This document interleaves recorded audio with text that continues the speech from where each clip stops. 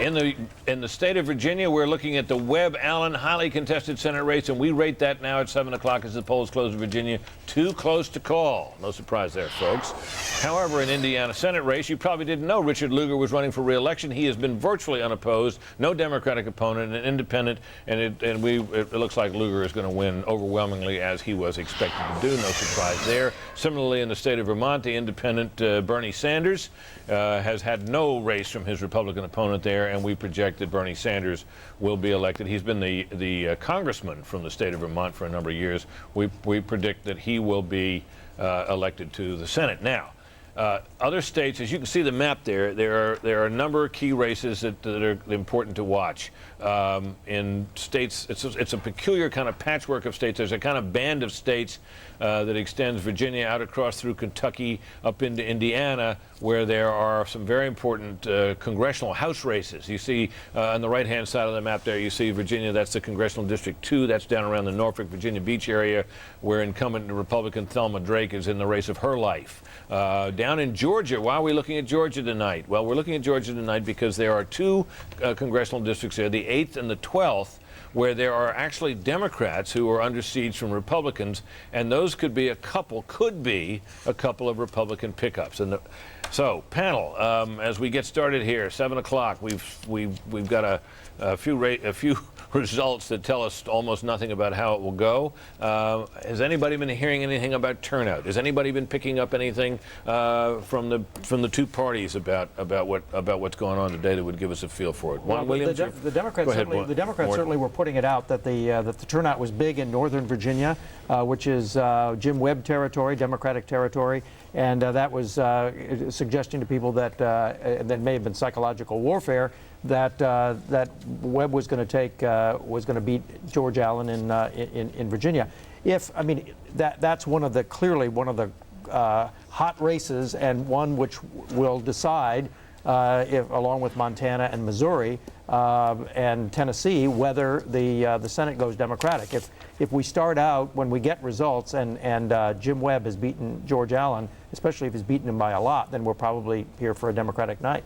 The other thing is that we have to remember is that more and more voters every cycle vote either early or absentee, and those tend to be that tends to tilt Republican, those voters, and so their votes will be cranked in sometime in the evening, but may not show up in exit polls. By definition, don't. Although they try to add in something. Let's pause here to get to Chris Wallace, who is the man in charge of trying to make sense of the exit polls with all of their challenges and difficulties and complexities. Chris, what do you have for us? Well, and this year it seems to be a harder problem than some other years, but let's take a look at the exit poll numbers in the Virginia Senate race between George Allen and Jim Webb, as you've just been talking about. We want to point out again that the National Election Pool reports some questions about the results they're getting in Virginia, so you may want to take all this with a grain of salt. But they do point out some trends that we are finding around the country. You see that first one right there. Republican candidates are having to fight some headwinds when it comes to President Bush. Even in red state Virginia, 1 in 5 voters tell us one reason for their vote was to support the president, while more than 1/3 say a reason for their vote was to oppose Mr. Bush. 4 in 10 say the president was not a factor. Another problem for Republican Senator Allen and other Republicans around the country, again here in Virginia, voters oppose the war in Iraq 55% to 44%. That's a problem for Republicans. As you know, the president has tried to frame Iraq as part of the war on terror. Democrats, on the other hand, say that it is a costly distraction from the war on terror. This is interesting. 43% of voters told us Iraq was extremely important to their vote. They broke for Democrat Jim Webb by a margin of almost 2-1. The same number, 43%, said that terrorism was extremely important to their vote. They broke for Senator Allen, but not by nearly as wide a margin. Now, in addition to the exit polls, Fox News has been conducting its own exclusive telephone poll with 900 voters across Virginia and has focused, as you said, Britt, on one of those hotly contested House races, the 2nd Congressional District. Here, you can see, if we can get it up for the race in the 2nd District. No, we're off here. Throw those away. Listen to me. Here you can see that first-term Republican incumbent Thelma Drake appears to be trailing Democratic challenger Philip Kellum. This would be a key swing district, 51% to 46%. Again, this is a telephone poll, not an exit poll. But if that holds up, and I repeat, if that holds up, that would be a pickup of 1 seat for the Democrats.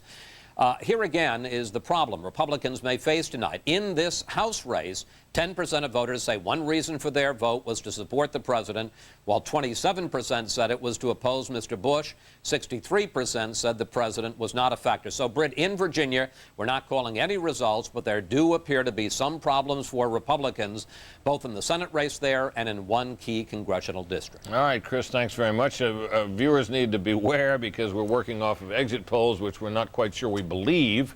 And we're also working off of this Fox News Election Day poll, which is not an exit poll, as Chris pointed out, but an ordinary sort of garden variety telephone poll, which has all the same margin of error and infirmities that you might get with any of these polls on any day leading up to Election Day. The value of it is that it's new. We like things that are new. We're in the news business, but we caution you to be careful because it's early in the night.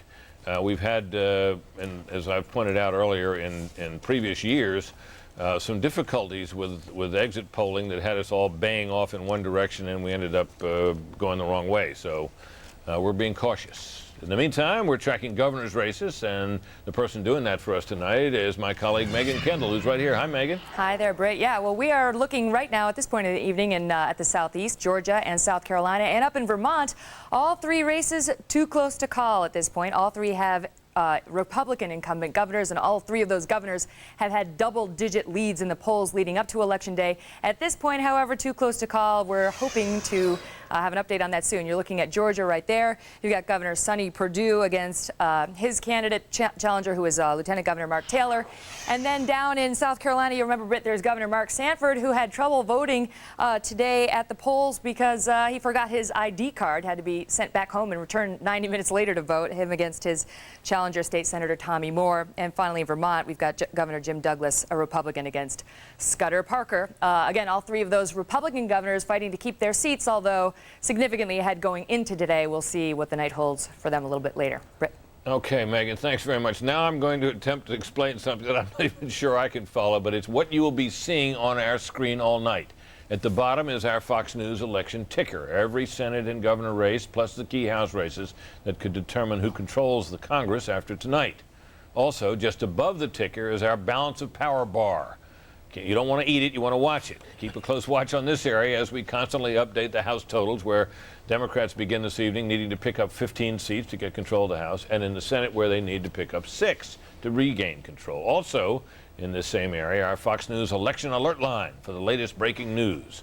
That's assuming there will be some. We hope and trust there will. That's all at the bottom of the screen. Our Fox News election ticker, our balance of power calculator, and our election alert line. We trust you all will find that a rich source of compelling and intriguing information all night long. And we trust also that we here at the desk will be able to explain some of it for you, assuming we understand it. Stay with us. You Decide 2006 Election Night, anchored by Britt Hughes. Exclusive Election Day polls with Chris Wallace, Carl Cameron, and Major Garrett cover the battle for control of Congress. Megan Kendall reports on the governor races. Also, analysis by Fred Barnes, Mort Kondracki, Juan Williams, Bill Kristol, and Michael Barone. Michelle Malkin with the inside story on Election Night blog. Plus, Jim Angle reports on key ballot initiatives. And we'll have live reports from the Fox News team around the nation. Now, from Fox News election headquarters in New York, Britt Hughes. Well, good evening again, everybody. Thanks for tuning in. With so many races to watch tonight, what are the keys to victory for the candidates and parties? Here's some word on that from our panel of all-stars. The key to victory tonight is the number 2. The poll shows several Republican House seats at risk in Pennsylvania, Connecticut, Indiana, and Ohio. If the Democrats capture 2 or more of those GOP seats in each of those key states, it signals a triumphant night and lots of Democrats hee-hawing as the donkey rules the House. If Republicans keep the losses to 1 or less, they'll retain the majority, and the elephant will be disco dancing on the Capitol dome. The keys to victory for Republicans are the ability to attract conservatives to the polls. If they stay home, Republicans face sweeping losses. The key for Democrats is to win a majority of the 17 open Republican seats. These seats are the foundation for capturing the House. Next to dissatisfaction with Iraq, the biggest factor in this election will be turnout. The key races are almost all on Republican turf, and late polls show that many are still very close. So who shows up to vote will make all the difference in deciding how big the Democratic margin is in the House, and in places like Missouri, Virginia, Tennessee, and Montana and Maryland, whether Republicans lose control of the Senate. Will Republicans hold the Senate? It's probably pretty simple. 3 Republican incumbents are likely to lose: Santorum in Pennsylvania, DeWine in Ohio, and Chafee in Rhode Island. The Democrats need then to knock off 3 more Republicans: Allen in Virginia, Burns in Montana, and Talent in Missouri. The Democrats need to sweep these races. All 3 of them right now are basically even. If the Democrats win those 3, they'll be in control of the Senate, and President Bush will face a Democratic Senate for the next 2 years, as well probably as a Democratic House. Well, thanks to the panel. You may wonder how a guy sitting here as I am tonight gets the information to know when to call a race one way or the other. Well, that is a job that is done by what we call our decision desk. Decision desk is located down in the bowels of these facilities here in New York, and we keep one of the best analysts in the business down there with them, Michael Barone. He's down there with them now. That is the decision desk behind him. Michael, give us a sense of what's going on down there and what your thoughts are. Well, Britt, the decision desk, the members of the decision desk, of which I am not one, are people with a high degree of statistical knowledge. They are members of both political parties and none at all, and they are looking over the rather complicated, complex array of statistics that are given by us by the Edison-Matofsky polling firms with which we and other networks contract. And so they're looking over different parameters. What is the likelihood that this result is correct? They don't want to call any race or declare a victor until they're absolutely sure that that's the case. And I think they're striving to keep that record up that we upheld in 2004. How is it possible for them to sit there and look at an exit poll, perhaps, which is a big sample nationwide, 12,000 voters, but in any individual state or even congressional district is a much smaller number, and therefore the poll has to be looked at accordingly, and put that together with little raw vote numbers that you might have? How can you make a call based on that? Well, how does that work? Well, the numbers in each state are actually in the thousands as well, Britt, because those you get hundreds of responses or at individual polling places. You do a sample, as many as 90 different polling locations are conducted, and they do many interviews at each one. So they've got a lot of responses there. They've also got a lot of statistical models that are on their computers which suggest to them has this met the level of certainty that they need. And I think they operate as well when they're weaving that into the actual tabulated vote with a knowledge of, which I try to have as well, of how past voting has gone in different areas and to see if something is truly out of the ordinary. Well, do they look, as they used to, at what used to be called key precincts, where you go to a particular bellwether area of a state which is tended to foretell the outcome of an election, or to an area that is notably Republican, and if it's going Democratic, you can sense that something is going to change in terms of the way the vote is going against the past? Is that what you do? Well, I think they don't look at just one key precinct situation. I mean, if you look at the bellwether counties in the United States, it turns out that there are very few counties that have voted for the winning presidential candidate all the time. Coas and Strafford counties, New Hampshire, I think fell out of that in 1976 when they voted for Jerry Ford, and I think Crook County, Oregon, which was on the list, a lumbering county in eastern Oregon, fell off that in the 1990s when it voted Republican. Wow, Michael, thanks. As you can tell, nobody has a level of knowledge to match Michael Barone's, and we'll be going back to him often tonight. In the meantime, we're going to take a break. Folks, stay with us.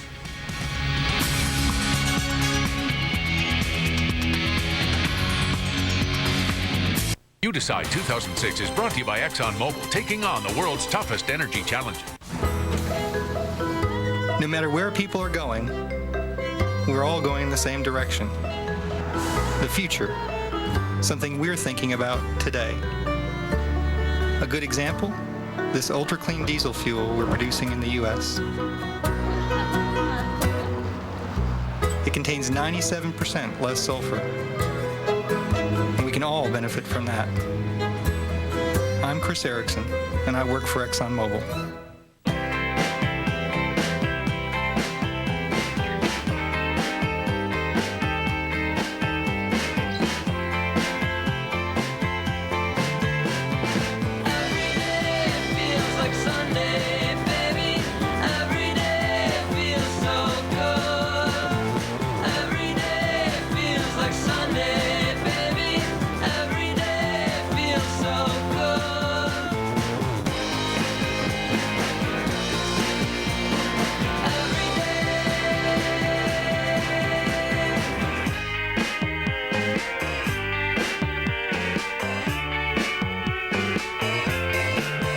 Invest in these companies and the rest of the NASDAQ 100 index through QQQ. And investors should consider investment objectives, risks, charges, and expenses carefully before investing. For this and other information about QQQ, a unit investment trust, obtain a prospectus from your broker or visit NASDAQ.com/QQQ. Read carefully before investing.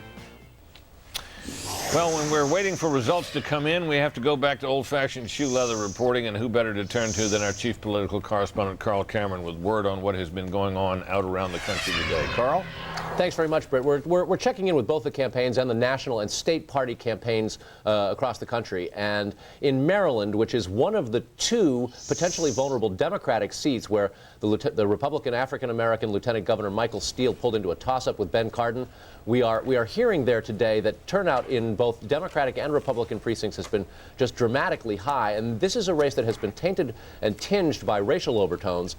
Today, a lot of black Democrats reported crossing over for Republican Michael Steele out of frustration that the Democrats didn't nominate an African-American for the Democratic nomination to run up for this seat. Ben Cardin is the Democrat. And I want to show you something that was just faxed to us. This today was being passed out and faxed out around the state.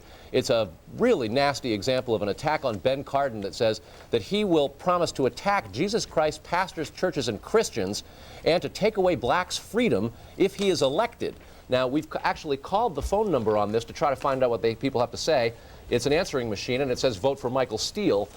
There's an awful lot of this stuff going on in Maryland. Flyers going out that misrepresent it. The Republican campaign still says they have nothing to do with it, but it's an example of some of the last-minute activity that can happen, and it's pretty negative stuff. In terms of turnout in two other very key races, first of all, you were talking about Virginia. We've talked now to both the Republican and the Democratic campaigns, George Allen, the incumbent Republican, and Jim Webb. There are dramatic things underway with turnout there.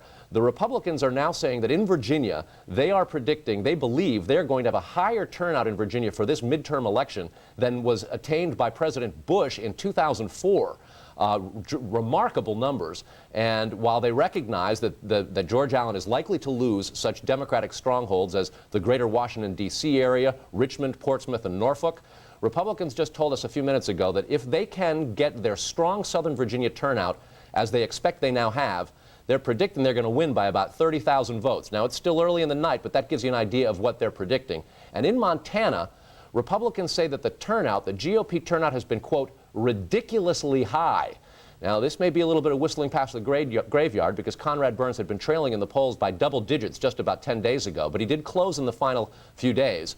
And they are now saying that in Montana, they too are looking at record-breaking numbers, higher than 2004. And there had been some talk that the Democrat up there, John Tester, had been successful organizing Native Americans. Republicans say they haven't seen that information, Britt. All right, Carl, very interesting. As we've talked about earlier, we're going to be closely monitoring a number of House races, and one of them is in a swing district in Kentucky, around Louisville, where Ann Northup, a Republican congresswoman, has managed to get herself reelected a number of times. This is not a district carried by President Bush 2 years ago, and we're going to check in on that now with Major Garrett, who's been following the House races. Major?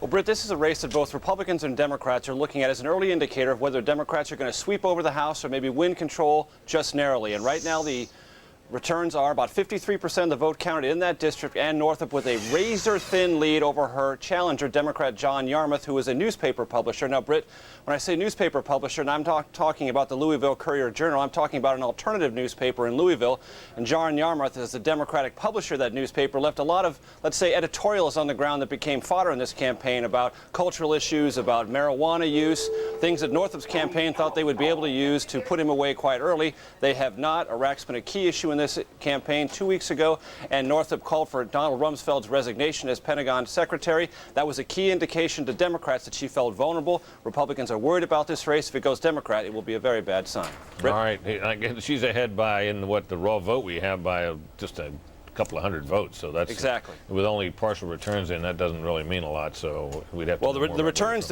I'm looking at, Britt, are more than 53%. Oh, and that's on the Kentucky website. And so this race has begun to form. More than half of the vote counted, and she has got the narrowest of leads. All right, Major. Thanks very much. We got to take a break here. In the meantime, we want to tell you that a judge in Ohio has ordered some of the polls in that state to stay open later than they were scheduled to be. We'll tell you more about that when we come back. Stay tuned.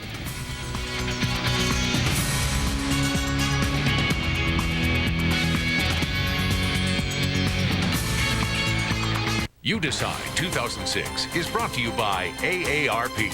Don't vote until you know where the candidates stand on the issues. Visit don'tvote.com. I'm handsome, I'm funny, I tell a good joke. I'll hug you, I'll kiss you, I don't even smoke. My wife is impeccable, my past quite respectable. Vote for me assuredly, but don't ask about Social Security. Come have some pie with me. Don't fall for the song and dance. Vote the issues, not just the personality. See where the candidates stand at don'tvote.com. I volunteered. I was drafted. I enlisted. I was nervous. And there I was in Asia, Europe, the Gulf, and I saw things. Incredible things. And people you never forget. I did my job. For my country. My buddies. For total strangers. And I was proud. So grateful. For my family. My freedom. For all who served and all who serve, we can never thank them enough. VHIX.com helps people find the car they want at a dealer near them. How do we improve that user experience? Replace the mouse with the steering wheel. That way it's like you're driving your new car already. Then you can beep the horn to change pages. And your idea? VHIX TV. Not just web pages, cool video test drives powered by Wheels TV. Cool video test drives, now at VHIX.com. Roadmap to the automotive world. On in-demand pay-per-view. As we noted earlier, a judge in Ohio has ordered that some of the polls out in that state be kept open longer than they had been scheduled to be. This, of course, a result apparently of some voting problems out there. But let's find out what it's really all about from my colleague Bill Hemmer, who is out in the state. Bill. Hey, Brett, good evening. This is the press release the Democratic Party put out a short time ago, and this is what they are saying now that they took to a federal judge here in northern Ohio. This is Cuyahoga County only, which is where we are in Cleveland, Ohio here. 16 polling stations will stay open about another 90 minutes, which means 9 o'clock local time here in Cleveland. Now, in the county alone, Britt, there are 576 polling stations, so 16 out of 576 is not a high percentage number. Democrats claim that a lot of these polling stations earlier today failed to open up on time. They were 25, 35 minutes late. As a result, some of these polling stations, 16 in all, will be given an additional 90 minutes tonight. That's one storyline so far tonight. The other one is where we are here. We're at headquarters for the Democratic challenger, Sherrod Brown, and some of the Democratic strategists here telling me tonight, Britt, that they saw higher numbers of African-American voters in cities like Dayton, in Columbus, and Cincinnati. They think that portends good news for them and their candidate. They also saw in southeastern Ohio higher Democratic turnout there as well. A two-part reason for that. Number one, they think it helps Sherrod Brown, and also they think it helps the Democratic challenger for governor, Ted Strickland. That is his home district that he exited to run for governor in 2006. Conversely, what they're saying in southwestern Ohio, specifically Claremont County, which is a strong Republican area, they're saying that voter turnout there has been low. We heard that from Republicans a bit earlier today. That could be significant from two perspectives. If Claremont County is lower, it certainly does not help the Republican Mike DeWine, but also that's the home district, District 2, for the Republican Jean Schmidt. She is said to be in an absolute dogfight with her her Democratic challenger. Jean Schmidt is the one who took on John Murtha last fall when he came out with his strong comments about the war in Iraq. Claremont County, historically, going back for decades, has been very strong favored in the Republican Party. Now, if voter turnout was low, it may mean something or another for Jean Schmidt, but certainly too close for us to call here. Polls were supposed to close at 7:30 across the state. Most of them will. The strong majority of them will, with the exception of those 16 polling stations here in Cuyahoga County in the area of Cleveland, Ohio. Britt, we'll know soon enough. All right. Thanks very much, Bill. Of course, Cuyahoga County was a place where John Kerry turned out more voters than anybody had ever seen turned out in a presidential election for him in 2004, and it led Democrats on that night to believe that the state of Ohio was going to be theirs. It did not turn out that way, and one of those who was quick to recognize the places where Republicans were able to find voters that some people didn't think might even have existed was Michael Barone. Michael, your thoughts about what you see happening tonight in Cuyahoga County and elsewhere in Ohio? Well, obviously the Democrats want to maximize their turnout in Ohio. We have their word for it that it's been good. We'll see what the numbers show when they come in. But Cuyahoga County, which is Cleveland and its immediate suburbs to the east, south, and west, cast 12% of Ohio's votes, and in 2004 it voted 67 to 33% for John Kerry. That was a big margin. It produced a bigger popular vote margin. But George Bush carried the state by 49%, and that's partly because he vastly increased the turnout in places like Claremont County, which Bill referred to, just east of Cincinnati, Warren County to the northeast of Cincinnati, Delaware County to the north of Columbus, Medina County southwest of Cleveland. Those are Ohio's exurban counties, which have had the greatest population growth in the state since the 2000 census. And they also increased turnout in low population growth rural areas. All right, Michael, thanks very much. We're coming up on 7:30, which, as Bill Hemmer noted earlier, is when the polls close. We were going to say in Ohio. We can, I think, fairly now say in most of Ohio. Also in two other places as well. We may have something to say about those. We're going to take a break, and we'll be right back. Stay tuned. When you're smiling. Printers and copiers so advanced, they're simple. When you're smiling. That's a reason to smile with Kyocera. The whole world smiles with you.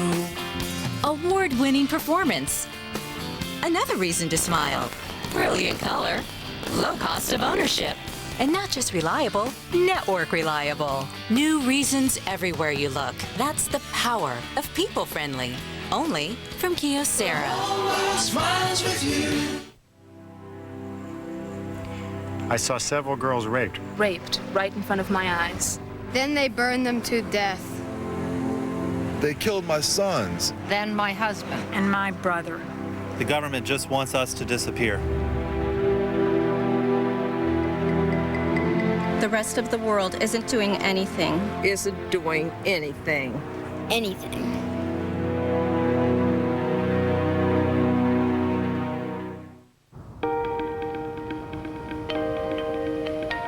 You may not realize it, but there's a source of renewable energy right in your neighborhood, and you're helping to power it.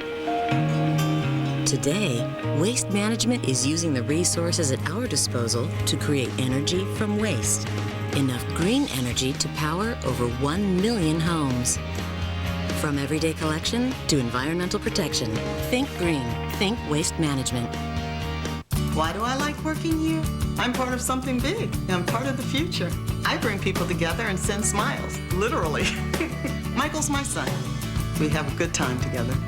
Michael thinks my job is pretty cool.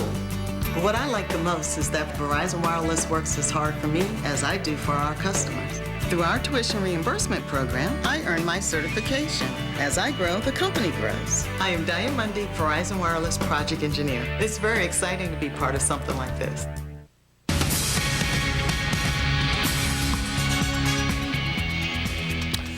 In just a minute here, or just less than a minute, we're going to be noting the closing of the polls in the state of Virginia.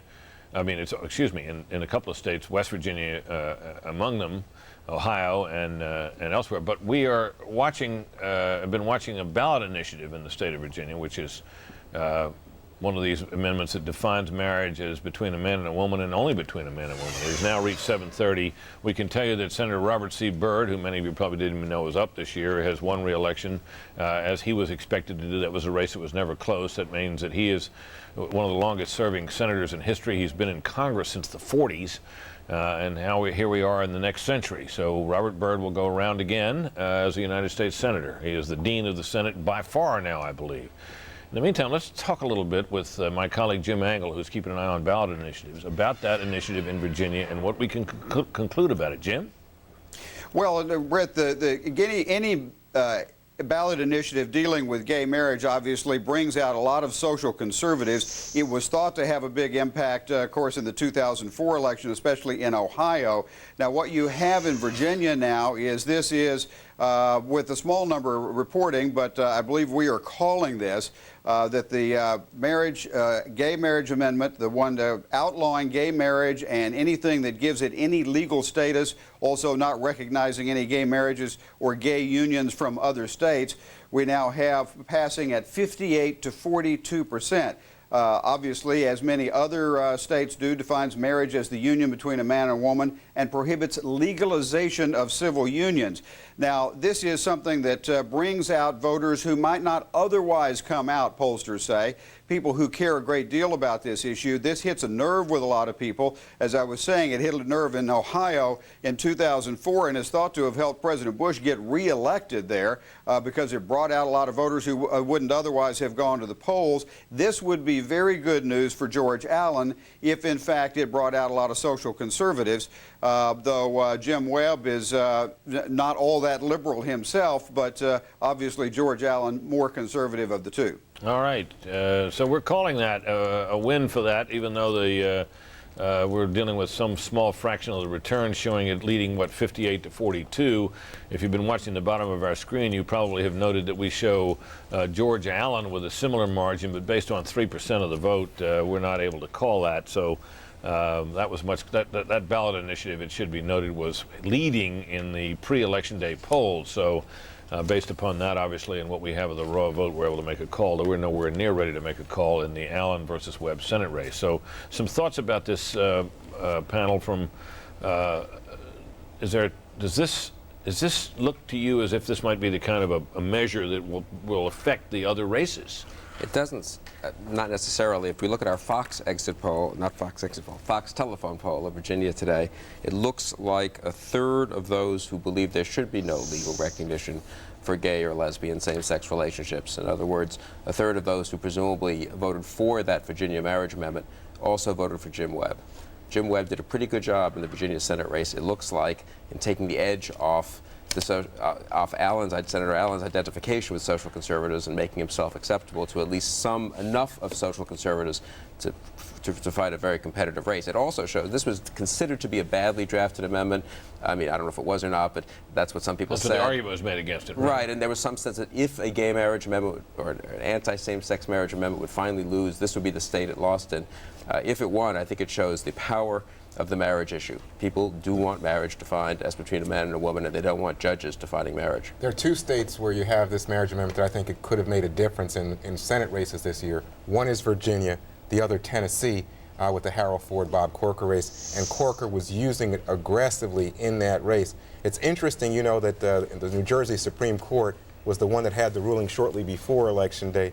It's not an issue in New Jersey where you have Kane versus Menendez, and you would have thought that it would have been exploited there, but in fact it's in Virginia and Tennessee where I think we're going to see that issue make a difference potentially. But as Bill was saying, if it's possible that Webb co-opted it, that he took it for his own, that would be a surprise. Well, the other thing there, of course, is that Allen didn't make much of it. Allen had a tough campaign going back to this gaffe in August, and he never really recovered his footing, and that's what he was trying to do, and he probably should have used the marriage amendment more than he did. Brett, I wanted to say something about, we were talking about Ann Northup running in Louisville, and this is an example of how things change from the prior election in a year that's bad.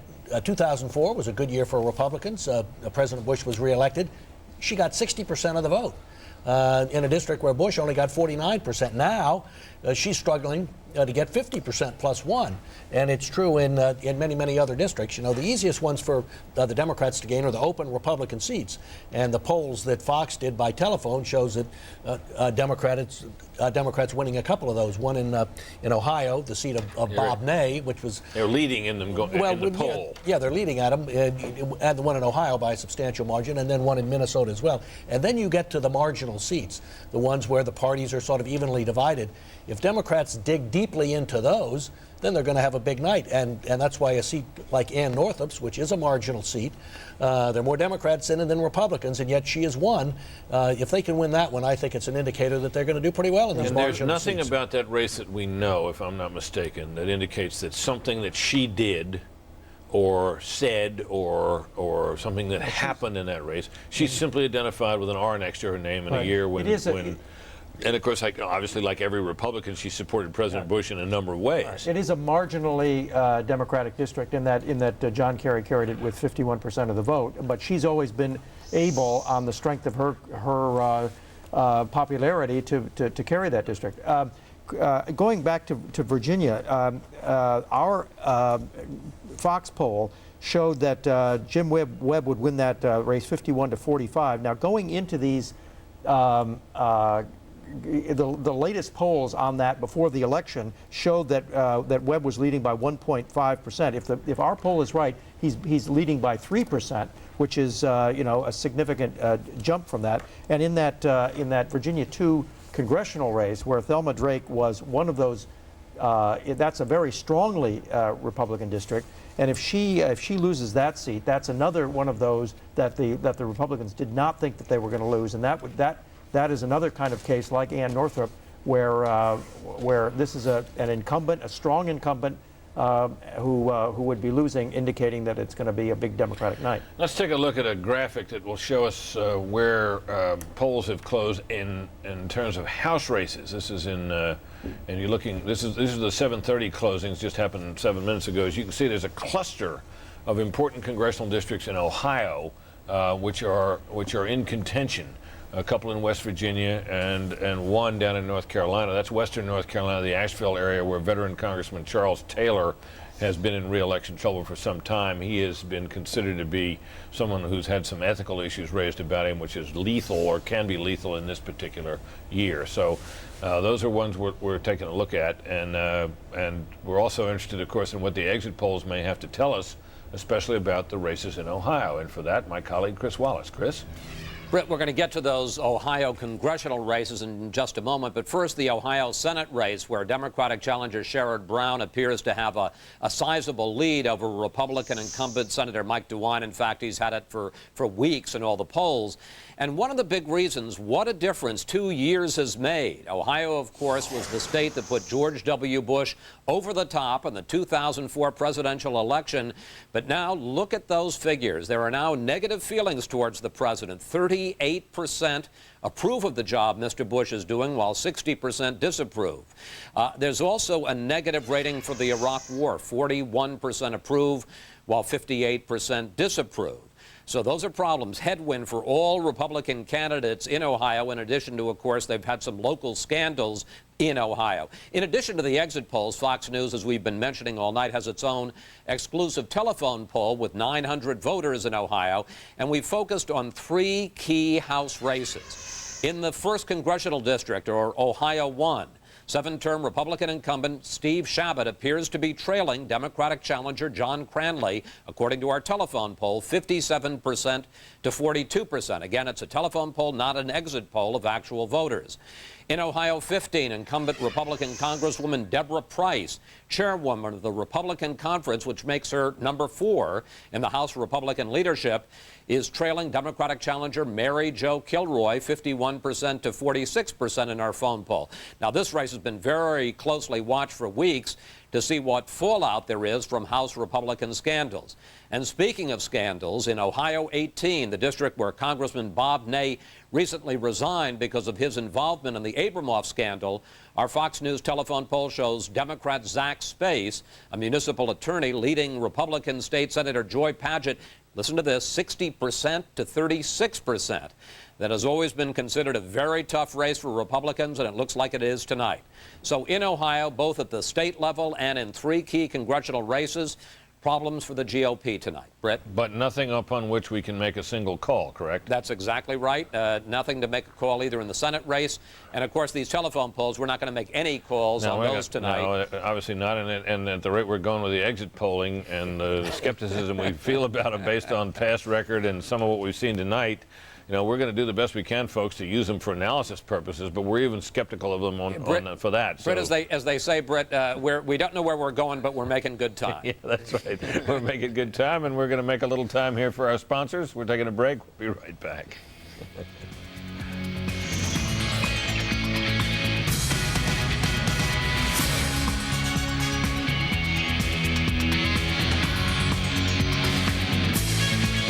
You Decide 2006 is brought to you by NASDAQ, Life, and the companies that move it forward.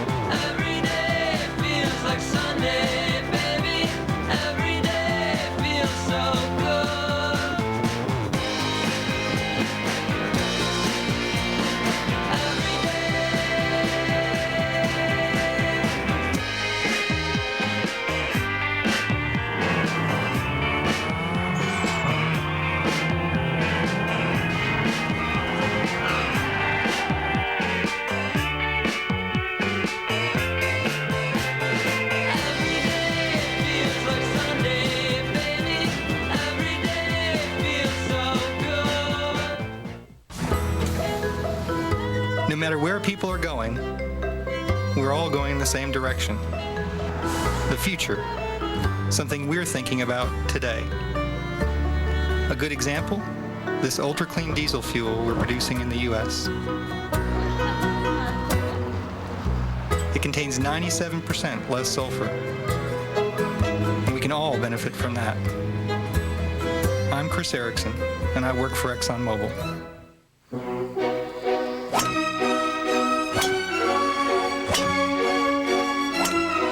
Convention, 90%.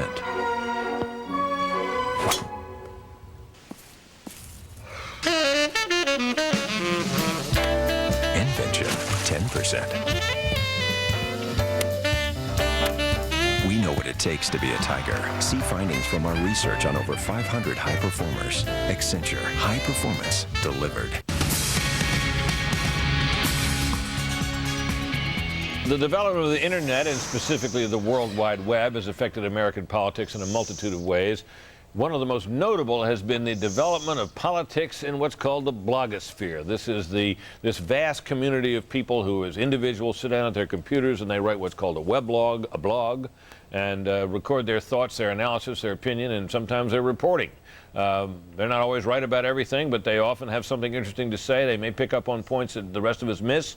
And the smart reporters have gotten in the habit of checking in with the blogosphere. And we have our own blogger here tonight, our own Michelle Malkin, who is herself a noted blogger and who has been keeping an eye on her comrades in the blogosphere. Michelle, what are you seeing? Hey, I'm seeing a lot of activity, Brett. It's been a busy day for the army of poll watchers in the blogosphere. And YouTube has been a ubiquitous force throughout the campaign, and it has been today at redstate.com, which is a leading conservative blog. You've got YouTube video posted of poll worker intimidation, and that certainly has been one of the big stories of the day on both sides of the aisle in the blogosphere, monitoring all sorts of campaign shenanigans and potential quote-unquote harassment or intimidation at these poll sites. So you've got video being posted on YouTube, not only from the right but also from the left. And there has been a far more organized and vast effort, a well-funded effort on the left as well. And you can see that at videothevote.com, where a number of documentarians have gotten together to pool their resources and put their own video of so-called harassment and intimidation. And related to that, Britt, we've had a lot of original reporting on the blogosphere, originating on the left side of the blogosphere, about so-called robocalls. And here's something that actually unites the left and right side of the blogosphere, these annoying automated phone calls. And you've had a lot of audio and transcripts posted, and a lot of claims that these have been deceptive on both sides of the aisle. You see that at the Talking Points Memo site and on aggregator sites like Memorandum, where you can see opinion from both sides of the blogosphere on those robocalls. And now, of course, there is a federal investigation into some of those calls in Virginia. Finally, talking about the Democrats' preemptive strategy to undermine the results of the election, whatever there are, we've got reports now that MoveOn.org and being disseminated by the Daily Kos, the far-left blogger site, are offering $250,000 as a reward for people to scavenger hunt across the country for evidence of intimidation. So that's what's going on right now in the blogosphere, Brett. What about the robocalls? These are calls, I guess, that are recorded by celebrities and then the automated dialing gets into play, and you pick up the phone and somebody says, "Hello, I'm Laura Bush," and you say, "Hello, Mrs. Bush," and the recording keeps going, and it dawns on you that the real person is not calling you; it's a robocall. And I guess some people have gotten a lot of these. Has that been the issue? It certainly has. Repeat calls in several cases, and blogs have been reporting everyone from John McCain to Joe Piscopo to Hillary Clinton. I think placing these calls, and they happen at the dinner hour, which is very annoying, whatever your political stripes are. And I think the most serious charges involve deception and the people receiving the calls claiming that Republicans are posing as Democrats and vice versa. All right, Michelle, we'll be back to you. We'll be back to you often. Thanks very much for getting us up to date on what's going on in the world of the blogosphere. This whole question about voter contacts that Michelle at least indirectly raises by the mention of these robocalls. This has been a point of pride with Republicans in recent days and in recent elections, that they have been able to mount a turnout effort in part by the fact that they've made X thousands of numbers of voter contact calls. I suppose that what the people left and right in the blogosphere are complaining about tonight, that it isn't just the quantity of the calls, but it matters to some extent what exactly you're hearing.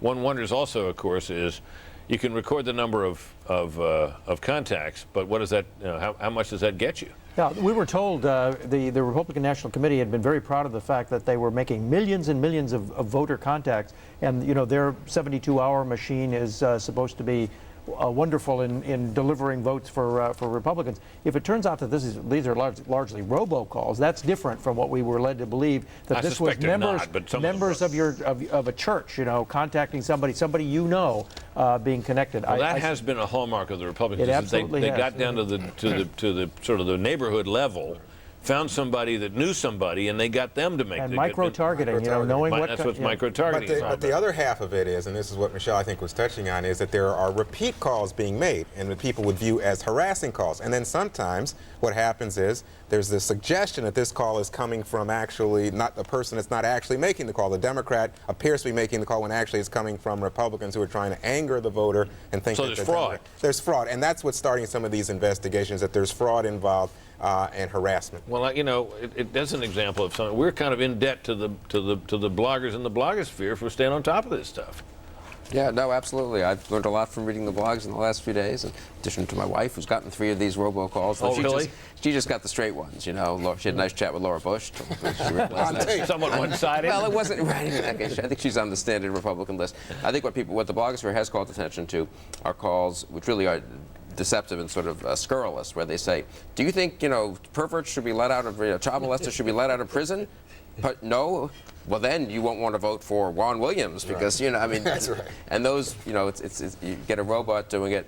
There's no return phone number. It's hard to know who paid for it, and there are this has been, there are Justice Department investigations, I guess, going into this. Having said all that, it strikes me that none of this affects these races very much. When you step back from the American and look at the American electoral system, I'm sort of amazed at how, 100 million people, or 75 million people are going to vote, I guess. Yeah, but it does reveal the conspiracy mind that exists out there. I mean, these people are looking for trouble, right? And they're intent on it, and they believe someone's cheating them.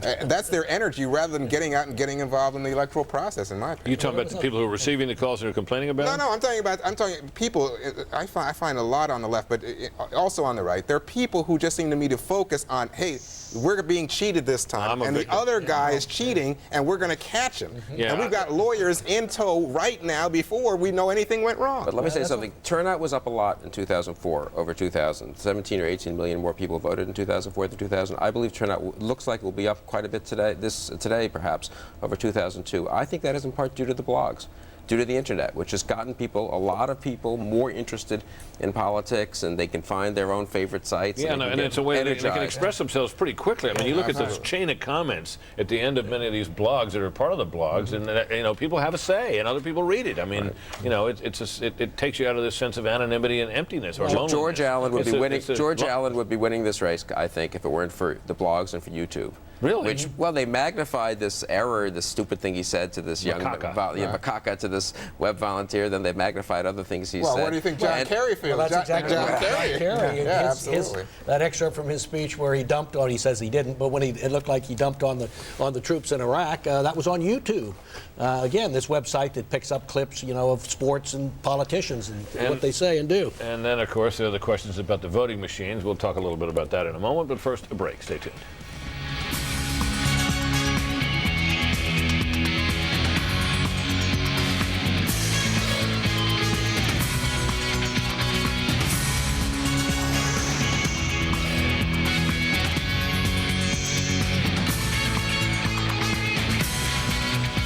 You Decide 2006 is brought to you by Norfolk Southern.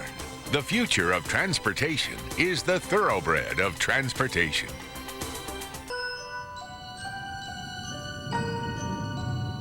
Last year, Norfolk Southern and its shipping partners took hundreds of thousands of freight loads off the highway.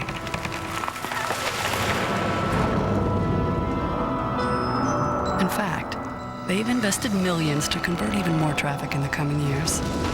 So it's easy to see how the economy won't be the only thing that benefits. Norfolk Southern, the future of transportation.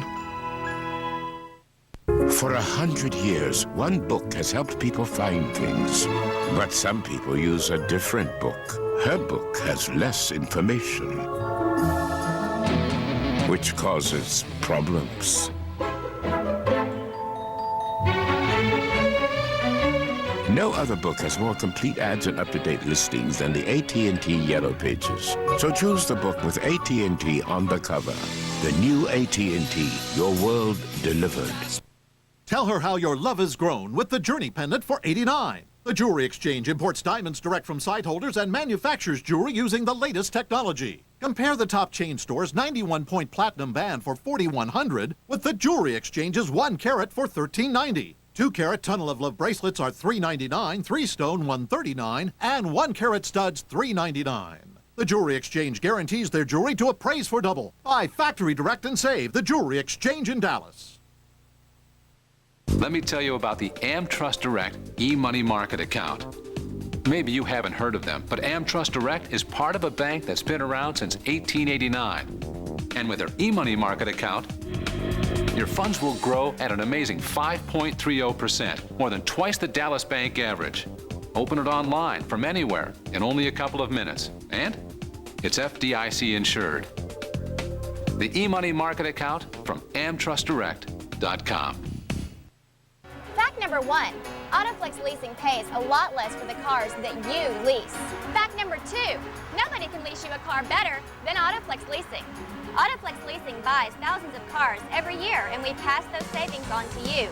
We have every make and model, and you can choose from the top 50 lease programs in America. So do what I did. Call 234-1234 today and start saving money every month. Get the Flex Lease, only at Autoflex Leasing. And that, of course, is a race we're going to be watching very closely tonight. We just have a fraction of precincts in, 15% now, showing George Allen ahead. George Allen would like very much to win that race, and it's been, a wild and woolly affair the whole time. That is a state in which we have already noted that the marriage ballot initiative, which confines marriage to one man and one woman, has carried that state. But we knew that when only 3% were in. But the Webb and Allen race remains clearly too close to call. The other side of things, of course, is the House of Representatives. We're watching a whole host of races there tonight to see if we can pick out a few early returns that would tell us which way that is all going to go. For more on that, let's turn to my colleague down in Washington, our congressional correspondent, Major Garrett. Hi, Major. Hello, Britt. Let me talk to you a little bit about the atmospherics here in Washington on this election night. The Democrats and their House Campaign Committee are running a website with instantaneous Secretary of State results for all the hot House races. That shows you how aggressive they are to see the results. Republicans' National Congressional Committee is not. The Speaker of the House, the Republican Dennis Hastert's not in Washington. Where is he? Back in his district in Illinois. The person who might be the new Speaker of the House, Nancy Pelosi, the current House Minority Leader, she's here in Washington right now, making herself very visible to the cameras. Reporters were brought in to see her and the DCCC, that's the Democratic Congressional Campaign Committee Chairman, Rahm Emanuel, talk about their optimism about tonight's results. Well, let's go to some key races. Kentucky's third. We talked about that a little bit earlier. That's Ann Northup against John Yarmuth. It's almost 66% of the vote in now, Britt, counted in Kentucky, and Ann Northup is now trailing in that race. The results, she's got 49.3%. That is Ann Northup. John Yarmuth, 50.7%. A bad sign for Republicans because that was a race they wanted to hold. Let's go to Indiana's 2nd district. That's Chris Chicola, the Republican running against Democrat Brad Ellsworth, a law and order person from that district in Indiana. President Bush was just in the Chicola district. I was received a lot of calls this weekend about a strong Republican get out the vote effort there. Chicola in that district, according to my numbers that I can see on the website, up 50.2% over Ellsworth, 49.8%. A very tight race, one Republicans will be watching to see. If they lose that race, that will be another sign that they might be suffering from a Democratic wave. And Britt, let's talk about a race that attracted the attention of the country for possibly all the wrong reasons. Florida 16, Joe Negron, who was a last-minute substitute replacement for disgraced Republican Congressman Mark Foley. He is a write-in candidate who has to have people actually vote for Mark Foley to elect him to Congress. With 10% of the vote in that 16th congressional district, Britt, Negron has 50.5% of the vote. His Democratic challenger, Tim Mahoney, 49.5%. Neck and neck, Republicans thought they might have a chance of pulling a cat out of the bag in that one, winning a race that Democrats thought was theirs as soon as the Foley scandal broke. That's a quick look at some of the races we're keeping an eye on, Britt. All right, Major, thanks very much. We'll come back to you early and often, particularly on a couple of those races out in the Midwest, see if we can clarify that picture a little bit. In the meantime, let's turn to my colleague, our chief political correspondent, Carl Cameron, who is keeping an eye on Senate races. Carl. Hi, Britt. Well, one of the races that has been getting a tremendous amount of attention in the last couple of weeks is Tennessee. And there, this is an open seat, essentially. The majority leader, Bill Frist, the outgoing Republican leader of the Republican Conference, is abandoning that seat. Many say to go out and look for the White House run in 2008. Harold Ford Jr. had been up a couple of weeks ago, and his Republican opponent, Bob Corker, was able to turn the race ostensibly to a referendum on Harold Ford Jr. as opposed to the war in Iraq, which is what Democrats had been trying to do. This race, by all accounts, is going to be decided in the suburbs around Nashville. Tennessee is one of these states that's sort of divided evenly, with a lot of conservatives on the eastern part of the state and more liberal voters in the western part of the state. And this particular race is perhaps in the Senate one of the best examples of how Republicans are facing tough challenges from conservative Democrats. Harold Ford Jr. Ran against Nancy Pelosi for the speakership, rather the Democratic leadership of the House minority a couple of years ago. He calls himself a pro-gun, pro-life Democrat. And a lot of places where we're seeing Democrats really surging forward across the country is driven on candidacies by conservative Democrats.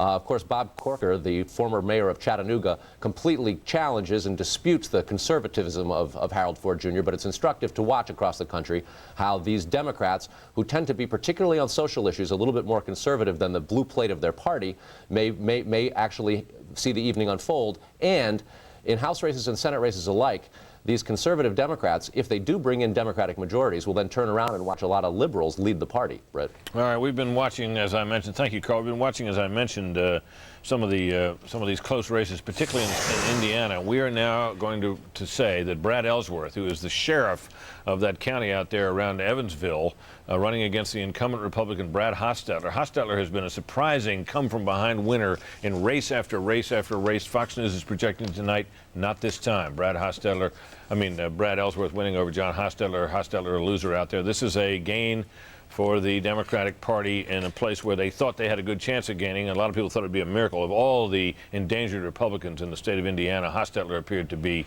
the most endangered. We're coming up in just about 30 seconds now on the 8 o'clock hour, and a whole passel of states will have closed by that time. You can see a bunch of them are going to close at 8 o'clock. They're listed left and right of your screen there, and we'll be able to tell you a little bit about some of the races in there as well. Fred, you had a comment on that Hostetler race? Brad Ellsworth, who beat Hostetler, is pro-life, pro-gun, has even signed Grover Norquist's tax pledge not to raise taxes. How he'll get along with the liberal Democrats in the House, and Nancy Pelosi in particular, will be interesting to watch. Yeah, well, this is a pattern. Carl mentioned it as well. A lot of Democrats running to the right of their party's mainstream, so to speak. Yeah, but none of them more than Ellsworth. 8 o'clock. Here we come with a bunch of. We cannot yet call the Virginia Senate race. The polls have been closed there for some time. That one still remains too close to call. But as you can see, it's getting tighter. McCaskill and Talent, we have nothing to say about that, although because the polls are just now closing out there in Missouri, and we'll begin to get some tabulation from there as well. Similarly, in Pennsylvania, Santorum thought to be well behind Casey there. But we have no numbers yet to show you on that. And U.S. Senate, I don't know what that's all about. The Maryland Senate, Cardin and Steele, polls just closing there in Maryland. Very close race, nothing to show you on that, still too close to call. New Jersey Senate, same thing. That's a mistake, obviously. His name is not Payson. All right, Connecticut U.S. Senate, that's a three-way race. Schlesinger, the Republican, hopelessly behind. Lieberman thought a likely winner as an independent over the Democrat Lamont, whose hopes were so high only a few months back. And now we do project a winner in the Massachusetts Senate race. I bet many of you didn't know that Ted Kennedy was running for re-election this year. Well, he is, and he has won by our projection. Similarly, in Mississippi, well, we had it up there for a second. Mississippi, we're projecting Trent Lott a winner. We're also projecting Olympia Snowe a winner over her challenger in the state of Maine. That, again, not a surprise. Many of you probably hadn't heard much about that race. That's because it wasn't close. So there, as best we can show them to you, is a bunch of races in states where the polls have closed. Florida U.S. Senate as well. We project Bill Nelson a winner over Catherine Harris. Some polls that showed her behind by even more than that current margin with 10% in. But there has been little doubt for a long time that she would win. That she would lose there. Many of the Republican elders in Washington and elsewhere did not want her to run for the Senate, but she insisted on doing it. She's quite popular within the Republican Party, at least among a lot of voters, and so she won the primary.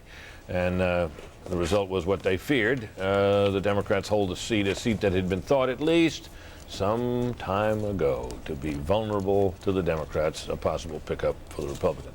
So, panel, what are we seeing out of this? Juan, your thoughts on the nature of the candidates who seem to be doing well tonight as Democrats and what they believe in? Well, I'm just, the Ann Northup one is so striking because I find Ann Northup is very moderate. She's someone who has called for Secretary Rumsfeld's resignation, and she has had differences. Recently. Has had differences with President Bush about the war. But that doesn't seem to count. I think that what we're picking up is what we see in Chris Wallace's numbers, that people are running against a strong tide, Republicans are running against a strong tide when it comes to the president and when it comes to the war. I have questions about that earlier poll that indicated that culture of corruption was a big issue. That was one of those exit poll numbers that made you kind of wonder. Well, it certainly made me wonder. But anyway, I think what we're looking at is the war. But what's interesting to me in the Ann Northup case is I think this is someone who tried, and especially in the course of the campaign, to separate herself out from the president to get voters. She's a five-term incumbent. Try to get voters to look at her and what she delivered for them. And so you see the strategy of focusing on local issues, trying to take it away from the national referendum did not succeed for her. And that's a bad sign for the Republicans. Looking through our poll results, it's interesting how now you're talking about our Fox News telephone poll, right? I haven't seen the exit poll results, so I don't know how they're running. But a significant percentage of Bush voters in 2004 are opting for Democratic gubernatorial candidates like even Sherrod Brown. 10% of Bush voters. Sherrod Brown is very liberal. In Ohio, he is a true blue liberal. 10% of Republicans are voting for Sherrod Brown. Now, I would think that that is out of disgust with the general political climate. Ohio is a place where corruption has infected the state government, and people are running away from Republicans in droves. And the state government heavily controlled by the Republican Party for a number of years. And even Sherrod Brown, who is a classic labor Democrat, is getting 28% of the conservative vote, which it tells you something about the disgust that voters there must have. It might tell you something about the polls, or maybe it'll tell you something about Ohio conservatives. Well, I don't know. tell you it's a Democratic year. I think that's. Well, we all kind of knew that. Well, I know. I just thought I'd mention it anyway in case you'd forgotten. Look, I'll tell you the ones I'm. I'll write it down, Fred. Good. I'll make a note of it. The races I'm kind of interested in are these ones where Democrats have gotten moderate to conservative candidates to run. So far, we saw Brad Ellsworth winning that seat in Evansville in southwestern Ohio. Another one is, again, running as Charlie Taylor in western North Carolina is Heath Shuler, who many of us remember as a great quarterback at the University of Tennessee, but a not-so-great quarterback with the Washington Redskins and the New Orleans Saints. The remarkable thing about that story is that so passionate are Washington Redskins fans about their football team, and so important is it to them, that here's Heath Shuler, someone who, would be, one would think, an attractive young man to come to Washington as a member of Congress, and all these Redskins fans had a website up urging people to vote against him because he was such a lousy quarterback, they believe, for the Redskins, that they never wanted to see the guy in town again. Well, he's a strong candidate, and they may see him again. He's a born-again Christian. He won't say, and conservative on, he's pro-life and so on, won't say whether he'll vote for Nancy Pelosi for Speaker or not. Well, of course, we haven't projected him a winner yet. But no, we haven't. But all I said was he's running a strong race. Right, and then you go to the Senate. I mean, Jim Webb in Virginia, who's endorsed a bunch of liberal issues, but people, a whole career tells you he's a lot more conservative than he lets on, and is probably, I can't think of anyone except for former Governor Mark Warner who could run such a strong race against George Allen. And then, wait a minute, Mort. And then there's Bob Casey, who comes from a family, his father, that is known for their anti-abortion feelings. In Pennsylvania, I'm not sure whether others could have beaten Rick Santorum, but he seems to be running ahead. He has in every poll. Well, it's worth saying, and we're saying earlier, that one of the winners, if the Democrats clean up tonight, one of the great winners in this will be Rahm Emanuel, who went around the country. We just saw a picture there with Nancy Pelosi who was the one who recruited people who are not classic liberal Democrats to run in these various seats, but people could actually win. These are Republican seats. They had to take it with somebody who's conservative, and he found him, and he recruited him. I think I named both of them. Right. A lot of governorships are up tonight, as we've noted earlier, and our colleague Megan Kendall is here with the latest on them. Megan. Hi there, Britt. Yeah, several races now to call, including in Pennsylvania, where we are now calling the race projecting that the Democrat in that state has retained his seat, Governor Ed Rendell, over challenger Lynn Swann. That's bad news to Steelers fans who wanted Swann to see that state. He was one of the only 3 black candidates running for governor. Fared better, the other black candidate in Massachusetts, Britt. Fox News is now projecting that Deval Patrick, the Democrat, has taken that seat, beating the Republican Kerry Healy, who was the lieutenant governor in that state. Fox News projecting a win for the Democrats there. In Connecticut, Fox News projecting that Governor Jody Rell will retain her seat. That's not a surprise over DeStefano. She's very well liked by Connecticut voters, despite the fact that she's a Republican. Survived a gritty battle with breast cancer, and no surprise there that she has won tonight, or as we project tonight. In Georgia, Fox News projecting that Governor Sonny Perdue will retain his seat over challenger Lieutenant Governor Mark Taylor, who is the Democrat. That, too, was not a particularly competitive race, and looks like Georgia will retain Governor Perdue, who is the first Republican governor since Reconstruction in that state. Finally, Maryland, you're looking at it there. Too close to call. That's not a shock. This has been a nail-biter. The Democrat Martin O'Malley, mayor of Baltimore, challenging Bob Ehrlich, who's been incredibly popular.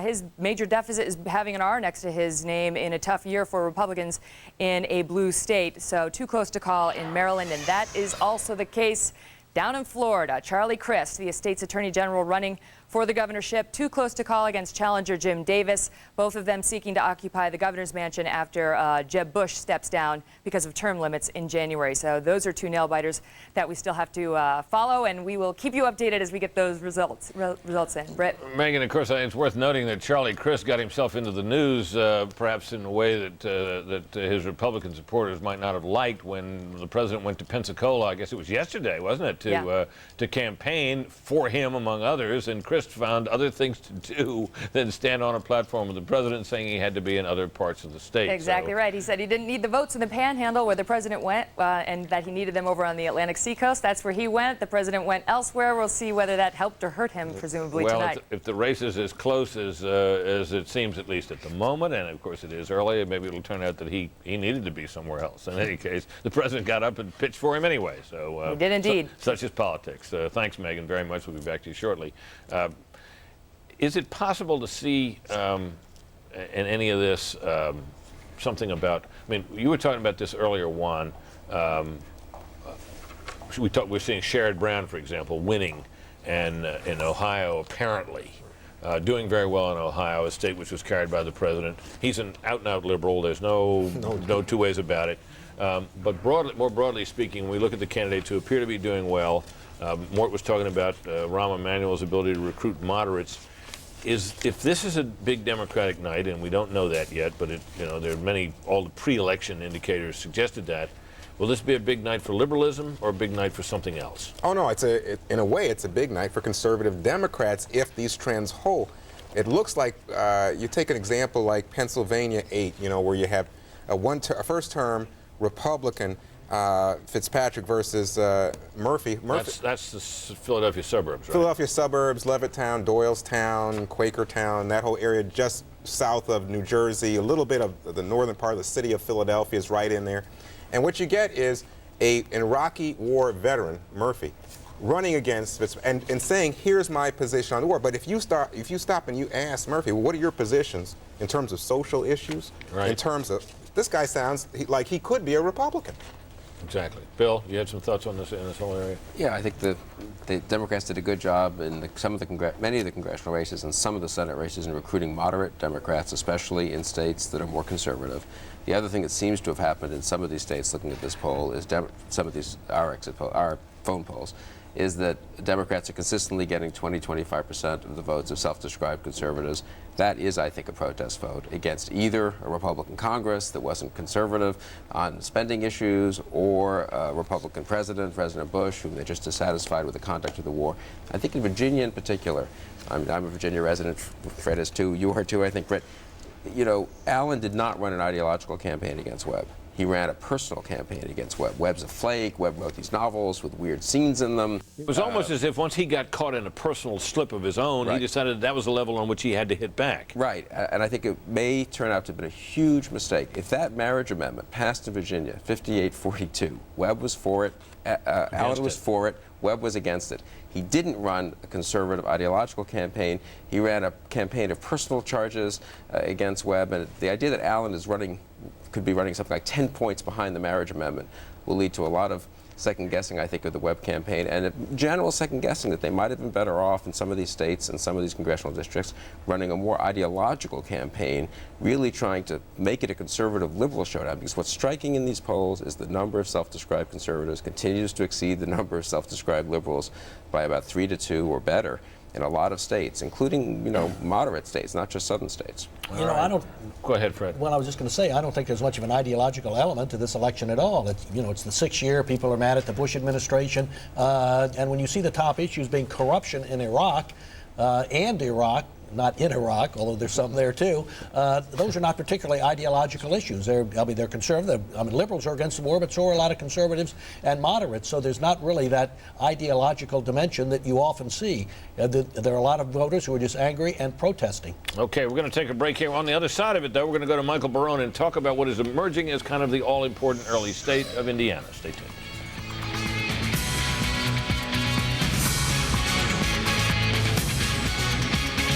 Distance, 165 yards. Slope, 17 degrees. Wind speed, 6.5. Spin rate, 11,000. Velocity, 125. Launch angle, 43 degrees from ball. Making the right decision begins with having the right information.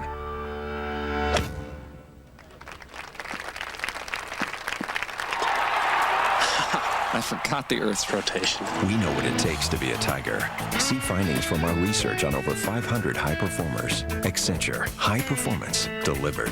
When you're smiling. Printers and copiers so advanced, they're simple. When you're smiling. That's a reason to smile with Kyocera. The whole world smiles with you. Award-winning performance. Another reason to smile. Brilliant color. Low cost of ownership. And not just reliable, network reliable. New reasons everywhere you look. That's the power of people-friendly. Only from Kyocera. The whole world smiles with you.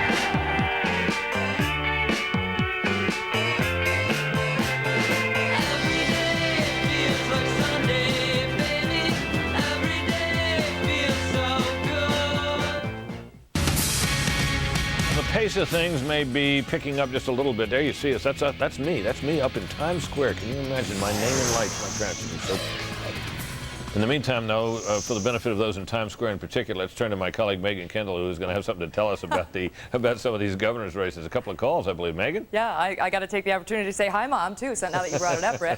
Yeah, actually, we've got some governor results in Tennessee and in New Hampshire. Not a huge surprise in either state. Both governors, Fox News now predicting will retain their seats. In Tennessee, Governor Phil Bredesen, Fox News projecting he will prevail over challenger Jim Bryson, who was a state senator. And in New Hampshire, Fox News projecting now that Governor John Lynch, a Democrat, will retain his seat over challenger Jim Coburn. One interesting thing about that Tennessee race, Britt, it was so non-competitive that that's why most of the candidates in that state were vying for the seat being vacated by Senate Majority Leader Bill Frist and not trying to oust the governor because so formidable a candidate was he. And now, of course, it looks like he has pulled it out again tonight. Britt? Megan, thank you very much. I'm sure our viewers in Times Square enjoyed that as well. Let's turn now to someone else who might please everyone in Times Square, and that is our colleague Martha McCallum, who is out at Menendez headquarters in New Jersey with word on how things have been going out there and what the feeling is there. Martha, pardon me. Hello there, Brett. Good evening. We're in the home of, Bruce Springsteen and Frank Sinatra and Bon Jovi. This room is rocking right now at Menendez headquarters. They're feeling optimistic. Although one thing that I would mention is that there was some reservation about moderate turnout in areas like Camden County, Union County, Hudson County. Those are the bedrock of the Democratic Party in New Jersey.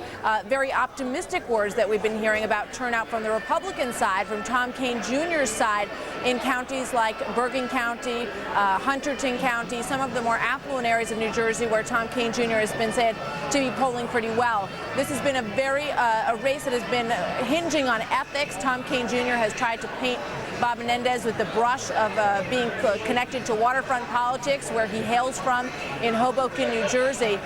But I would also point out that some of the exit polls that we're getting a look at now, these are coming from AP, and a lot of the focus of the voters that they have been talking to is based on Iraq, and that is what Bob Menendez has been trying to make this race all about. It's 6 in 10 say they were disappointed with how things are going in Iraq. 1/3 of those voters said that they believe that the U.S. should withdraw now. 3/4 of them said Iraq was very important to their vote. But Tom Kean Jr. has been successful in hammering home his point of ethics questions that have been raised about Bob Menendez. All of those relating, or many of them relating, to rental properties that he has had dealings with nonprofit groups in Hudson County. So 70% of the voters that they talked to said that they believe that Tom Kean Jr. had stronger ethics.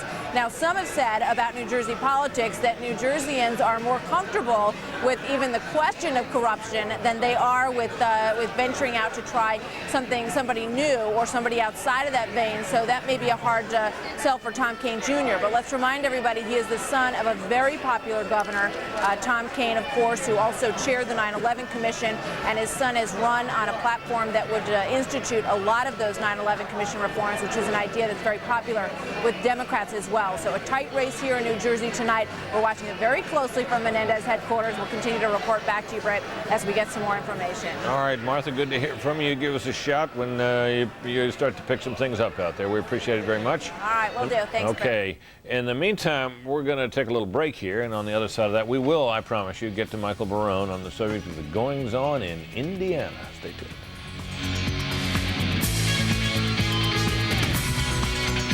You Decide 2006 is brought to you by AARP. Don't vote until you know where the candidates stand on the issues. Visit don'tvote.com. I'm handsome, I'm funny, I tell a good joke. I'll hug you, I'll kiss you, I don't even smoke. My wife is impeccable, my past quite respectable. Vote for me assuredly, but don't ask about Social Security. Come have some pie with me. Don't fall for the song and dance. Vote the issues, not just the personality. See where the candidates stand at don'tvote.com. Paul! Oh, hey. Here for your mortgage. Actually, I'm using LendingTree instead. Oh, you are? Why? Well, they have banks competing, so their rates beat the national average. We've been your bank for years. You can't just walk away. Oh, I'm not. Since your bank is part of the LendingTree network, you can compete over me, too. What? And I want you to know, I'll be pulling for you. Good luck, buddy. Today, interest rates are close to historic lows. Refinance now and lower your monthly payments at LendingTree. Think you got game. First, you say you want to be the ultimate fighting champion on Tekken 5. Then you say you want to quarterback your alma mater to victory in the championship in the NCAA football 07. Now you saying you got mad shred skills on Guitar Hero. I hear you talking, but I don't believe. So get off the couch and prove it. Yeah, prove it. At the Midnight Gaming Championship. It's no cost, just log on and enter midnightgamingchampionship.com. Win cash, win prize up to $20,000 worth. Now who got game? On in-demand pay-per-view.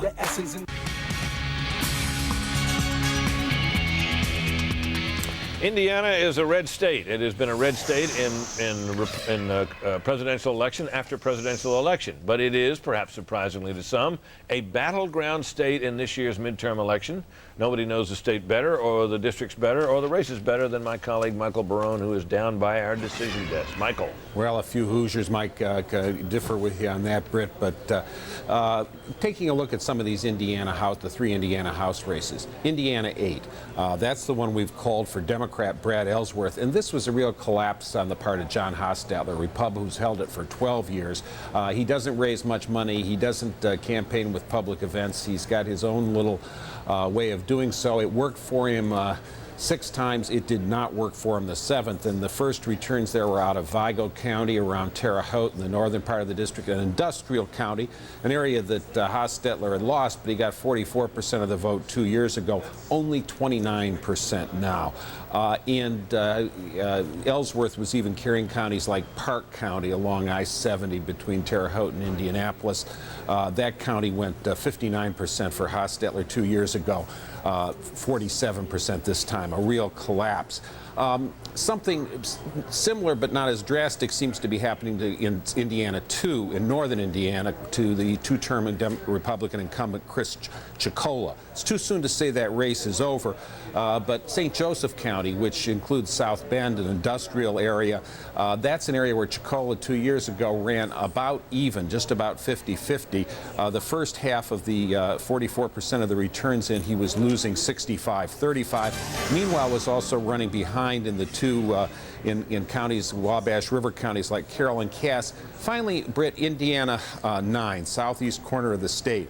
There, the Republicans hope to hold on for Mike Sodrell, who won with 50.3% in 2004. One of their strategies, increase the turnout in places like Dearborn County on the I-74 corridor northwest of Cincinnati, fast-growing area. Turnout went up 28% since 2002. Sodrell's percentage, however, declined from 57% 2 years ago to 53%. That race is definitely too close to call now. Sodrell's running about even in Switzerland County, which in Ohio River County, historically Democratic with his previous showing. Similarly in Crawford County, another one of those historically Democratic counties that often goes Democratic in state government elections. And so the returns aren't in from the other counties. This race looks like it could go either way. But it may be that the Republican turnout drive was successful, but not all the people they turned out voted Republican. If you work up a big turnout machine and end up delivering the other guy's voters to the polls. Well, there's one other interesting race, Britt, on the boards there. In the Indiana 7th District, that's held by Democrat Virginia Carson. It's entirely within Marion County, city of Indianapolis. Virginia Carson's won several terms there. The initial returns showed Eric Dickerson, the Republican, ahead, former car dealer, who'd attacked her. Now, I think the professionals in both parties expect that Virginia Carson will win this. There was one poll that showed the Republican Dickerson ahead. My guess is that those precincts are probably from the more Republican north central part of the city of Indianapolis, but I do not know that for sure, and we'll keep clicking on that result as the evening goes on to see if there's something of an upset going there, though I don't expect it to pan out that way. That's Julia Carson, right? Julia Carson, sorry. No problem. That's all right. You got Eric Dickerson right, although a lot of, don't be confused, folks. That's not the Eric Dickerson who was a running back great in the NFL some years ago, ran with a very upright stance, you may recall, and boy, could he run. His career didn't last long. He got hurt, right? Isn't that what happened, Fred? He did get hurt, but he was great. Britt, can I add one thing? Yeah, of course. It's hard to add anything to what Mike says because he's already said so much. But these three districts in congressional races are swing districts. I mean, they've been held by Democrats. You know, the one that Sodrell has was Lee Hamilton's district for many years. You know, the head of one of the heads of the 9/11 Commission, and he's of course a Democrat. Guy we all know, great guy. A great guy. Hostetler's district was held by Frank McCloskey. It's called the Bloody Eighth because there have been such hard-fought elections there and disputed elections so many years. But a Democrat, Frank McCloskey. So Republicans losing there is not a case of a Republican stronghold, really, having been assaulted successfully by the other party. No, and that's also true of the Chicola district up in the north, where Tim Romer, who was also on the 9/11 Commission, a Democrat, held, I guess, between 1990 and 2002. My point is, these are the kind of districts that if you're having a strong year, you win. Your party wins, and Democrats have already picked off one of them. All right. Go ahead more quickly. High-ranking White House officials said that in the 3 Indiana seats and the 2 Kentucky seats, if the Republicans could afford, out of those 5 seats, the Republicans could afford to lose 3 and still retain the House. If they lost 4, they were in trouble. They're losing 4. They are already losing. They are losing 4 based on... They've lost 1 and behind in 3. Right. I mean, we figured that they've lost Indiana 8. They're losing in Indiana 2. The question is about Indiana 9, and we're projecting Ann Northrop. I think at least she's behind. But that's still real close. All right, good. As we've noted, the marriage amendment that makes marriage man and woman, one man, one woman only in the state of Virginia we have project 1. There is a similar measure on the ballot in Tennessee, and my colleague Jim Angle has been keeping an eye on that, along with other ballot measures. Jim's down in Washington. Jim? Brett, that's right. In Tennessee, Amendment 1, an amendment to the state constitution, Fox News now projects that will pass, and at the moment it is winning a very healthy margin with the votes coming in somewhere in the 80 percentiles here. You'll see the numbers 85 to 15 at the moment. It defines marriage as the union between a man and a woman. That is a constitutional amendment in the state. Now, this is one of 9 states that are dealing with this issue at the moment. 16 states have already taken action on gay marriage or marriage defining marriage as a union between a man and a woman. So this has been a pretty popular issue over the years. There are other states across the country, of course, that we will tell you about in addition to Virginia as the night wears on. There are a lot of social conservatives in Tennessee. Some of them call themselves Democrats, some Republicans. Even Harold Ford Jr., the Democratic candidate for senator, was in favor of this amendment to the state constitution. So we expect this to pass handily, which will be important because in Tennessee you have to have a super majority for constitutional amendments. That means that they have to get more than half the number of votes that were cast in the gubernatorial election. As it stands at the moment, looks like that will not be a problem. Now, Brett? Jim, are we in a position now where we can call that one as having carried? I noticed there only, on the board you showed, there was like 1% of the vote tallied. We did something like that in Virginia with like 3%. Are we now calling that? That's right. Fox News is now projecting that that measure will win. Okay, great. At least we can project something this early part of the night. Thank you, Jim, very much. Folks, when you see a check, as you do at the bottom of the screen now next to Sonny Perdue's name, or did just for a moment there, the check, as you probably figured out long before I did, means we think that candidate has won. We project as much. We've got to take a break here. More on the other side. Stay tuned.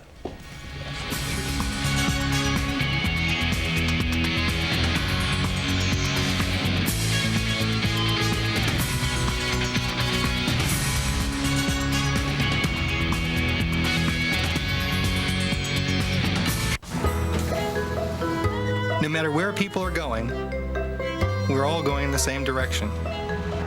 The future, something we're thinking about today. A good example, this ultra-clean diesel fuel we're producing in the U.S. It contains 97% less sulfur, and we can all benefit from that. I'm Chris Erickson, and I work for ExxonMobil. I saw several girls raped. Raped right in front of my eyes. Then they burned them to death. They killed my sons. Then my husband. And my brother. The government just wants us to disappear. The rest of the world isn't doing anything. Isn't doing anything. Anything.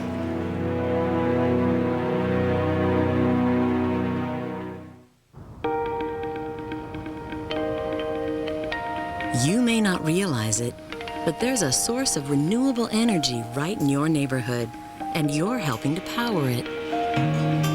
Today, Waste Management is using the resources at our disposal to create energy from waste. Enough green energy to power over 1 million homes. From everyday collection to environmental protection, think green, think Waste Management.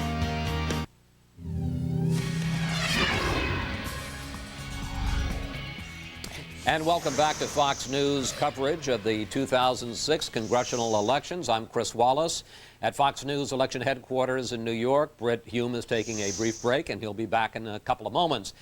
We've been talking tonight about the headwinds Republicans are facing because of negative feelings towards the president. That is much less of a problem, though, in the key battleground state of Tennessee. In the state that George W. Bush won in 2000, you may remember, against local boy Al Gore, and again in 2004, the president's job approval rating is split right down the middle. That is much stronger than it is in other states. If you want a sense of how bitter the Senate race is between Republican Bob Corker, former mayor of Chattanooga, and Democratic Congressman Harold Ford, 2/3 of voters say that Congressman Ford has made unfair attacks against his opponent. But those same voters, by an even larger margin, say that former Mayor Corker has made unfair attacks against Harold Ford. You may remember, of course, that there was that campaign commercial which featured the alleged Playboy bunny saying, "Harold, call me," and clearly a lot of people thought that was over the line. Race is also an issue in this campaign. Harold Ford, of course, trying to become the first black senator from a southern state since Reconstruction. And more than 9 black voters in 10 are supporting him. Corker leads among white voters, but as you can see, if we can pull that one up, and there it is, by a much smaller margin. 28% of voters identify themselves as independents, and they are almost evenly split between Ford and Corker. But let's look at another area where Corker holds a distinct advantage. He leads among voters who say they attend church at least once a week by a margin of, well, you can see, 15 points. So, in Tennessee, the general environment is much more positive for Republicans than it has been in other states we've reported on tonight, and it seems to be helping Republican Senate candidate Bob Corker. Britt? Chris, thanks very much. Bill, you had a thought about that Tennessee race. Yeah, Chris is clearly right. I think that Tennessee seems to be a more pro-Bush state, and in our telephone poll, Corker's running a little bit ahead of Harold Ford, whereas in Virginia, for example, where there's a little more doubt about President Bush, and especially his conduct of the war, I would say doubt from a hawkish side as well as from a dovish side, incidentally, Allen seems to be trailing Webb a little bit. Still, Bush is key in this election. Listen to this. About a quarter of Tennesseans strongly approve of President Bush's job performance. They're better than 90 to 10 for Corker. About 40% of Tennesseans disapprove strongly of President Bush's performance. They're 90 to 5 for Harold Ford. Somewhat approve of Bush, 82 to 15 for Corker. Somewhat disapprove, 60 to 34 for Ford. Very high correlation between whether you strongly approve or disapprove of the president and whether you're voting for the Republican or the Democratic candidate. And further evidence of the extent to which this election has been nationalized, unlike so many other midterm congressional races where the president is not on the ticket. He has, in effect, been on the ticket this year. Yeah. He's, in effect, been at the head of it in race after race. Question, is there any way that the president and the White House could have kept this race from being nationalized? Well, Juan, what do you think? I think they could have. How? Well, I think the president could have. Well, he did try to stay out of it to the extent that he was going to red states. But look, he's on the front page every time he talks about Iraq. Every time he says something. Let me take a break here. Just let me interrupt you for a second, Juan, because we're going to have a call on a race we've all been watching. We never had a lot of doubt about the outcome, but we're now projecting that Bob Casey, the son of the former governor there, will become the new senator from Pennsylvania over Rick Santorum, a man who won many an election after coming from behind late. This one proved a bridge too far.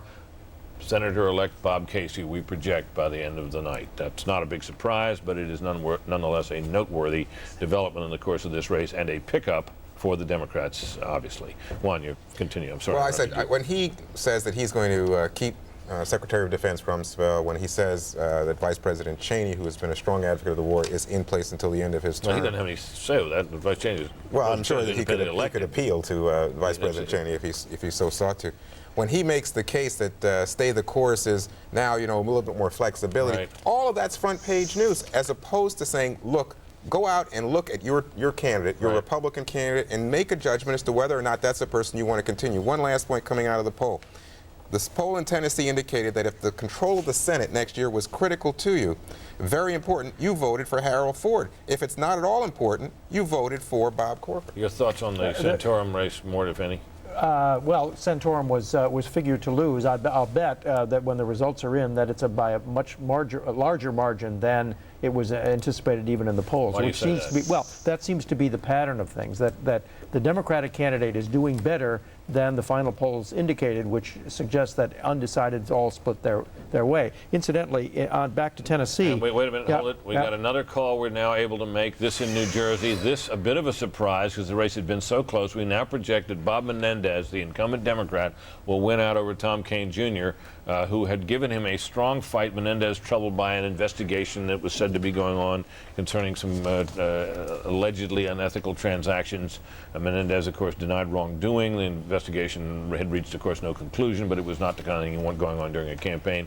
We project now with Fox News that Bob Menendez wins that. That had been a hoped-for pickup, although I don't recall that Kean had been ahead in any recent poll. Nonetheless, this obviously is not good news for the Republicans to lose either one of these seats, although they certainly, as you were suggesting, more expected to lose the Santorum race. Right. Well, and the Menendez race is another indication. I mean, going into this, Menendez had about 48% of the vote running in. Now he's got, if we're right, 52%, which is a bump. Well, that's just in the raw vote so far. But if that kind of result pans out, all Democrats are performing somewhat better than they did in the late polling. Yeah, the other point I was going to make about Tennessee is, as Bill pointed out, Bush disapproval and approval correlates closely. So does Iraq war opposition and support with the Ford and the Corker. Just to sum up briefly, we now have in the House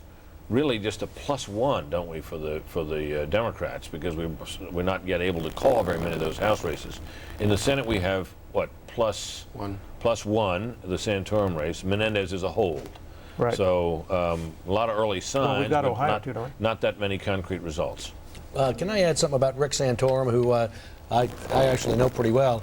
You know, the phrase compassionate conservative has been thrown around. President Bush used it, of course, when he first ran for president in 2000. Rick Santorum really is a compassionate conservative, a conservative who really has a heart for the poor. He's kind of a big government conservative, too, because he wants government to do a great deal to lift people out of poverty. He gave what I think is probably the best speech of the entire campaign, one about warning about the threat of Islamic fascism, and he insisted on using that phrase, Islamic fascism, a warning about the threat that America faces that was as good as some of President Bush's speeches have been on this subject.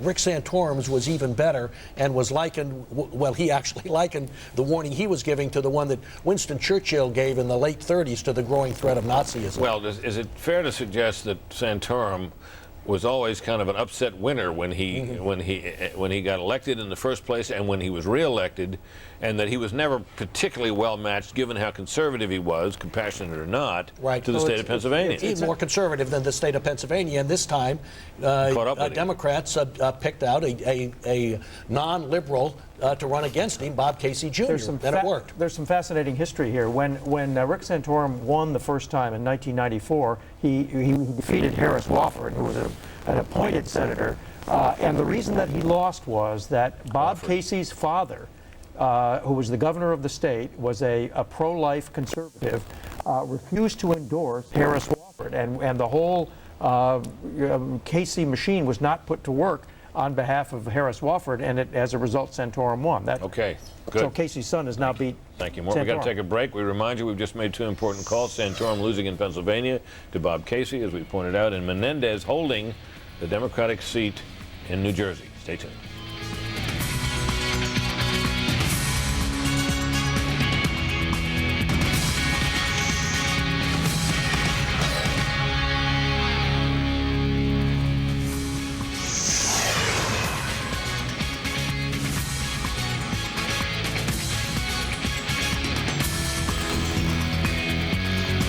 You Decide 2006 is brought to you by the NASDAQ 100 Index tracking stock, ticker symbol QQQ.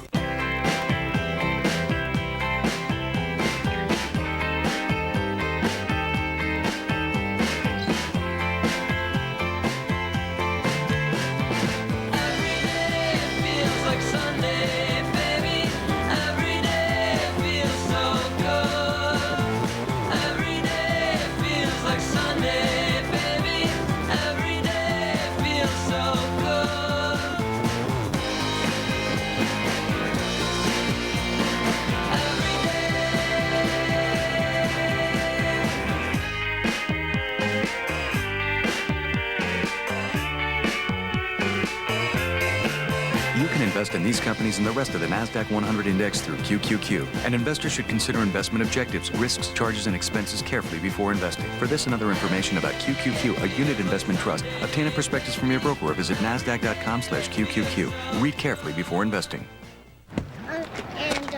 They were really good, and they lived in the house. Wanted to change the color of him. It has legs, and I don't know what it is.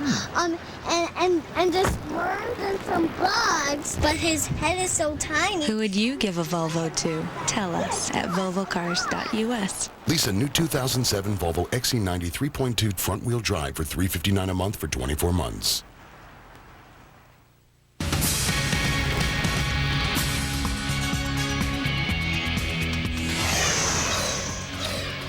And we're not able to call that race, although you see the raw vote totals show Bob Corker ahead of Congressman Harold Ford for that seat in that Senate seat in Tennessee. That, of course, is the seat being vacated by Bill Frist and is one the Republicans badly want to hold. In addition, we're not going to be able to tell you anything more than we have about the state of Virginia, where we show George Allen slightly ahead. There's a reason why we're not going to be able to call either of those races. Sometimes you'll see us make calls in races where the raw vote have the person we think is going to win behind We're not able to do that in either of those races, and Michael Barone, who's down with our decision team, knows why. Michael? The reason, Britt, is that the range of the margin of error in the vote estimate that comes from our exit poll is really wider than the indicated margin between these two candidates. So we can't really be sure with sufficient confidence levels to justify making a call, which is up to, I think, 99% confidence or more, 99.5, to do so when there's just too much possibility that the poll has missed it by just enough to get the call wrong. We have some overall problems with the poll too, don't we, in terms of the sample and the apparent high likelihood of a bias in it, correct? Well, that's right. We've got a problem with, you always have a problem about getting your sample fully reported. If you've got 65 or 90 sample points, precincts that you're sampling in a particular state, not all of them are going to be returned on time. Not all of them are going to report the third tranche of exit polls on time. So there'll be some missing data, and there are formulas and ways to deal with that, but the fact is that you don't want to go too far out on a limb. In addition, the people at the decision desk tell me that they believe that there's at least a 6-point error, statistical bias toward the Democratic side in the sampling data that they're looking at. And in fact, if you go back to the at least back to the 1992 exit polls, what we've found is that the exit polls have always tended to overstate the Democratic percentage by varying amounts. They did so particularly in the high turnout years of 1992 and 2004, and there are some indications that this might be, at least in some states, a high turnout area for an high turnout year for an off year in 2006. The late Warren Matofsky was really the father of exit polling back at CBS, and then with his own firm, Matofsky Research. The firm still remains a partner in the Edison-Matofsky Research poll. Went back after the 2000 exit poll and tried to track down where there was error, where the exit poll reports from the interviewers did not match the actual vote in the precinct where they were sampling voters. Interestingly, he found that the biggest sampling error was where the exit pollster was a female graduate student, a young woman. And all those errors tended to overstate the Democratic vote at that precinct. So as a result, Edison-Matofsky this time has attempted to hire fewer young interviewers and on the theory that for whatever reasons, either the way they proceeded themselves or the response they were getting from voters was biasing the sample. Warren Matofsky noted, Warren Matofsky was a friend of mine, and in fact I had lunch with him in Mexico 2 days before the election there, makes the point that a lot of Americans, half of Americans won't take the exit poll. When he did it in Mexico and Russia, just about everybody wanted to fill out the exit poll form. Okay, good. Thanks very much. Now, Harry Reid, the Senate Minority Leader, at least so far, and Chuck Schumer are out and having something to say about how this is going. As you can see, Senator Schumer looks pretty happy. Let's listen. We have won in Ohio. They've declared us the winners in Ohio and Pennsylvania. And Senator Reid and I just spoke to Bob Menendez, and New Jersey is in our corner, too.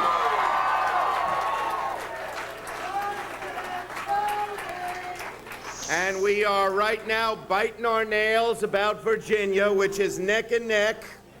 But I've been told by someone pretty authoritative that a lot of the northern parts of Virginia, where we're going to do very well, have not yet been counted. So let us hope. So let me just say, we're not going to speak for too long here, but we really care about taking our country back, about giving, about changing the course in Iraq, overseas, about helping average people pay the bills, the tuition bills and the prescription drug bills and the health care bills and the energy bills. And that is why we are so passionate and so concerned about this election. We want to thank all of you. We're not breaking out the champagne bottles yet. It's going to be a long night. But so All far... right. Well, you get a sense of the mood at Democratic headquarters there in Washington, but you heard Senator Schumer say that the Democrats had won that Senate seat in Ohio. Well, what we've been trying to do here, folks, is to not call races before all the polls are closed. You may remember that we reported earlier that a judge had ordered some of those Ohio polls kept open to benefit people who had been unable to vote when they showed up earlier, and there was a delay in opening the polls. But the overwhelming majority of those polls are closed, and the margin is such now that we are able, and have been for some time able, to project Sherrod Brown the winner. And if Senator Schumer hadn't taken the toothpaste out of the tube, we would have probably maintained our silence, but the cat's out of the bag now. That is a gain for the Democrats over the incumbent Republican Senator Mike DeWine, who really tried to be as consonant as a Republican can be with the state of Ohio, which, while a red state, is very much a mixed state. He is in the category, I think, of Republicans who can be considered collateral damage of a kind in this race. It wasn't that they hated him so much, it was that they wanted to register a protest, and it seems tonight that in Ohio they have. That's a pickup, as we've noted, for the Democrats. Out in Ohio, our colleague Bill Hemmer has been poised to give us a word on how it's feeling out there. Bill, now that we know at least about one of those races out there, what are you hearing? Yeah, we're at Sherrod Brown headquarters here. We have not seen the candidate. We don't expect until sometime after 10 o'clock local time, which by my watch, Britt's about an hour and 13 minutes from now. Here was the rub in Ohio late tonight as the polls were closing. Democrats went to a judge that they were granted this injunction that allowed 16 polling stations to stay open an extra 90 minutes. One of the most ironic things we've heard about all day, Britt, frankly. So often we hear about disenfranchised voters from poor white Americans or poor African Americans. This was the eastern part of Cuyahoga County, which encompasses Shaker Heights, Ohio, which is one of the richest places you will find in the country.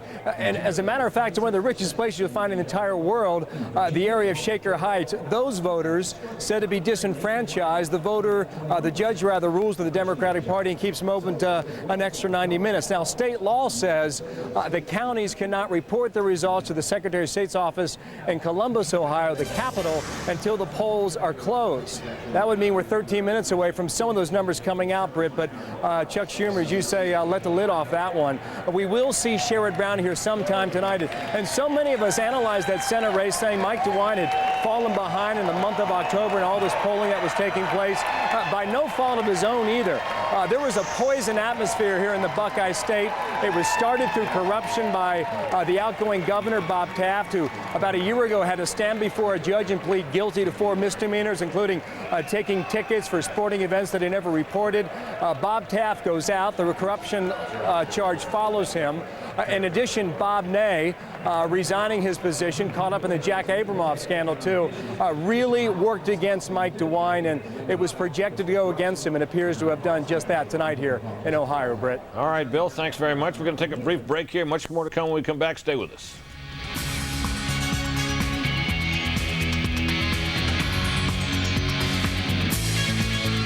You Decide 2006 is brought to you by Norfolk Southern.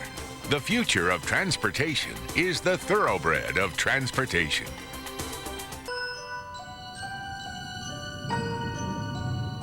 Last year, Norfolk Southern and its shipping partners took hundreds of thousands of freight loads off the highway.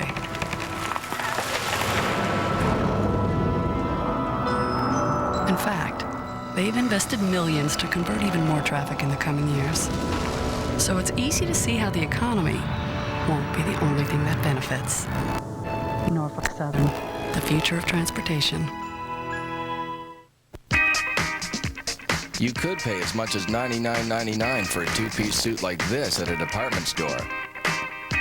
Or at K&G, you can pay only $49.99 and get 2 suits. At that price, you might even want to get a third.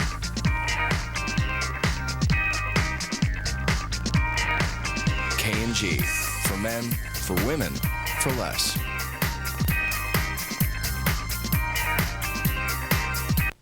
Diamonds. The Jewelry Exchange imports diamonds direct from site holders. We have thousands, most GIA or EGL certified and guaranteed the lowest price. Compare the top chain stores 1-carat imperfect diamond for $47.99 with our certified ISI quality for $2,900. 1-carat solitaires are $5.99, half-carat fancies $3.99. The Jewelry Exchange has thousands of mountings and your diamond is set while you watch. 3-stone semi-mounts are $99. Buy factory direct and save. The Jewelry Exchange in Dallas.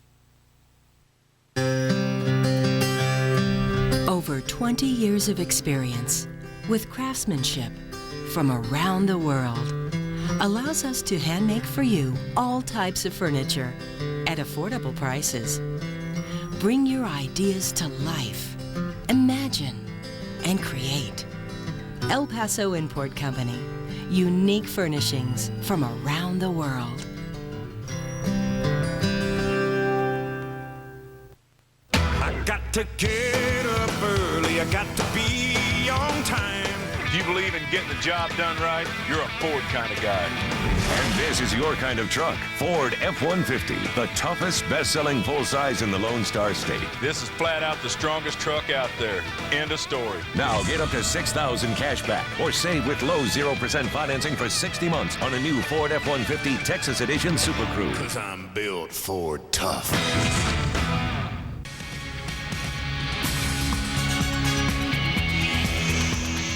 Ever on the lookout for new and useful pieces of technology, we here at Fox News have tried to do what the NFL has done and what John Madden has mastered, and that is the kind of a screen where you can actually show some of the action and illustrate it. And we have turned the job over to Bill Kristol, who can show us how this device will be used to show you how things are changing in the Senate. First, Bill?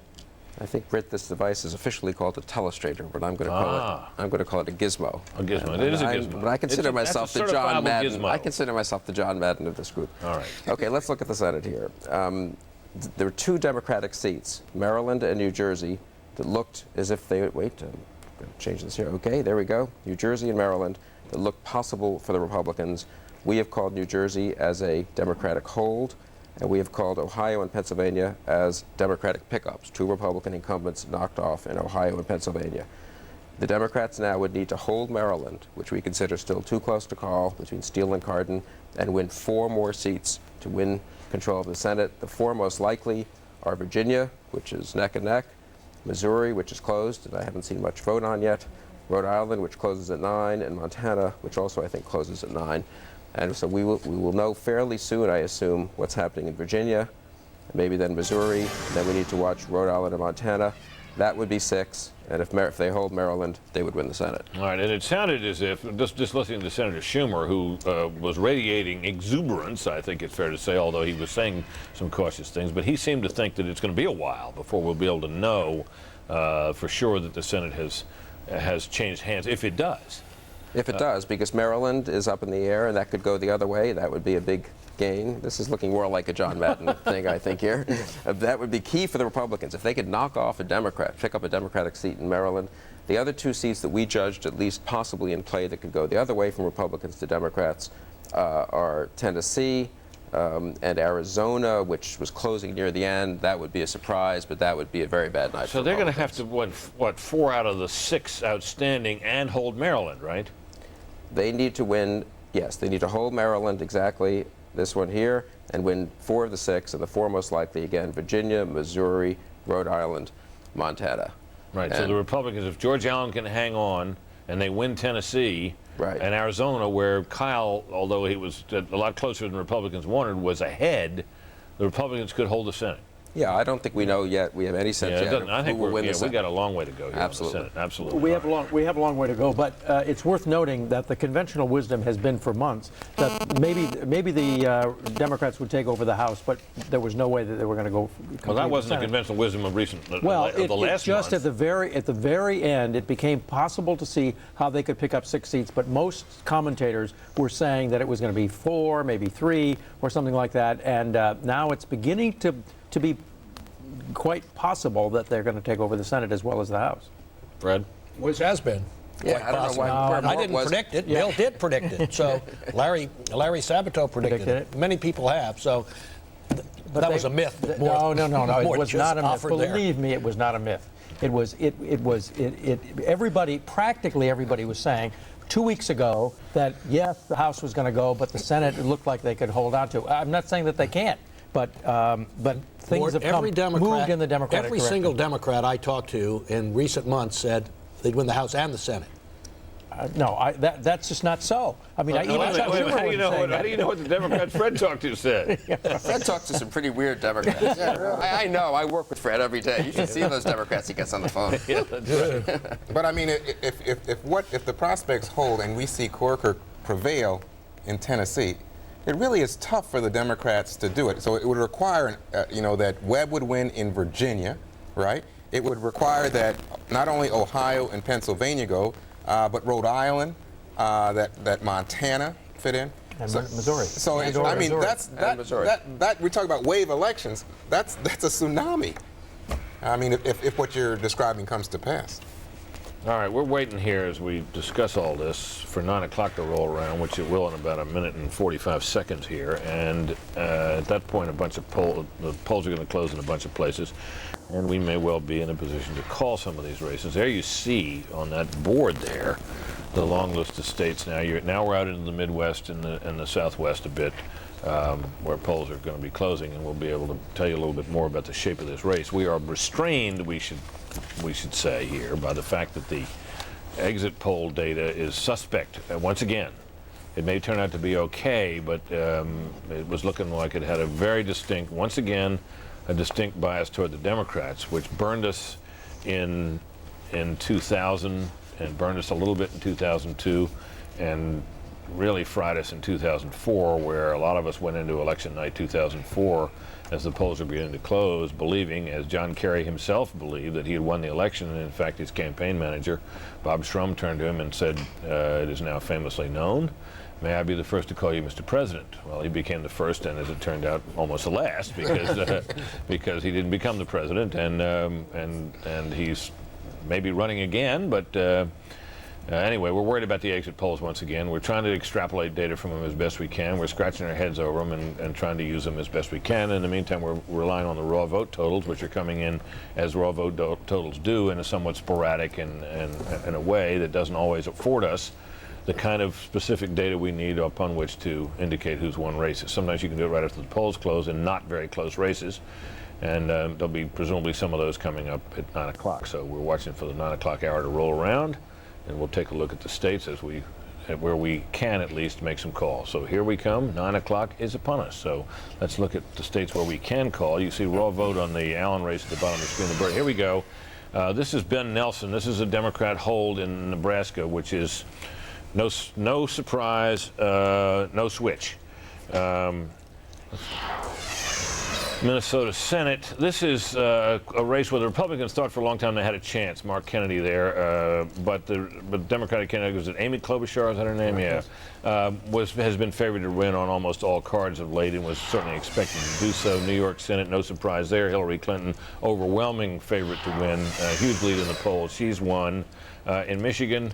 What is this? Texas Senate. Oh, I'm sorry. I can't see that very well. Kay Bailey Hutchison, overwhelmingly favored to win, and has done so. In fact, she was so overwhelmingly favored that some Republicans were mad at her for not donating more of her campaign money, which was felt she didn't really need, to other Republican candidates who they thought could use it more than she did. Now, North Dakota U.S. Senate. This is Kent Conrad.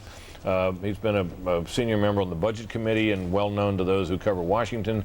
Was not thought to be in any trouble, and he's not. He wins re-election. New Mexico, Jeff Bingaman, been around a long time, was overwhelmingly favored to win. He has won. In Wyoming, the Senate race there. This is is no surprise that. Craig Thomas, who is a conservative, as you might imagine, from the state of Wyoming, was going to be reelected. He didn't have a close race, and as you can see, he's won it. Here's Wisconsin. Herb Kohl. He was not in trouble. He's won. We wish we had the ability to tell you. The Missouri, now this is one, of course, we're all dying to know about. Only a small fraction of precincts are in even as we speak. The polls have been closed there for a while, and the race is way too close to call. This will be a late one, we fear. And in Tennessee, it's a somewhat similar situation. 10% of the polls are closed. We're not trusting our exit poll sample there, and although Bob Corker appears to have a sizable lead, as only a fraction of the vote is in, and that could still go either way. Connecticut. Senate. This is a similar situation. Ned Lamont has been well behind running against Joe Lieberman, who is an incumbent Democrat running as an independent. The Republican Schlesinger has not been a factor in the race. As you can see at 10%, he apparently still is not. But we're not able to make a call there and may not be able to for some time. Similar situation in the state of Virginia. We'd love to be able to tell you something about how that's going to come out. 65% of the precincts are in, but we still can't make a call. Allen is leading by, what, 16,000 votes. That's not enough in a state of that size to make a call. And across the Potomac River in Maryland, we have very little in there, and the Lieutenant Governor Michael Steele, and still too close to call in his race with the Congressman Ben Cardin. Chafee, White House, close race, got very close at the end. White House was thought to have a lead. They are almost indistinguishable on the issues. This is a state in which it said you're an endangered species if you got an R by your name, and Chafee did have an R by his name, and he has been endangered, although he was thought to be making a late surge. Sometimes late surges peter out and don't amount to much. Sometimes they end up being the momentum that carries into Election Day.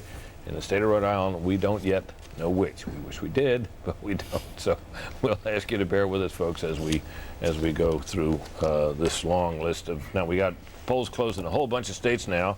Bill, let's go back to that board you have there, the what we call the power play board, and just review once again. We've seen two Democratic pickups in the Senate, Ohio and Pennsylvania. Neither of them a surprise.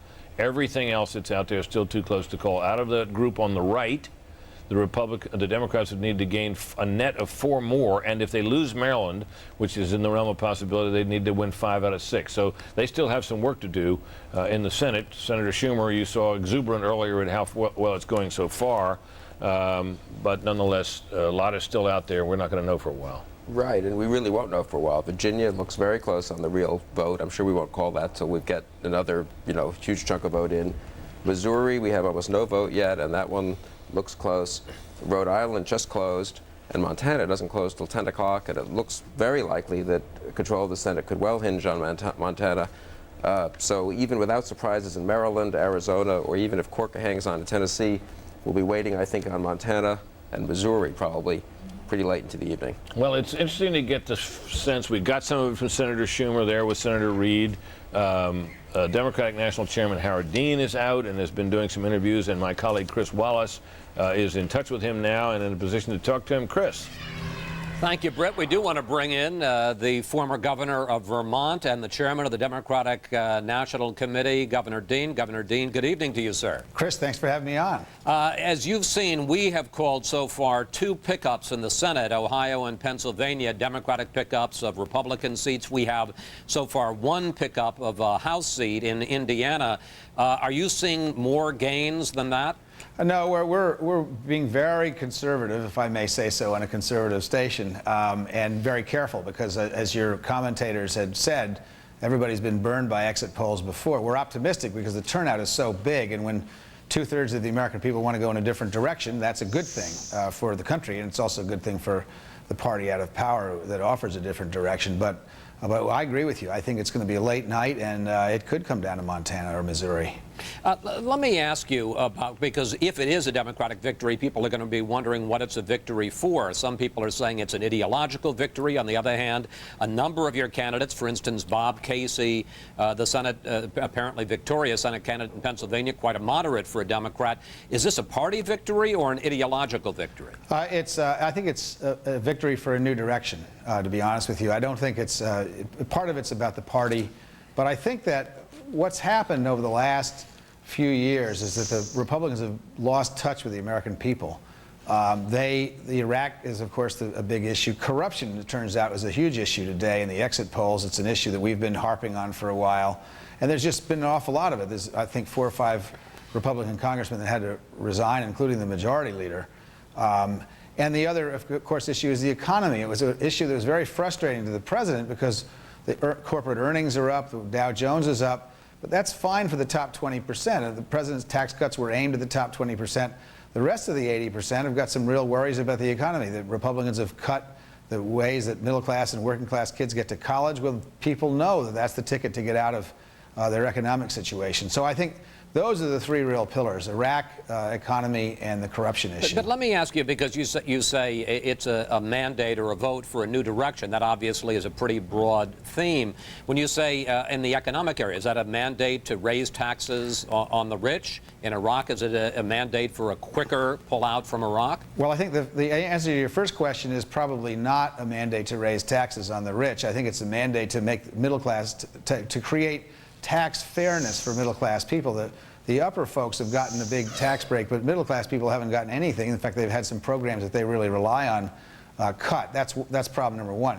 In Iraq, I do think it's a mandate to do something different in Iraq. The president made a big deal of staying the course, but that's not what people want to do. People want to get out of Iraq. They actually want to do what most Democrats want to do. No Democrats are going to rush for the exits in Iraq. We need to stabilize the situation and then leave, but we need to leave, and we need a plan to leave. And I think you'll see one coming forward.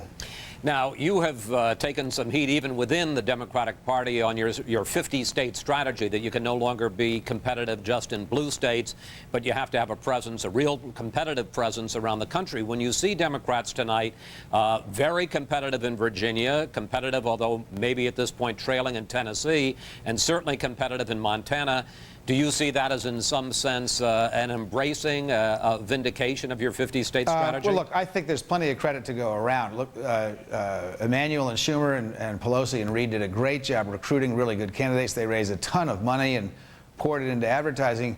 But it is true that we expect to do well in red states. And you mentioned the Senate races. I believe we're going to pick up the governorship in Colorado. We could pick up the governorship in Nevada. We're going to pick up one or two or maybe even 3 seats in Arizona in the Congress. So the answer is the Democratic Party has begun to start the long overdue process of reaching out to people in states that we haven't done so well in for a while and haven't even had a presence in for a while. Now we do have a presence in all these states. And so we've got a ways to go. Look, we can't undo what's happened to us over the last 12 years in just one election cycle. But we're going to build on this. Win or lose tonight, and I don't know if we're going to win or lose, but win or lose tonight, we're going back to work tomorrow and continue what we're doing and reaching out to every single American. One of the things that Nancy Pelosi has said, in addition to raising the minimum wage and passing an ethics bill, is that we're going to be civil again. We're going to reach out to everybody, unlike the Bush administration, who seemed to think they were only president of half the country. Everybody is our boss, including those people who didn't vote for us. And I think it's respectful to ask them for their votes. We know we're not going to get some of those votes early on, but if you keep asking and keep reaching out, then I think we will become the majority party in a more sustained way. Governor Dean, we want to thank you so much for coming on Fox News. We'll be watching the returns for the rest of the night along with you. Britt, back to you. All right, Chris, thanks to you, and thanks to Governor Dean. Megan Kendall is standing by with some further word on governorships. Megan? Hey there, Britt. Yeah, you heard Howard Dean say it. The Democrats are looking to pick up some states in terms of their party, and it turns out they have done it. They've held on to a few states and picked up a few as well. First, out of Arizona, we are now projecting that Governor Janet Napolitano is the winner there, beating out her Republican and independent challenges. In Wyoming, you see it there. Governor Freudenthal, it appears, has won over his Democratic challenger, Ray Hunkins. In Texas, Fox News projecting the Republican governor, Rick Perry, has prevailed not only over Chris Bell, who you see there, but over the independent Kinky Friedman, whose campaign slogan was, "Why the hell not?" In New York, Fox News projecting that Eliot Spitzer has won as expected over Republican Faso. This is not a surprise, but it is a turnover. This, of course, a state that was governed by a Republican, George Pataki, he now stepping down. In New Mexico, Fox News projecting a win for Bill Richardson, not a surprise, the Democrat over his challenger, John Dendal. In Nebraska, Fox is projecting a win by the sitting governor, Heinemann, the Republican, over David Hahn. In Ohio, as you've been discussing, Fox News has projected a win for Ted Strickland over Ken Blackwell. This will be the first time in 20 years a Democrat has sat in the Ohio governor's seat. And in Oklahoma, you see it there, a Democrat, Brad Henry, the governor, prevailing over Ernest Istook. So in all, right there, the most exciting news was the Ohio win, of course, for Ted Strickland that Fox News has projected, and New York. Those are 2 turnovers from red to blue.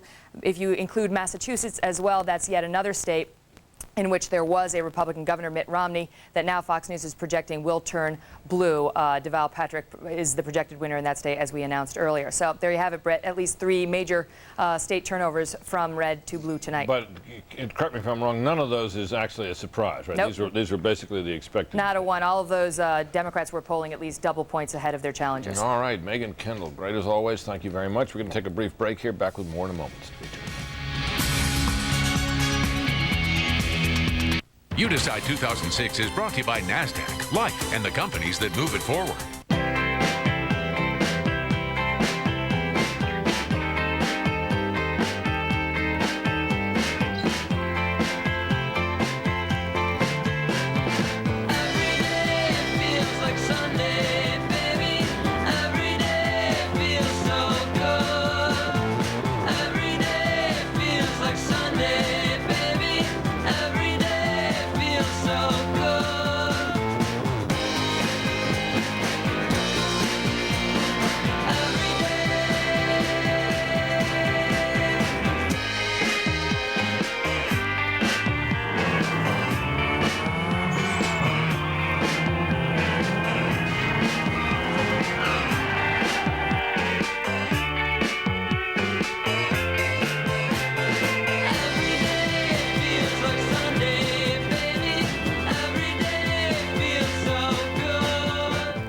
When you're smiling. Printers and copiers so advanced, they're simple. When you're smiling. That's a reason to smile with Kyocera. The whole world smiles with you. Award-winning performance. Another reason to smile. Brilliant color. Low cost of ownership. And not just reliable, network reliable. New reasons everywhere you look. That's the power of people-friendly. Only from Kyocera. The whole world smiles with you.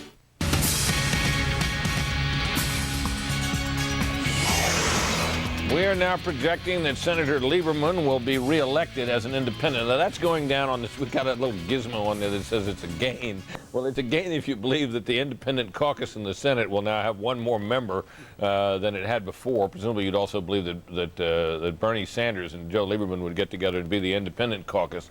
But Lieberman has said he will caucus with the Democrats, as everybody expects he will. So this is really not a gain for the independents or a loss for the Democrats and Republicans.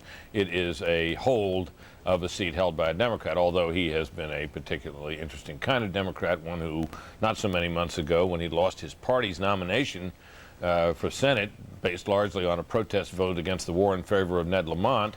That is something we're looking at. We didn't expect that to change, and it didn't change. In the meantime, my colleague Chris Wallace has been joined by another guest, the counterpart of Howard Dean, Ken Mehlman. Chris?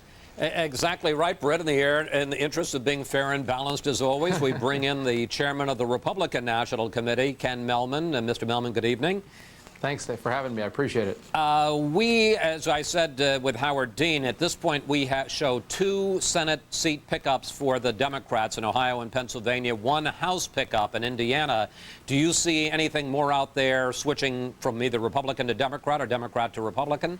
Well, it's very interesting right now. If you look around the country, there are a number of different races that appear to be telling different signals. There's some evidence in Maryland that Michael Steele did historically well in the African-American community. They'll not only be important in that race, it'll be important potentially nationally. The Virginia number's incredibly close. If you look, what's interesting, a significant portion of Northern Virginia is in. Allen appears to be holding on. Ann North is in a very tough race. On the other hand, Jeff Davis is in a place right now. A lot of people expected that to be the closest race in Kentucky, and he's winning big time. He may have already declared victory. So what we really are looking at, we projected about 30 races that would be very close. A lot of it looks like it's a race-by-race decision, which means if you've got viewers watching where the polls are still open, it's very important that they go out and vote.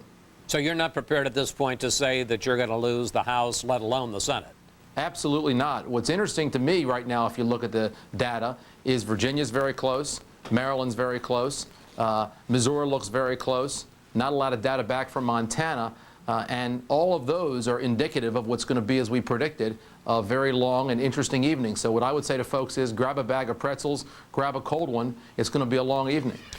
Governor Dean said that he thinks that this election shows already a mandate for change, especially on Iraq policy, especially on economic policy. Your response? I think Governor Dean would have that finding no matter what the results were tonight. Let's see what the people say. Let's see what the voters say. Obviously, I think no matter what the outcome, there are areas where we can work together on a bipartisan basis. I've always believed no matter what the election, when you win big or whatever happens, it's always important to look in the mirror and say, what do we do better? How do we do a better job? But to declare based on some early numbers, when particularly as many districts appear close as this one, that there's some kind of national trend, I think is premature. Let me ask you, though, because you just brought up an area where you do agree with Governor Dean. He talked about a desire among the public for a new civility, for the parties working more closely together than they have in the past. Are the Republicans, and especially is the Bush White House, willing to take up its side of the bargain on that area? Absolutely, and I think if you look over the period, some of the most important reforms we've made have been bipartisan, whether it's the education reform, the first piece of legislation the president put forward, legislation like the Patriot Act. The war in Iraq was bipartisan. People on both sides recognized the threat that Saddam Hussein posed. You look at the tax relief, that was bipartisan. Litigation reform has been bipartisan. The energy reform has been bipartisan. I absolutely believe there's an opportunity. I hope if Mr. Dean is serious about what he's saying, then he'll recognize that when people disagree with him, they may not be brain dead. They may not be people that are worth hating, but rather simply people who are good people, which I think about him, who just happen to disagree on the issues. You know, it's interesting. I certainly agree with you that the exit polls indicate a lot of these races are too close to call. But in the most of the states that we have looked at, there is a majority that seems to disapprove of the way the president is handling his job, and a majority disapproves of the war in Iraq. How much headwind has that created for Republican candidates in this election? Again, I think we need to look at the specific races. There'll be plenty of time to analyze that kind of data. Look, the president has made clear that this war in Iraq is very frustrating to him, and it's to millions of Americans frustrating. It's very hard to face an enemy that is a movement as opposed to a nation, because a movement is much harder to defeat. When you decapitate the military leadership of a nation, then you eliminate command and control. When an enemy can figure out how to build an IED or recruit new terrorists on a website, it's much harder to deal with. And that's why we have to constantly evolve, constantly adjust. And the fact that people on both sides of the aisles are going to recommend ways to do that is a good thing for America. Finally, there was a lot of talk before the election about the vaunted 72-hour program, the amazing Rove, Melman, get out the vote operation. How have you done so far tonight in terms of that? And do you have any excuses? Did anything go wrong in your get out the vote effort? I'm sure there are things that on the 72-hour we can do better. After the 2004 election, Chris, we did an incredibly intensive after-action review and figured out how we would do better. I'll tell you this. We know this. Millions of people around the country made tens of millions of calls to help turn the vote out. We saw a level of absentee ballot and early voting in a number of states that could end up saving seats. In Kentucky, in Florida, in Arizona, in Tennessee, in Virginia, in a number of these states, our numbers in absentee and early voting exceeded our numbers in the population. So I think there's a huge opportunity both to look at how we can do it better, but once again what this proves is the power of people. It proves that neighbors gawking to neighbors is an incredibly effective way, even in a tough environment like this, to help spread the word. Ken Melman, we want to thank you so much for coming on. We'll see how the world turns as the evening continues. We'll talk to you later. Thanks so much. Britt, back to you. Okay, now we've heard from both the chairmen, both of them being very calm and cautious. Ken Melman seeming, well, he had a lot of smiles. Howard Dean was being, I think, deliberately very subdued. I think, however, he'd be less subdued if he saw this, which is we are now going to project that although he's trailing now with only a little bit of vote in, that the Congressman Ben Cardin will hold that Maryland seat, which has been a Democratic seat for the Democrats, over his challenger, the Lieutenant Governor Michael Steele, who ran what I think most people consider to be was a quite effective campaign in an awfully tough year for a Republican challenger in the state as blue as the state of Maryland is. So that is an important development.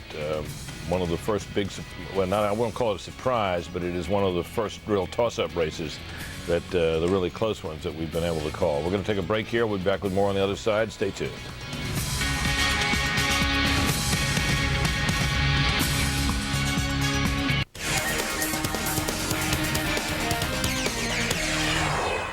You Decide 2006 is brought to you by ExxonMobil, taking on the world's toughest energy challenge. No matter where people are going, we're all going in the same direction. The future, something we're thinking about today. A good example, this ultra-clean diesel fuel we're producing in the U.S. It contains 97% less sulfur, and we can all benefit from that. I'm Chris Erickson, and I work for ExxonMobil.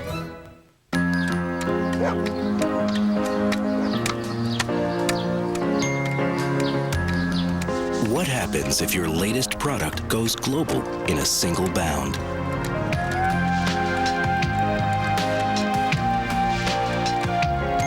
Because we consider what might change tomorrow, our customers can feel more relaxed about what might happen today. Zurich, because change happens.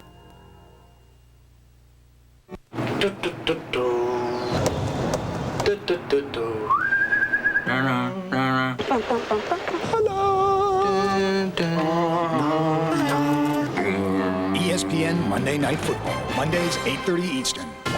ESPN, serving sports fans around the world. Brought to you by GMC Trucks and SUVs, engineered in the highest standard, professional grade.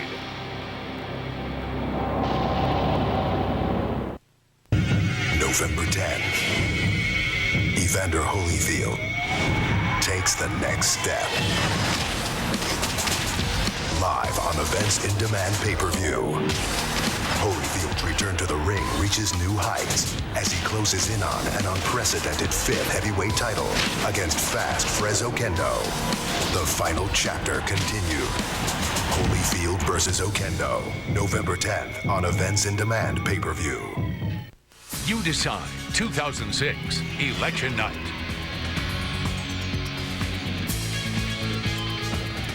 Not a lot of surprises so far tonight, folks, but a couple of important results. We have been able to call the state of Maryland not for the Democrats, for Ben Cardin, the congressman running to succeed Paul Sarbanes, longtime Democratic senator from the state of Maryland. It had been thought that Michael Steele, the Republican lieutenant governor, might have had a real shot at picking up that seat, which would have been an extraordinary political achievement in a year that is so lean toward the Democrats. He did not, however, and we are projecting Ben Cardin the winner. We've also called Connecticut for Joe Lieberman, no surprise there. In the meantime, let's check in with Michael Barone down by our decision desk for some further word on his thinking. Michael? Well, Britt, I'm here to talk to you about the decision desk people have made a determination that we are not going to be relying on exit poll information anymore in projecting the race.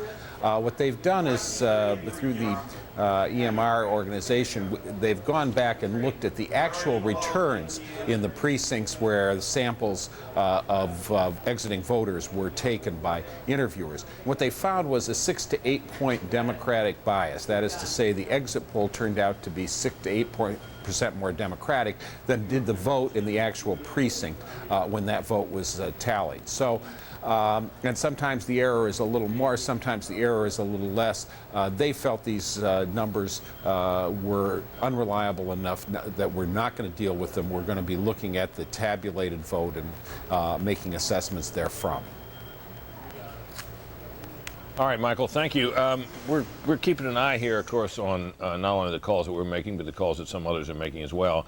And we had a couple we can make right now. Let's take a look here. First of all, Indiana.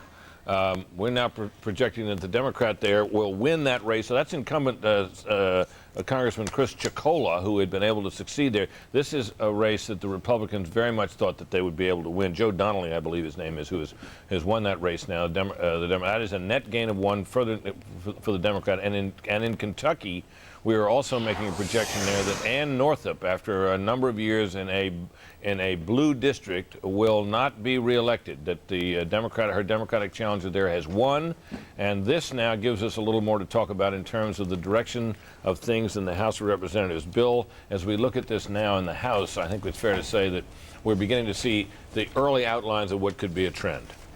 We are, and it's happening where people expected it to happen. Indiana, Kentucky, and Northup's district, which Kerry carried in a tight race. Ohio, Fred wrote an excellent piece in the Weekly Standard on what they were calling a couple of weeks ago the possible blowout belt. That's what I was calling it. No, you invented that term? I don't know. I did. Yes, I did. Okay. Well, now let's looking along the screen now, Bill. You can see now that if you project the net loss of 3 of the Republicans, the House, if they had to seat it tonight, would be the new House would be 229 to 205. A long way to go, but you can see it's already. We can see there, at least graphically, what a difference it makes. One independent still sitting there. But I think there will be more than 3. There's no question. I mean, we've seen the beginning of it, and we just don't know how big it will be. A lot will depend on what happens out west. I mean, there's a lot of seats, about 20, 25 seats in the Ohio, Pennsylvania, Indiana, Connecticut belt that Fred dubbed the blowout belt. A good chunk of those could go Democratic.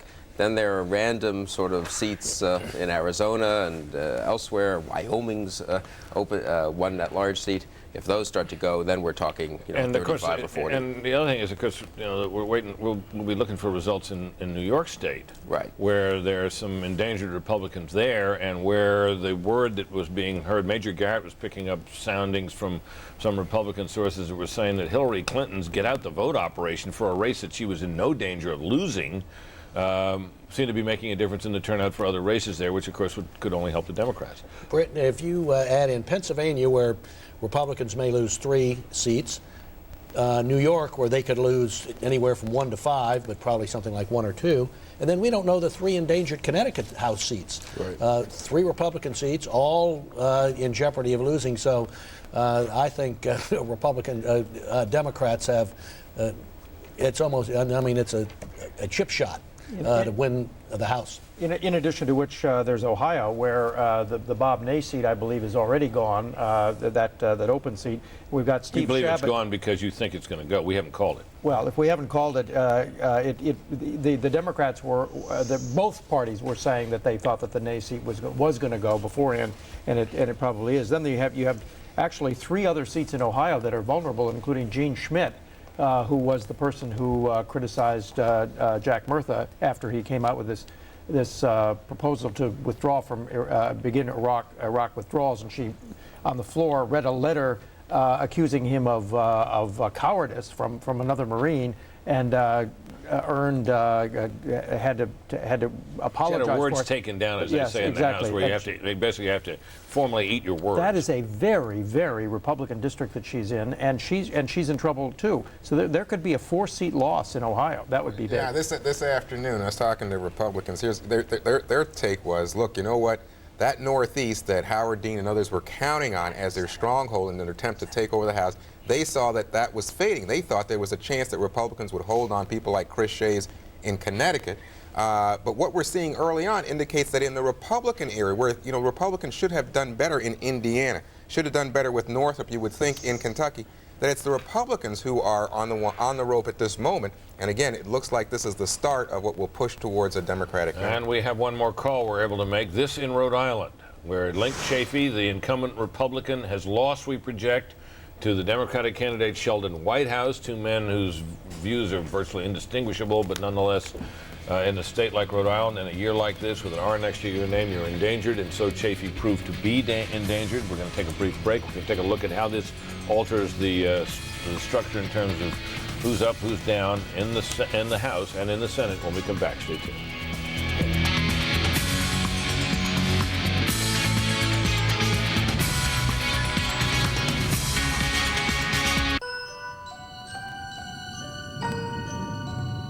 Last year, Norfolk Southern and its shipping partners took hundreds of thousands of freight loads off the highway.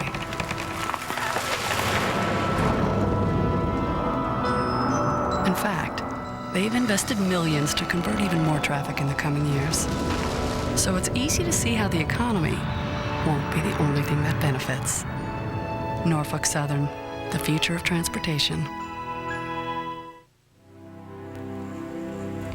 I saw several girls raped. Raped right in front of my eyes. Then they burned them to death. They killed my sons. Then my husband. And my brother. The government just wants us to disappear.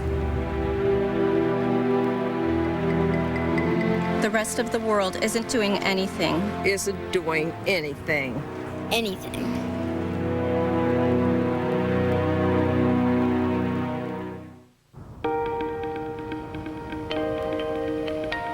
You may not realize it, but there's a source of renewable energy right in your neighborhood, and you're helping to power it.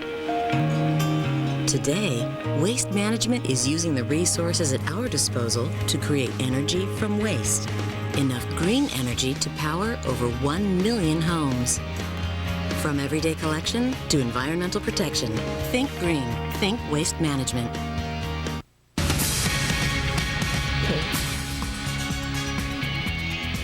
Let's turn quickly to my colleague Megan Kendall for more on the governor's races. Megan? Hi there, Britt. Yeah, we have a couple of interesting updates for you now. The first one out of Wisconsin. This is, Fox News is projecting a Democratic hold. You can see that Governor Jim Doyle, we are projecting now, has prevailed over his challenger, Mark Green. This was a tight race. This one was one of the toss-ups, according to the experts. The Republicans very much wanted to capture this seat from the incumbent. At Fox News now projecting they have failed to do so. The Governor, Jim Doyle, holding on. In South Carolina, Fox News projecting now Governor Mark Sanford has prevailed over Democratic challenger Tommy Moore. Of course, we pointed out earlier, Mark Sanford had trouble voting today. He also, Britt, burned his eyes on television lights yesterday, burning his cornea. So Governor Sanford, if you're listening, Fox News projecting good news for you tonight. In Vermont, Governor Jim Douglas, the Republican, Fox News projecting, has prevailed over his Democratic challenger Scudder Parker. This too, not really a big surprise. He was expected to hold this day. And finally, in Maine, Fox is projecting that Governor John Baldacci has prevailed over his Republican challenger Chandler Woodcock. That, again, not a surprise, although Woodcock, quite conservative in Maine, had the support of the two more moderate Republican senators, didn't manage to pull it out there. Again, not a huge surprise. So that's the latest from here, Britt, on the governor's races. All right, Megan, thanks very much. Let me turn to my colleague Bill Kristol now, who can show us graphically, at least, what has happened in terms of the Senate. Bill? Well, Britt, if I'm not mistaken, there were 15 Democratic seats up this year, and they have held them all. No Democratic seat will go Republican, and Maryland is the last one we've called. So Maryland and New Jersey were the two that seemed at risk. They are staying Democratic. There were 18 Republican seats up this year. So far, with calling Rhode Island, 3 Republican incumbents. Let me just do this correctly here so I can move this little guy over here. There we go. 3 Republican incumbents have lost. Chafee in Rhode Island, DeWine in Ohio, Santorum in Pennsylvania. The 3 Republican incumbents next at risk would seem to be Allen in Virginia, but that race seems just dead even as we see the popular vote accumulate. That was another one where the original exit polls seem to be way off. Yeah, that's beginning to look like it's going to be a late night on that. That could be a late night in Virginia. Missouri, early count, looks very close. In Montana, the polls haven't even closed. Tennessee, which has been a close race, Corker seems to have a lead in the raw vote, but no one's calling that either. So the Democrats need 3 more seats. They've held all their seats. Virginia, Missouri, Montana. Held all their seats so far. Well, and none of the others was thought in danger. In fact, we're in a position now to call a couple of the races. There are no surprises in either of these.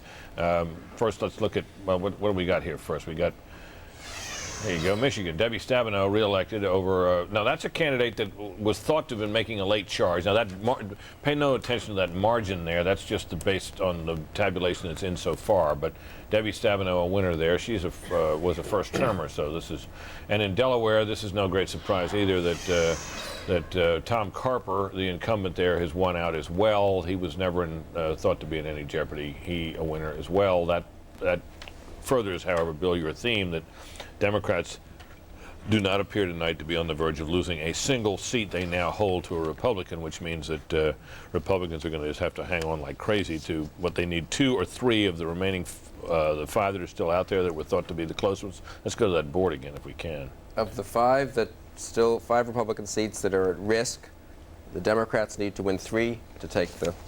Whoever wins 3 controls the Senate. Okay, 3 out of 5. 3 out of 5. 3 out of 5. Tennessee, Arizona, Montana, Missouri, Virginia, and that will be, I think, the big story of tonight because the Democrats look as if they're going to win the House. The margin is a question. And they have looked for some days as if they were going to win the House. In fact, this morning I looked at all the projections of 5 of the major prognosticators, including our own Michael Verone and our own Robert Novak, and every single one of them had, by one degree or another, the Republicans getting control of the House. They were all over the place on the Senate, anywhere from 2 to 7 or 8. So this may be why the Republicans still think they have potentially something to cheer about tonight. It might be considered a very major kind of a moral victory and a major hold if they can keep the Senate. Let's go down to the White House and see what the sentiment is there tonight from my colleague, our chief White House correspondent, Brett Baer. Hi, Brett. Hi, Brett. The President and the First Lady and his chief political advisor, Karl Rove, watching the returns in the White House residence tonight. You'll not be surprised to hear that senior Bush aides say the mood is generally upbeat. They believe the exit polls reminded them of 2004 and that they were out of line. However, that was before the latest calls. Senior aides were really watching that Indiana race, that House race, Chris Chicola, that you just called for Joe Donnelly. They were watching that race as well as a number of other House races. The President went on a 11-state tour over the past 9 days, trying to rally the base. And two of the places that he thought Republicans, and the White House believes Republicans still have a chance to pick up Democrat seats, are in Georgia. Georgia 12, former Congressman Max Burns against John Barrow. That race they are watching very closely, and I think we might have the current numbers. Still too close to call, but there you have 55%, 45%. The other race in Georgia is Georgia 8, Mac Collins against Representative Jim Marshall. Again, that is another race that the White House is watching, possibly a Republican pickup, but there you see, again, too close to call, 50% each. The White House, as far as the Senate calls, saying that nothing is too shocking yet, but that, again, was before the Maryland call was made. So they're watching cautiously. I can tell you senior staff just ordered chicken tenders. They think it's going to be a long night. Okay, maybe some coffee as well. All right, Brett, thanks very much. We're going to check in now to see what is being said about all this in the blogosphere with our colleague, Michelle. How are you doing? Tell us what you got. Doing good here, Brett. And the blogosphere, which really made a name for itself, challenging the mainstream media's reporting. You remember Rathergate and a lot of the blogosphere coverage during the 2004 election campaign is not resting on its laurels. And of course, tonight you've got a lot of grievances, mostly from the right side of the blogosphere, over the leak of exit polls and also what they consider the premature calling of a lot of these races. At newsbusters.org, which is one of the leading mainstream media critic blogs, they've been highlighting the early calls in Pennsylvania. And you've also got an alliance of bloggers in Ohio who have pointed out that there was at least one polling location that was still open at the time that that race was called. So you'll be hearing a lot of grievances on that front. On another note, it's interesting that after Harry Reid appeared with Charlie Schumer, and we showed it here on Fox News over the past hour, that you have a lot of fissures between liberal bloggers and the Democrat Party now showing. Those cracks are really coming to the fore, particularly after the loss of Ned Lamont, who was really the first YouTube candidate, a blogger-supported candidate who lost. And there's a lot of cannibalism now within the Democrat Party and among liberals over that, and we're seeing that in the blogosphere, Brett. Okay, Michelle, that's interesting. I suppose before the night is over, we may come in for some criticism because we called the race in Ohio while there were still some polls open by court order out there. Only, 16 or so, but I suppose that could bring us in for some criticism from the people at Newsbusters or probably somewhere else as well. We have a call we're now going to make in a House race in Florida. Now, Buchanan is the Republican. We project he was thought to be in some difficulty there. We thought he might, that's Florida 13, but it appears that we are now projecting that he will win that race, which is a hold for a Republican in one of those places where on a big night for the Democrats he might have gone. So that is, now I'm correct that we're calling this, correct? Okay, I just didn't see the fabled check mark, so I'll look forward to seeing that appear on the screen. We're going to take a break. Maybe we can get our check mark up in the meantime. Stay tuned. That's Catherine Harris.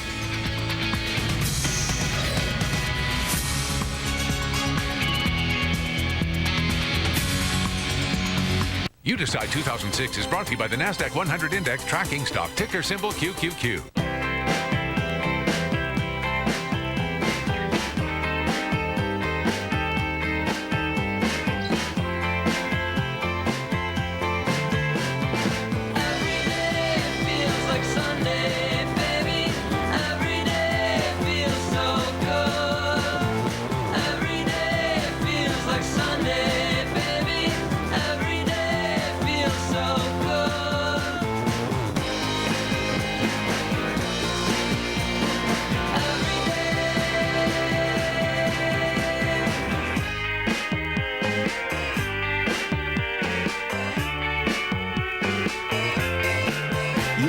in these companies and the rest of the NASDAQ 100 index through QQQ. And investors should consider investment objectives, risks, charges, and expenses carefully before investing. For this and other information about QQQ, a unit investment trust, obtain a prospectus from your broker or visit NASDAQ.com/QQQ. Read carefully before investing. No matter where people are going, we're all going in the same direction. The future, something we're thinking about today. A good example, this ultra-clean diesel fuel we're producing in the U.S. It contains 97% less sulfur, and we can all benefit from that. I'm Chris Erickson, and I work for ExxonMobil. Welcome back, folks, and we continue with our coverage now of some more governor's races coming in by the minute. Fox News is now able to project a winner in the state of Michigan. It looks like Governor Jennifer Granholm will hold on to her seat, beating back a challenge by Dick DeVos. This was one the Republicans really wanted, didn't know if they could win, but were giving it the old college try. And in Maryland, huge news. Fox News projecting that the governor, Bob Ehrlich, the Republican governor, has been ousted, that Baltimore Mayor O'Malley has won that seat, and O'Malley will head from Baltimore now, becoming the governor, the 61st governor of the state of Maryland. That is a big one. In the state of Kansas, Fox News projecting that Governor Kathleen Sebelius will hold her seat, beating back a challenge from Republican Jim Barnett. Not a huge surprise there. Illegal immigration an issue in that race. And finally, Fox News is projecting in Alabama a win for Governor Bob Riley over his Democratic challenger. That, too, not a big surprise. But, of course, the big news now in this hour is the win in Maryland for Mayor O'Malley. It's interesting because the sitting governor, Bob Ehrlich, had said, he's a Republican, that if Lieutenant Governor Michael Steele lost his bid for the Senate, he would go down as well. Ehrlich would go down as well. As it turns out, his prediction was correct. Fox News has predicted both of those men have lost their races on this Tuesday night. Britt? Okay, Megan, thanks very much. Worth commenting, this Ehrlich race. Ehrlich is a Republican in a Democratic state, but it had been thought, I think widely thought, that he had been an effective and successful governor. He's an attractive guy, youthful guy. Is this just a case of having the wrong letter next to his name? Largely. Collateral damage, really? He had very good approval ratings. Over 60%. He even got the Washington Post endorsement, which means a lot in the suburbs. He was very appealing. He's pro-choice, or at least not. Yeah, he is. I guess he defined himself as pro-choice. He's pro-stem cell research, unlike Michael Steele, and had some appeal in the close-in suburbs, but wasn't enough. This is just. Is it fair to say that this is? I mean, we always say that House races tend to be, and Senate races as well, tend in off-year elections, particularly House races, tend to be settled on local issues. Is this a race that got so? This whole overall race got so nationalized that we can say that Bob Ehrlich was affected by Iraq? Well, O'Malley, the winner, actually ran ads linking Ehrlich to George Bush. I mean, utterly. Well, who knows what worked? Bill, your thoughts? And obviously, the governor's races can separate more from the national trend, and there are Republican governors who will end up winning in blue states and vice versa. But it is striking to me, just looking at the results we have in now, how much being in a blue state, in a Democratic state, is hurting Republicans this year. The place Republicans seem to be hanging on, we just called Florida 13. Catherine Harris's district, Buchanan has been behind there throughout almost the whole race. It's next door to Foley's district. There was a lot of talk about how the Foley scandal would hurt there. Ultimately, though, Florida remains a pretty Republican state, and that's a Republican district, and it came home for the Republicans. At Georgia, these two Democratic congressmen, the only two Democratic congressmen it looks like who are endangered, are in Georgia, a very Republican state where a Republican governor got reelected easily, that Bush carried obviously very easily. It strikes me that we have had a nationalized election, and the Republicans who are going down in Democratic states. Let's go back to one of the common descriptions I heard when you go out and cover politics this year about Republicans is a good Republican candidate, bad Republican year. A perfect description of Bob Ehrlich, the governor of Maryland. I thought a terrific governor. And one would have to say Michael Steele as well. Indeed. Absolutely. I think they both ran good campaigns. Now, Ehrlich, you got to remember, Ehrlich defeated Kathleen Townsend Kennedy after Glendening, who was a popular, at least for most of his time, popular Democratic governor of Maryland, left. And the reason that Ehrlich was able to do that was the sentiment that it's time for reform, time for change. And he was popular, and yet here you get O'Malley bringing the strength of a Democratic Party machine in Baltimore City and relying on the African-American vote in Prince George's County to triumph. Just in the last few days, you've had Barack Obama and Bill Clinton go into that state to try to rouse the Democratic vote. That's the importance that Democrats had put on that race toward the end, and it looks like it's paid off for them. All right, Bill, give us a look now at the balance of power as it now stands on that. This is, of course, in the House. We haven't used this one before. We're going to need to lose that ticker at the bottom of the screen. So we're going to do the Senate. Okay, go ahead, Bill. Do the Senate for us. Well, let's do the Senate first. It hasn't changed. Again, I'm so struck. Look at the Senate seats that are that the Republicans need to hold. Virginia, a mildly Republican state. Missouri, a mildly Republican state, very mildly Republican state. Yeah, much more mild in Virginia. Right. Tennessee, Arizona, Montana, pretty Republican states. Montana, Senator Burns thought, though, to be in very serious trouble. They really need to win Tennessee and Arizona, but then really it'll be very interesting to see what happens in Virginia and Missouri. All right, good. Now let's look at the House if we can. Your screen real estate made there. You got more room there. Yeah, good. I haven't moved all these House seats. What this, I think, screen shows most interestingly is how few Democratic House seats were at risk. This isn't just Democratic incumbents. These are Democratic-held House seats. And some of those have shifted, though, right? Right. Well, yeah, some of these in here Indiana, too, has shifted. You got a bunch of them to move. Indiana 8's going to come over, right? Indiana 8 should go over there. And Florida 13 stays, which I think is interesting. That we thought that was one of the ones most at risk. It's why we had it in this Kentucky in this group. 3 needs to move over. I don't know if that's on your screen there. No, it's not on the screen. We can move it onto the screen. Florida 13 we thought was one of the ones most at risk. That is held. Several of these other ones. And of course, that's not an incumbent either. I mean, that's Catherine Harris's old seat, I would predict instantly that incumbency, we hear so much, incumbency so strong, incumbency so strong. Incumbency will be less of a factor this year, I think, than ideology. That is, being an open seat in a conservative area, Florida 13, you're better off than being a popular incumbent, a strong incumbent like a Chris Shays in Connecticut, who's not in a Republican or conservative state. And now the balance of power has shifted just a little bit further, 229-205, because well, it hasn't shifted further, I should say, because we predicted Vern Buchanan will hold on there. And let's get a little bit more about that district and that race and what it may portend from our colleague Michael Barone down at the decision desk. Michael? Well, Britt, one of the interesting things about that race was that it broke down as a sort of fight between two big coastal counties on the district, Manatee County, which the major city is there, Bradenton, and Sarasota County, major city is Sarasota. Sarasota is sort of more upscale. You get people move down there from kind of the tonier Midwestern suburbs and so forth. Bradenton is a little more mixed group, working class. There's Walmarts there and that sort of thing. And what's interesting in this race is that it was the Republican Vern Buchanan who carried Manatee County and who carried the several interior counties of Florida, the areas that voted historically Democratic for many years, switched to the Republicans in the 80s and 90s. And it was the Democrat, Christine Jennings, a former Republican herself, who carried Sarasota County. Buchanan got enough votes in Manatee and the two other counties to win. So it's sort of a reversal of the old politics of the New Deal period, when it was assumed that the sort of rich and socially famous socially Tony people were Republicans and the common folk were more like the common folk were Democrats. Kind of a reversal. I also done to take a quick look at Florida 16. The numbers there right now suggest that it's possible, not for sure, but possible that Mark Foley could still win formally. Actually, of course, that vote for Mark Foley is a vote for State Representative Joe Negron.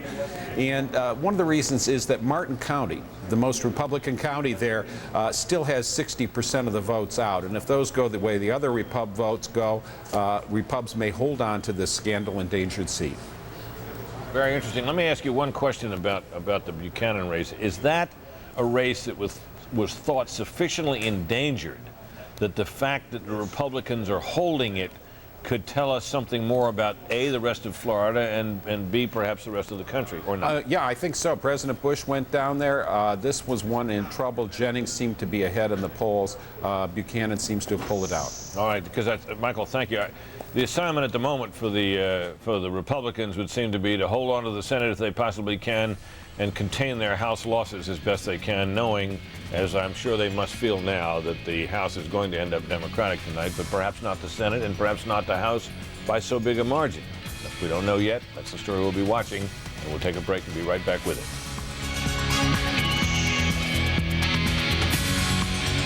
You Decide 2006 is brought to you by AARP. Don't vote until you know where the candidates stand on the issues. Visit don'tvote.com. I'm handsome, I'm funny, I tell a good joke. I'll hug you, I'll kiss you, I don't even smoke. My wife is impeccable, my past quite respectable. Vote for me assuredly, but don't ask about Social Security. Come have some pie with me. Don't fall for the song and dance. Vote the issues, not just the personality. See where the candidates stand at don'tvote.com.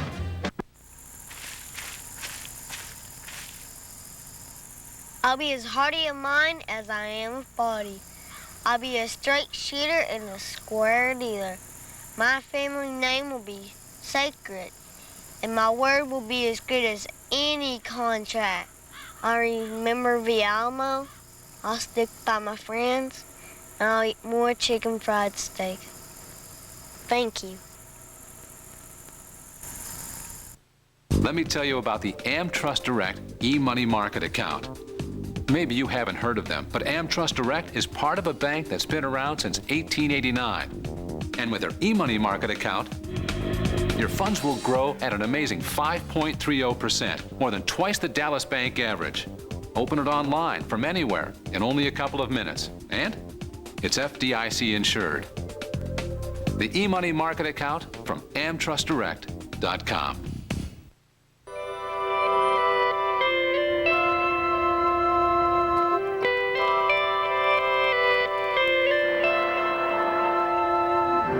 Where our cars come from, high gas prices are nothing new.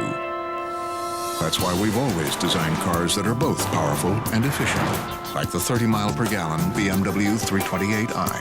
BMW, the ultimate driving machine.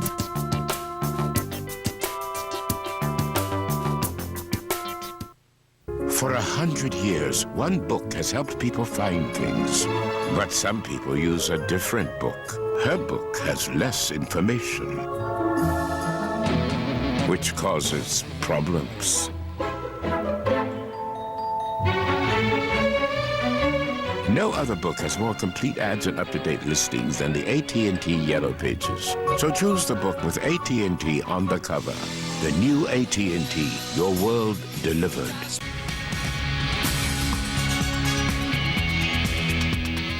Welcome back, everybody. Well, it is good news for Republicans in the state of Florida right now. Fox News can now project the winner in that governor's race will be Charlie Crist. This was a hard-fought battle to replace Jeb Bush, who is retiring because of term limits. It does appear at this hour that Charlie Crist will take over the seat. The Republicans will not lose that state house, as was feared as recently as yesterday. Crist was ahead by only 7 percentage points. This must be a relief to him. It does appear that he has retained the Republican seat in that state. In South Dakota as well, Fox is projecting a win for the Republicans. Governor Mike Rounds will retain his seat, we project, over his Democratic challenger. Mike Rounds, you may recall, is the governor who signed that bill banning abortion in virtually all cases except to save the life of the mother. He's very popular in that state. Not a huge surprise that he would prevail tonight. So how do things stand tonight? Let's take a look at the map. 36 states were up for vote in terms of the governorships. We are now projecting change in terms of a shift in power in 4 of those states. The biggest and perhaps the most significant thus far is the state of Maryland, where we are projecting that Governor Ehrlich has been ousted by Baltimore Mayor Democrat Martin O'Malley. Also in the state of Massachusetts, an expected shift. Deval Patrick will now become the nation's second black governor. First ever for Massachusetts. He prevailed over his Democratic challengers and will replace a Republican Mitt Romney there. In Ohio, Ted Strickland, the projected winner, beating down Ken Blackwell, who is the Republican challenger. and replacing a Republican. And then finally, in the state of New York, Fox has already projected a big win, as expected, for Eliot Spitzer, a Democrat who has prevailed over his Republican challenger, Joe Faso. That not a surprise. So perhaps, again, the biggest news out of Maryland. But Florida must come as a big relief to the Republicans, who very much wanted to hold on to that seat, and now it appears they have. Britt? And Megan, of course, as we noted earlier, the president went down there to campaign for Charlie Crist, among others, and Crist decided not to attend the rally. He was needed elsewhere in the state, and I guess he can say that his strategy worked. And I'm sure the president can say, yeah, but I helped. So, so there you have it. Of course, that's a state where the politics has been dominated to some extent for many years by the president's brother, Jeb. Thanks, Megan, very much. We got a quick call we can give you here in the state of Virginia, in West Virginia, excuse me. This isn't a big surprise that the Democrat Alan Mollahan has held on to his seat. He had a little ethical mini flap that dusted up, and he was at that point the ranking Democrat on the ethics committee, and it caused him a little bit of a headache, and the Democrats ushered him off of that panel presently. And but he was never in great doubt for re-election, but there he is, re-elected. So Alan Mollahan, welcome back to Washington. And let's discuss for a moment here. Bill, give us a sense, if you can, from that wonderful telestrator you have there, the screenwriter, what the situation looks like in the House, if you can. You've had a chance to update that a little bit. Yeah, a little bit. The two Democratic seats that are possible pickups, Georgia 8 and Georgia 12, are just too close to call.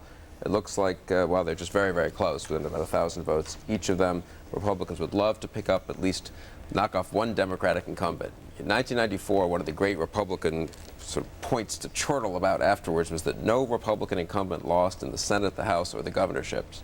I think the Republicans are in danger of having that reversed this year. It's not clear any Democratic seat is going to go Republican. None will in the Senate, I think we can say with confidence. I don't believe any Democratic governorship is going to go to the Republicans. But they could get a couple out of Georgia. But they could get these two Georgia House seats. That will be interesting. And then I think the Florida seats, the fact that the Republicans have won Florida 13 here, which was really at risk. He was way behind Buchanan, or well behind earlier, about a month ago. And then these two in Florida 16, Florida 22, which one is Foley's district, which was written off right away. This is a typical case, if I could say, where conventional wisdom just goes wrong. You know, they assume voters are so stupid. Foley gets ousted in a scandal. His name's still on the ballot, and people say, well, he couldn't possibly win. The substitute candidate couldn't possibly win because the voters have to be smart enough to know that they have to punch Foley's name, but they're really voting for Negron. Well, actually, or check Foley's name or cast. But some clever Republican strategist thought of a slogan: "Punch Foley to elect Joe," right? To elect Joe, Negron, right? And Negron's a popular, I think, state senator or state assemblyman, well known, and that they educated the voters well. And it looks but again, it shows how important I think ideology is, or beliefs. You know, it's a conservative district. The voters wanted to elect a Republican, and they seem to have found their way. They may have found their way to doing so, despite this obstacle. It's a huge. You would have to consider them just in the political experience a huge. Obstacle. In about 10 seconds here, we're going to be able to make some calls in states where, at least in one state where the polls are closing. You can see Iowa, and then 3 of those Mountain West states are going to be closing, and have now done so. So let's take a look at the great state of Utah, where we are able to project now, and this is going to come as a surprise to absolutely no one, except those who weren't aware that he was up for re-election, because he was never in any trouble, that veteran Republican Senator Orrin Hatch has been re-elected. No surprise there. Thank you very much. Missouri, well, we're watching this one carefully. These 3 races I'm going to talk about now. Missouri, where we're saying that it's still too close to call. McCaskill ahead, but it's just not enough to go on in a great big state like that. Also Tennessee, similarly, although Bob Corker has been ahead. He's ahead now.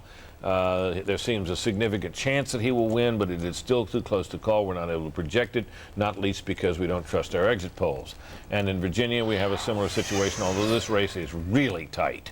You can see they're 85% of the precincts in, and Allen is ahead by 29,000 votes. 29,000 votes can shift in just a couple of counties in a state the size of Virginia if they're in the most densely populated. So we're not in a position to call that. That is really, if you're looking at a pivotal race right now that might be able to be called sometime in the next hour or so, that would be the one. I think we're going to be here awfully late on Missouri, and possibly on Tennessee as well. And those 3 will tell the tale. whether the Republicans can hold the Senate or whether the Democrats will, as many of them believe that they were in a position to do, get control of the place. And that'll be the big story for the rest of this night as we watch it go forward. Fred. Britt, we haven't commented on this effort by Republicans in nominating African Americans for top positions on the ballot. You know, the criticism of Republicans had always been that they were willing to nominate a black, but it was always in a race that was not winnable. Well, this time they nominated Lynn Swann for governor of Pennsylvania, Ken Blackwell for governor of Ohio, and probably most important of all, Michael Steele for the Senate seat in Maryland. They have all failed. Let me interrupt you for a second, Fred, because we're going to get a look at how things are going tonight out in Missouri. Jim Talent, the incumbent Republican, is speaking to followers there at his headquarters. Let's listen. Lovely lady on my right, your left, Katie Lyons, Brenda's mom, my mother-in-law, without whom our family could not function. Thank you, Mom.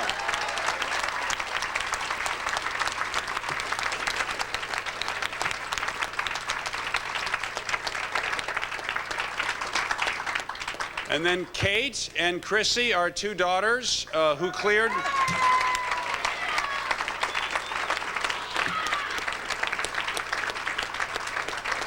It was kind of them to clear their social calendars so they could be with us this evening.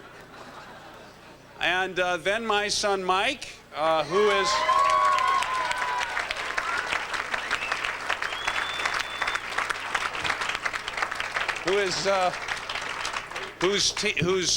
school is playing their first postseason football game this year tomorrow night.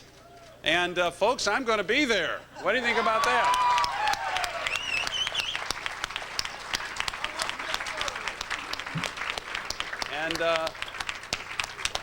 And then my wife Brenda, and I heard Senator Bond say that she's a better campaigner than I am. And of course he's right.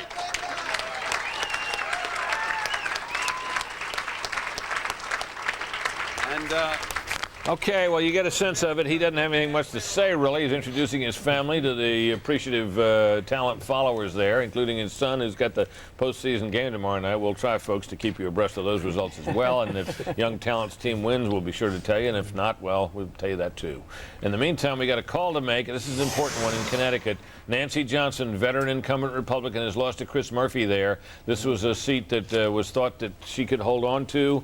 This is one of those states that is not a good state for George Bush, but it is one in which Nancy Johnson had been able to succeed in a variety of political climates over a number of years, and she did not prevail. This is a pickup for the Democrats and possibly a turning point. Let's go to my colleague Major Garrett, who's been following all the House races down in Washington. Major, your thoughts? Well, Britt, Connecticut is a big problem for House Republicans, and I can tell you that in my conversations via email in the last hour, I've talked via email to 4 senior Republican strategists, all who work for senior House Republicans, and I've gotten these estimates from them about how many seats Republicans will lose: 20, 23, 25, and 30. All well above the 15-seat threshold necessary for Democrats to regain control of the House for the first time since 1994. And Nancy Johnson's race is one of the reasons why. Nancy Johnson is in her 12th term in Congress, a very respected, moderate Republican, very experienced on tax, trade, and health policy. She ran locally. She did all the things in the Republican playbook to try to withstand this anti-Bush, anti-Republican climate because of the war, because of health care, because of the economy. It didn't work. There are a couple of other Connecticut seats still in jeopardy, a couple of other New Hampshire seats in jeopardy, Pennsylvania, New York.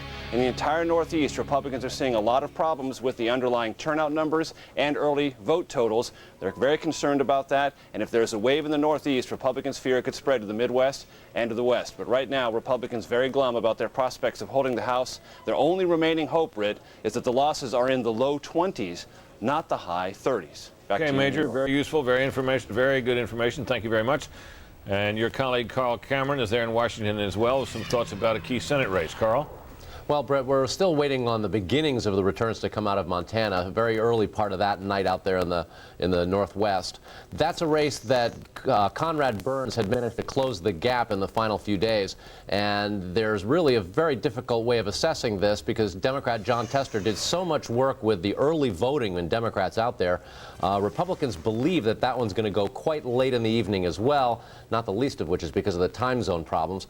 And if Conrad Burns should be able to hold on to that very red state, big sky country, it brings us back to what we've been talking about all night. And here at Fox, we were among the first to point out what Republicans called the firewall states. It's Missouri, Virginia, and Tennessee, 3 contiguous states in the South that are so tight tonight. And right now, more than 90% of the vote has been counted in Virginia, and it's still far too close to call. In Missouri, they're just really getting started, and Jim Talent has moved out to a tiny little bit of a lead, but it's very, very early on the returns. And Tennessee, both campaigns, both parties down there, saying that they're going to have to wait, too. All the momentum for Bob Corker, the Democrats are arguing, still hasn't been completed. But if the Republicans can hang on to that 3-state firewall across the bottom, across the Old South there, they believe they'll be able to hold on, and that's where Democrats are trying to break it. Okay, Carl, very interesting. Thanks very much.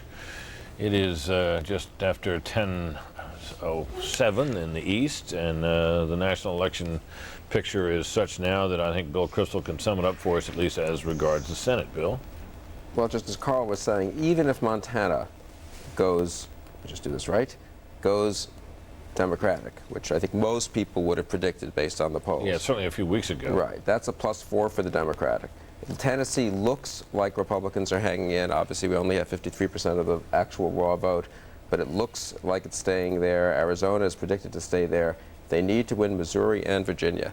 And I'm really struck by Virginia. The early exit polls showed a disaster for George Allen in Virginia. The later exit polls are closer, but actually the final exit polls still showed Webb winning fairly comfortably. But the real vote, we're now at 90% of the raw vote, which is a lot of vote. And last I saw, Allen was still ahead by about 30,000. It's getting a little hard to make that up. We don't know what's out, what precincts are out. Maybe it's, inner city precincts in Richmond or something, and Webb's going to come back. But it looks to me like if you had asked a typical Republican which seat of these are they going to lose, I think many of them might have said, gee, Virginia looks rough. But it might be that George Allen saves Republicans the majority in the Senate. Wow. Let's take a quick look out in Indiana. This is one of those battleground House races, and we predict that the incumbent Mike Sodrell, who was one of the endangered Republicans in Indiana, will lose now to his challenger Barron Hill. Barron Hill, if I'm not mistaken, is a former congressman whom Sodrell defeated in a previous election. So this was a rematch, and the results have been reversed. So that's a further confirmation of a trend we've seen in Indiana and elsewhere. Major Garrett joins me again. Major, your thoughts on this race? Well, Britt, a couple of things. First of all, that is a rematch. When Barron Hill lost to Mike Sodrell last election in 2004, it was by less than 1,500 votes, and Democrats felt very confident that in a rematch in this anti-Bush, anti-Republican year, they'd have a chance. But I want to tell you, our viewers should pay attention to this race because I think it's going to be subject to legal challenge. It's very close, and I'm already reading from my notes here that in Monroe County, the largest county in that 9th district in Indiana, there is a dispute over some absentee ballots. The FBI has already been contacted, is investigating that. Republican lawyers have raised alarms about some absentee ballots found after all the ones were supposedly turned in. There's some disputes about ballots in that huge county, Monroe County. This will probably be one of many, Britt, if they're close, that will be subject to legal scrutiny and some legal review. Back to you, Major. Very interesting. Thanks very much. We're going to take a brief break. Back with more in a moment. Stay tuned.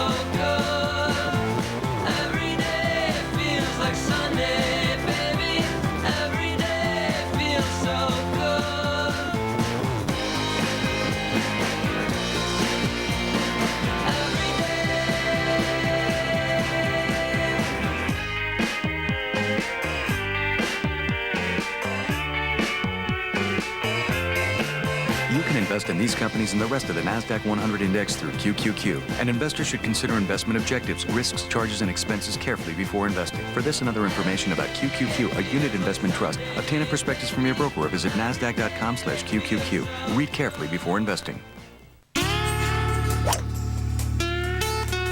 Are high performers made? Catch that, old man. or remade. Accenture research reveals high performers never stop remaking themselves, even after becoming industry leaders. Well, looks like you're away. We know what it takes to be a tiger. See findings from our research on over 500 high performers. Accenture, high performance delivered. All right, we got a call we're going to be able to make in another one of those battleground House seats. This one in Pennsylvania. This is Pennsylvania 7. Pennsylvania 7 is the area around is one of those districts near Philadelphia. Kurt Weldon, the incumbent Republican there, had been there a while. Joe Sestak, his challenger, has won. You see the margin there. That's based on the raw vote with half the precincts in. That may not be anything like as big a margin when all is said and done, but we projected it will be big enough that Joe Sestak will be the new congressman from the 7th District of Philadelphia. And for more on Pennsylvania, for more on that district, what it is and what this race's outcome says, let's turn to Michael Barone. Michael? Yeah, Britt. Pitch it to me again. Which district are we talking about? Talking about Pennsylvania 7, where we're projecting now that Weldon is a loser to Joe Sestak. He had been in trouble. We've known that. And of course, we don't know what the final margin is going to be, but what is that district like, and what does that tell us about how other races in that same vicinity might go? Well, that's close-in suburbs southeast of Philadelphia. Includes most of Delaware County, which is historically Republican, which voted for John Kerry. It's been trending Democratic as people move out from Philadelphia. It also includes some of Chester County and Montgomery County. It appears that of the Delaware County precincts in now, Sestak, the Democrat, has 55% of the vote. He's essentially running about where John Kerry did 2 years ago. There's no Chester County numbers in yet, but it doesn't appear that they could suffice even if Weldon carried that area to win. Okay, Mike. That's farther out, more upscale suburbs. Now, we've got two other suburban Philadelphia districts that are in play tonight that have been, one of them is the 6th District where Jim Gerlach is the Republican incumbent. The other, Mike Fitzpatrick, a young Republican incumbent in there as well. If Weldon loses, does that suggest to you that given the configuration and the kind of population you have in those areas, that those two guys are in deeper trouble than we might have known? Well, I think that they've got demographically districts that are somewhat more Republican, that the Weldon had particular problems because of charges that he'd steered lobbying business to his daughter and so forth. In the 6th District, Gerlach, what we're showing now is the Democrat Lois Murphy ahead.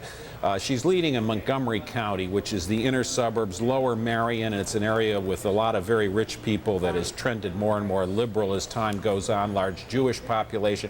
She's carried that before and hasn't won, but she's also winning in Berks County. This is really a little beyond the Philadelphia area going into Reading. It's John Updike country.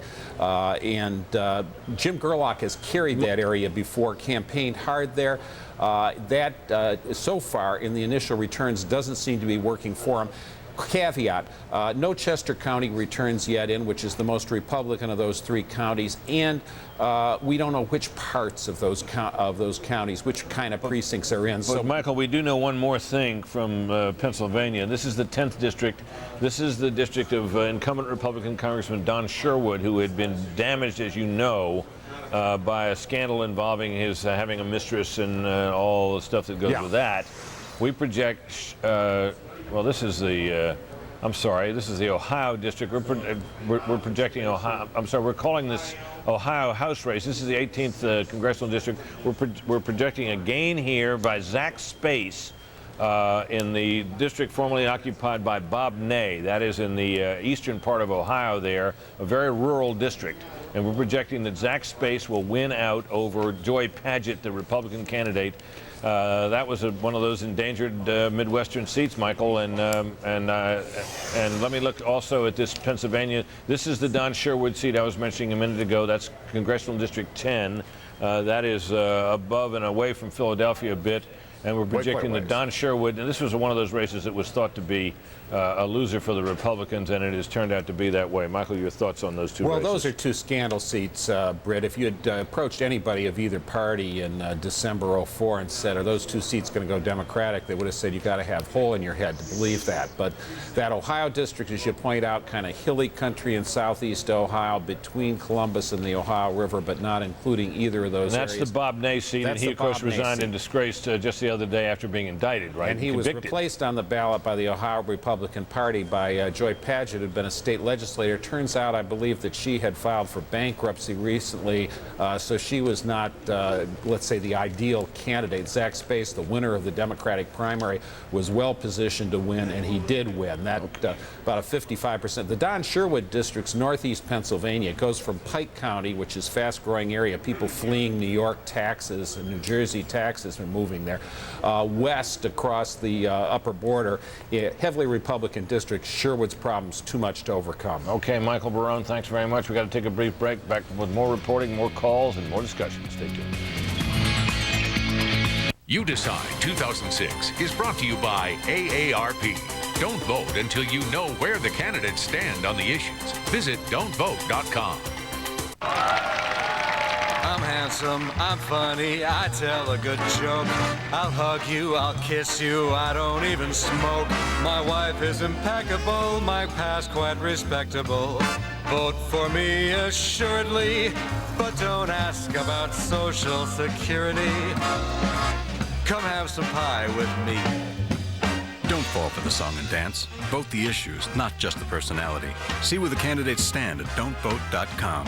When you're smiling. Printers and copiers so advanced, they're simple. When you're smiling. That's a reason to smile with Kyocera. The whole world smiles with you.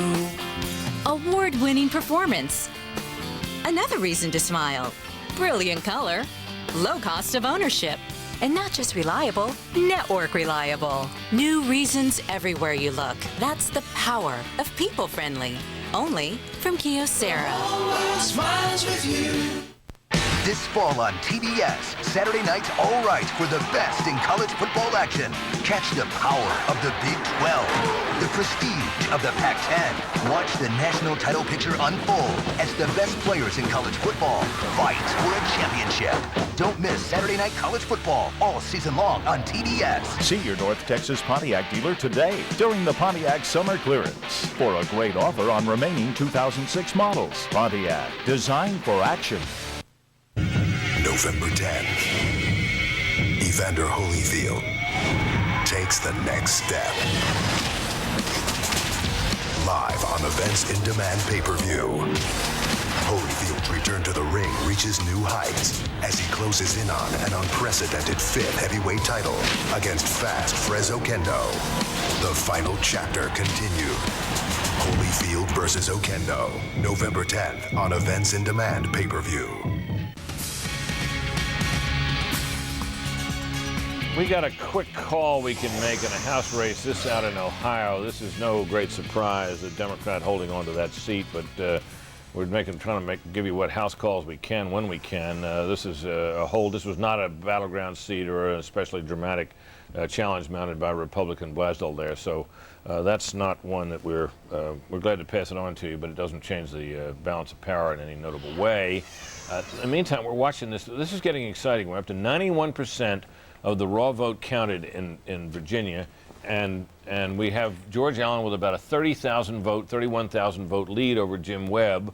You know, it's beginning to get high enough now that you can begin to look at 30,000 as meaningful. Of course, you don't know exactly what's outstanding and how big particular precincts might be, but 9% left to count. That's enough for Webb to certainly overtake him. It's too close to call, but he begins to look a little bit meaningful. Bill, your thoughts on that race and that the overall picture there? Well, it's just exciting with in this day of exit polls and projections to actually see, like in the old days, a real race with the vote adding up and trying to calculate in one's head, you know, there are about 175,000 it looks like votes left. Webb would have to win that remainder of the vote by 30,000. It does seem to be closing gradually. Those votes must be coming in from slightly Democratic areas. But at the rate it's going right now, it's going to be very, very close. It would be amazing, I would say, though, if the Republicans hold the Senate, because George Allen beats back Webb after all the troubles he's had in that campaign. One man who campaigned absolutely tirelessly for Republicans across the country was Senator John McCain of Arizona, widely thought to be a likely presidential contender in 2 years. And he is now with our Chris Wallace. Chris, Senator McCain. Thank you, Britt. And Senator McCain, let me welcome you. There obviously are Democratic pickups tonight, the possibility still that they may take control of the House and/or the Senate. How do you read these election returns tonight, sir?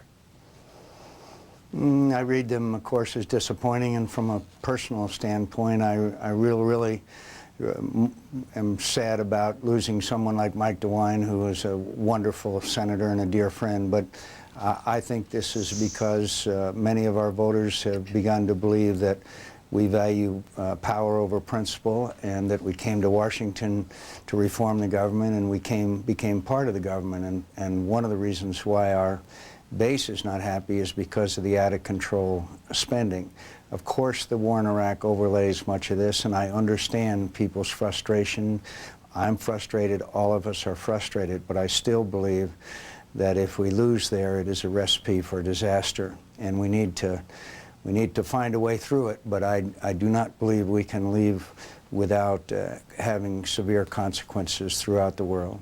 If voters are calling for change in Iraq tonight, and most of the exit polls indicate that there is at least a plurality, if not a majority, that supports change, opposes the war in Iraq, what kind of change do you think they want? Well, that's the question, because they're obviously frustrated. I'm frustrated. You're frustrated. The majority of Americans are frustrated because we have not been able to install a democratic government there. And we're going to have to figure out ways to do it, and we're going to have to, probably in a bipartisan fashion if we can, but most importantly recognize that if you leave, it's not like Vietnam. You came home from Vietnam and it was over. These people are interested in our destruction, and I don't think there's any doubt that chaos in the region, which it would spread to, would threaten our national security interests. And I understand how unpopular that statement is, but it's something that I can, all the years and experience and knowledge that I have leads me to that conclusion, and literally every military expert I know. Senator, you have always said, and I have questioned you about this repeatedly on Fox News Sunday, when are you going to decide about 2008? You always say after the 2006 elections. Well, I just checked, the polls are officially closed in Arizona, so what about it? I'll let you know early next year, but could I just add, Chris, look, we've taken setbacks before. In '76, we lost just about everything, and Ronald Reagan gave us new direction, new focus. We get back to our conservative principles, which I still think the majority of Americans share. We're gonna come right back, and we'll learn, we'll listen to the voters, and I think we've got a very vibrant and strong party and a philosophy that works. We just got to get back to it. But let me ask you about that, because you bring up a very interesting question. 1974 was a debacle for Republicans, and the answer was this fella from out west, outside of the Republican establishment in Washington, who did bring change and new ideas. What about you? Are you part of the solution or part of the problem, sir? All of us Republicans are going to sit down together and listen to the voters, get the message from tonight, and we're going to shape not a new agenda, but a return to the principles and philosophy of what we stand for and believe in. Less government, lower taxes, less regulation, strong national defense, be more careful stewards of the taxpayers' dollars, stop this profligate spending. I wanted a Medicare prescription drug program for people who needed it, but we gave them one which is multi-trillion-dollar addition to the deficit. We got to get back to our conservative principles, and I know of no better guide than one Ronald Reagan. Senator McCain, well, of course, he isn't going to be on the ballot, but Senator McCain, you may be. Thank you so much for coming on tonight, and we'll be pouring over the entrails for some time to come. Thanks again, sir. Thank you, Chris. Britt? Chris, thanks to you, and thanks to Senator McCain as well. It's good to have him. Good to have you, Chris. We're keeping an eye as we go here, obviously, on that Virginia Senate race, which is turning into be the most exciting and suspenseful one of the night, because we have so much vote in, and we think we may be, getting to the point where we may have a real indication. We're also keeping an eye on a couple of congressional districts in Florida. Bill Crystal, your thoughts about, I guess it's Florida 22 is one in particular. The Florida, I guess it was 16 held for the Republicans in a situation that looked bad, or do I have that wrong? 13 held, Florida 13, I think. That's the Catherine Harris district. Yeah, that held for the Republicans. Your thoughts about 22 and the other Florida races that we're looking at there on your board there, your power play board? The Republicans are trailing slightly in Florida 22, which is Clay Shaw's district. It's always been a pretty close district. Looks like they may not take all three in Florida. And 16, which is the Foley, you vote for Foley, but you mean to vote for Negron. Yeah, see, there you 76% of the returns in there, Bill, as you can see, and Shaw trailing by 7,000 votes. That's still awfully close, but it does suggest that that's either going to be a cliffhanger or a pickup for the Dems. Right, it looks like that could be. Right.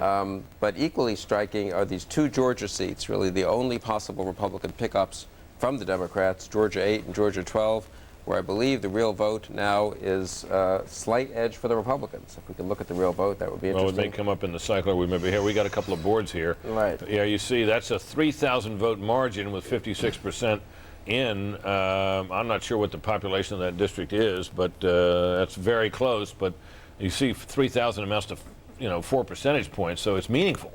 So it may be that, as you say, that could be a pickup. Also, CD 12 there, that's Max Burns running there to try to knock off the incumbent Democratic Congressman Barrow.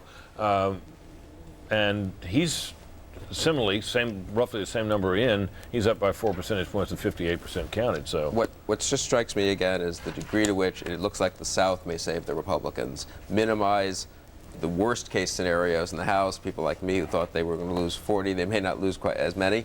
And in the Senate, of course, if they hold the Senate, it will be because of Virginia and Tennessee, it looks like, if Allen hangs on. And the border. And Corker hangs on in Tennessee. Right, so the South and the border states. Possibly the border state of Missouri, right. Yeah. Right. The blowout belt, which is now extends from the Northeast, Connecticut, through Pennsylvania, Indiana, Ohio. It'll be a bad night, it looks like, for Republicans in the Northeast and the Midwest. It'll be interesting. It means the Republican delegation in both the House and the Senate will be even more Southern than before. I don't know if that's good or bad, but it means the South is really the heart now. And in furtherance of just what you're saying, we're looking at two further Democratic pickups. One is in the 24th District in New York, where we're predicting that the Democrats will pick that seat up. And I'm not sure that's been one of the ones that's been thought to be particularly embattled, but we would now project that one for the Democrats, adding yet one more. And in New Hampshire, where veteran Republican Congressman Charlie Bass has been in the fight of his life, we predict that he loses tonight. So that's a further pickup for the Democrats, adding to their already growing total. We're going to take a brief break now. We'll be back with more in a moment. Stay tuned.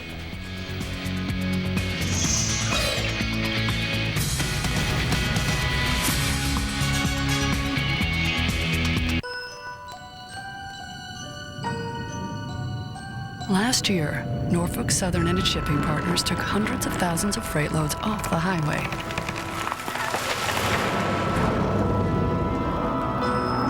In fact, they've invested millions to convert even more traffic in the coming years. So it's easy to see how the economy won't be the only thing that benefits. Norfolk Southern, the future of transportation. I saw several girls raped. Raped right in front of my eyes. Then they burned them to death. They killed my sons. Then my husband. And my brother. The government just wants us to disappear. The rest of the world isn't doing anything. Isn't doing anything. Anything.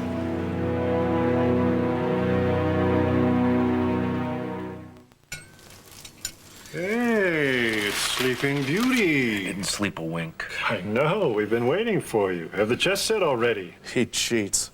Hello, Honest Abe. Whatever. We just haven't played for so long. I know, I just got all this stress at work. It's cool, it happens to a lot of people. Really? Absolutely. More than half of adults report experiencing some kind of insomnia at least a few nights a week. We just want you back.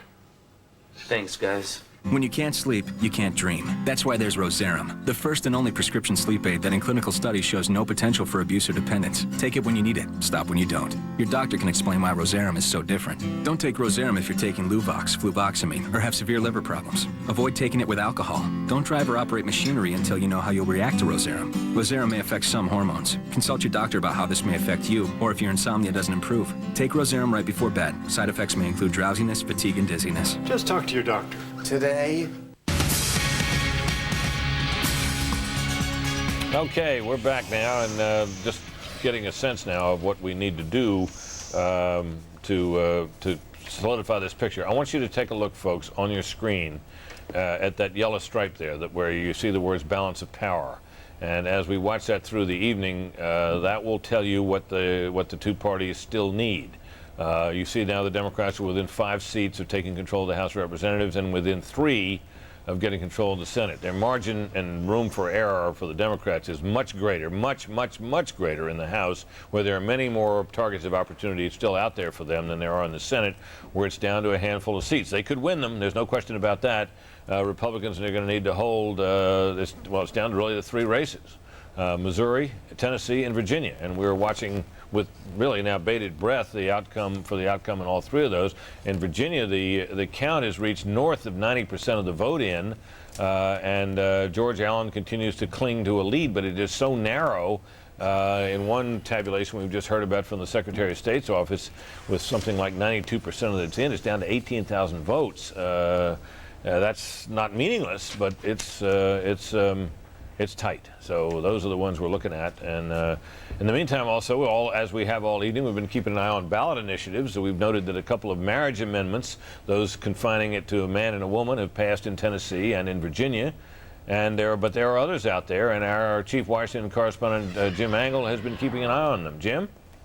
Well, that's right, Britt. And I should mention that the turnout for some of those ballot initiatives, especially in Missouri, could affect the outcomes of those races. We'll get to those in a moment. First, Fox News is projecting that 2 state ballot initiatives raising the minimum wage will indeed pass. First, we go to Ohio, which already has now, you've got a 44% margin on this. They would raise the state minimum wage to $6.85. The current federal minimum wage is $5.15. In Missouri, the margin is even greater at the moment. It's in the 70 percentile in favor of raising their minimum wage to $6.50. Here you see the results there, 72 to 28 to raise it to $6.50. Now, those are just 2 of several around the country for minimum wage, which some thought would help to bring out Democratic voters. But there are all sorts of ballot initiatives still out there that we want to tell you about. If you look at the number of initiatives across the country, we have a graphic here that will show you the number of states and the kinds of issues they are looking at. Stem cell research, of course, in Missouri, one of the keys for the outcome in that race between McCaskill and Senator Talent.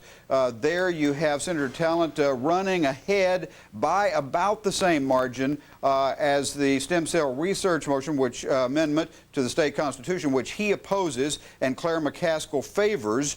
So that could be key. Gay marriage, you have 8 states in which that is an issue. We have already projected a win for gay marriage amendments banning gay marriage in Tennessee and Virginia. You also have a number of other issues around the country, in addition to the ones we've already mentioned on minimum wage.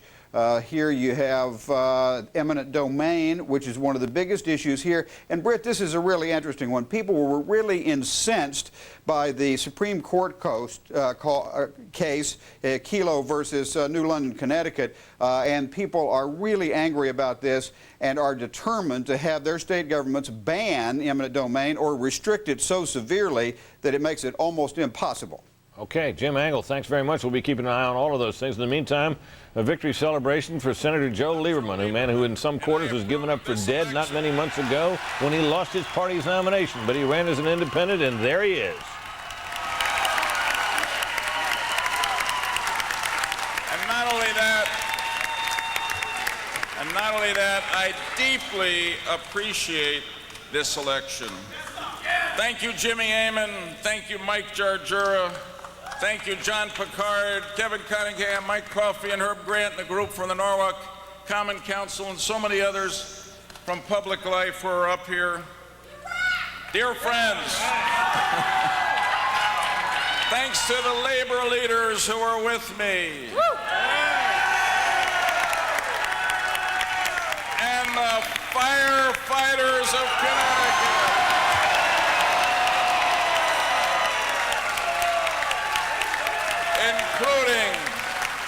including their great national president who chose to be with us here tonight, Harold Schaitberger.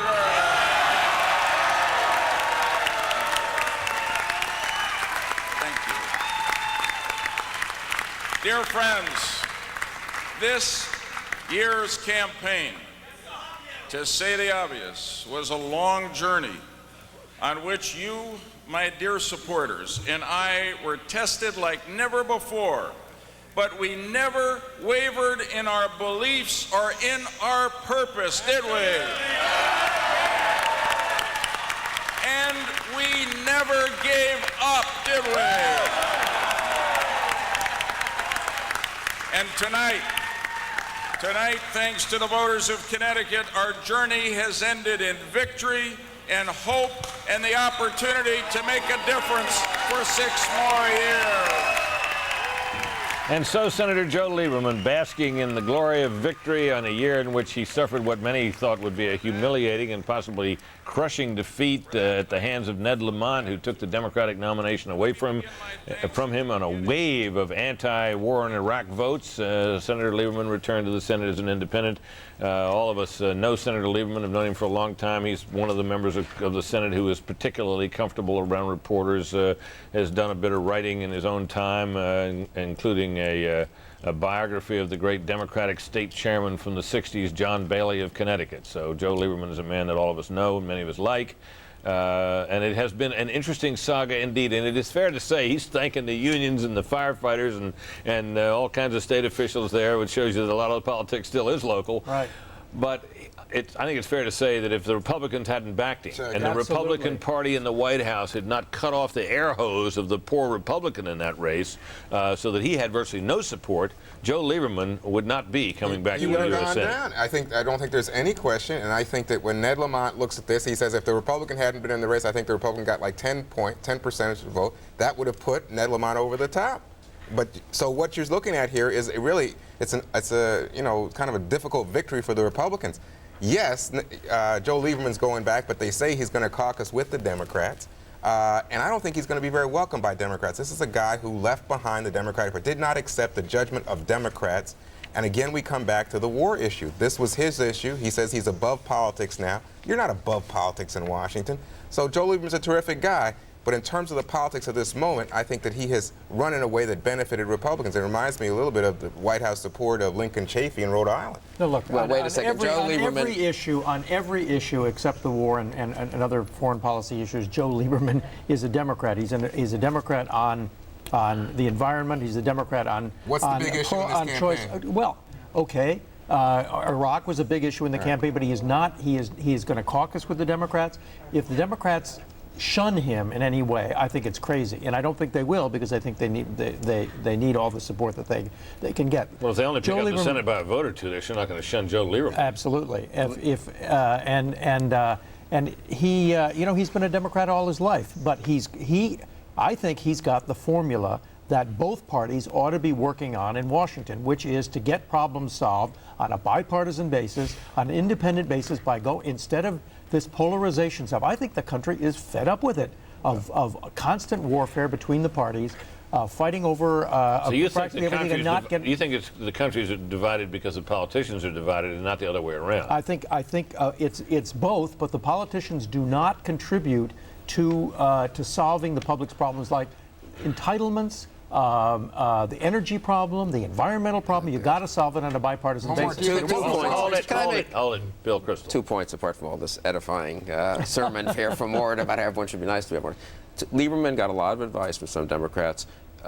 Don't mitigate or mute your support for the war in Iraq, and mute your support for victory, and move towards a kind of get out, a modified get out type message. He refused to do that. He rejected that advice. He stayed a strong supporter of the war, a critic of the tactics, but a strong advocate of the need to win in Iraq.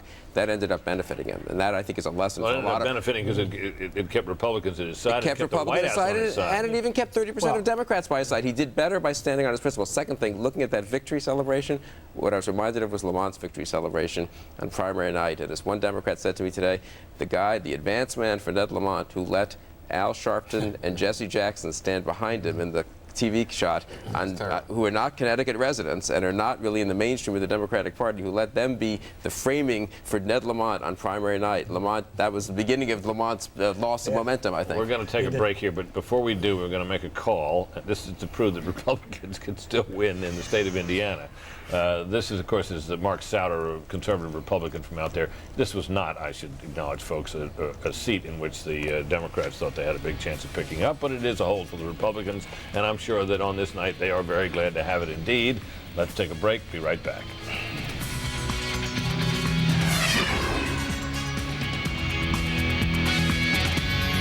You Decide 2006 is brought to you by NASDAQ, Life, and the companies that move it forward.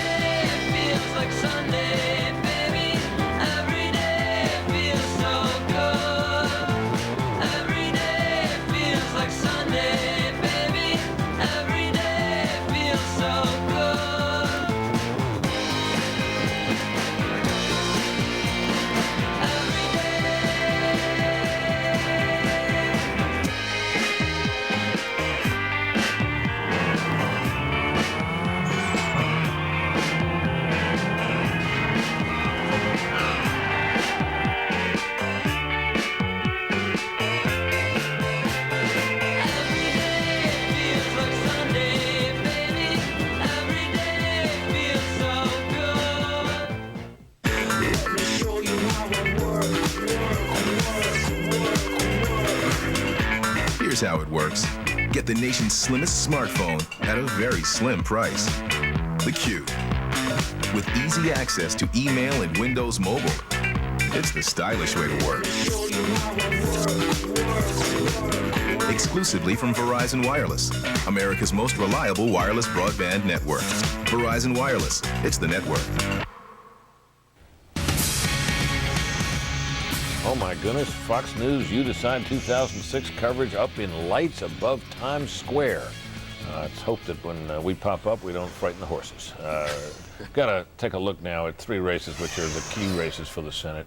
This is Talent McCaskill in Missouri, 29% of precincts in. Talent leading by some, 55,000 votes there, according to that. Not enough to make a call, and we don't expect to be able to make one for some time. In the Ford Corker race in Tennessee, that's 56,000, now 59,000 votes with nearly 70% in. It looks like Corker's got a very good chance of winning, still too close to call. And the closest devil of all, the one we're all watching with nearly bated breath, is George Allen with a 28,000 vote lead with 95% of those counted. There's some tallies that are a little forward of this that show it has tightened even further.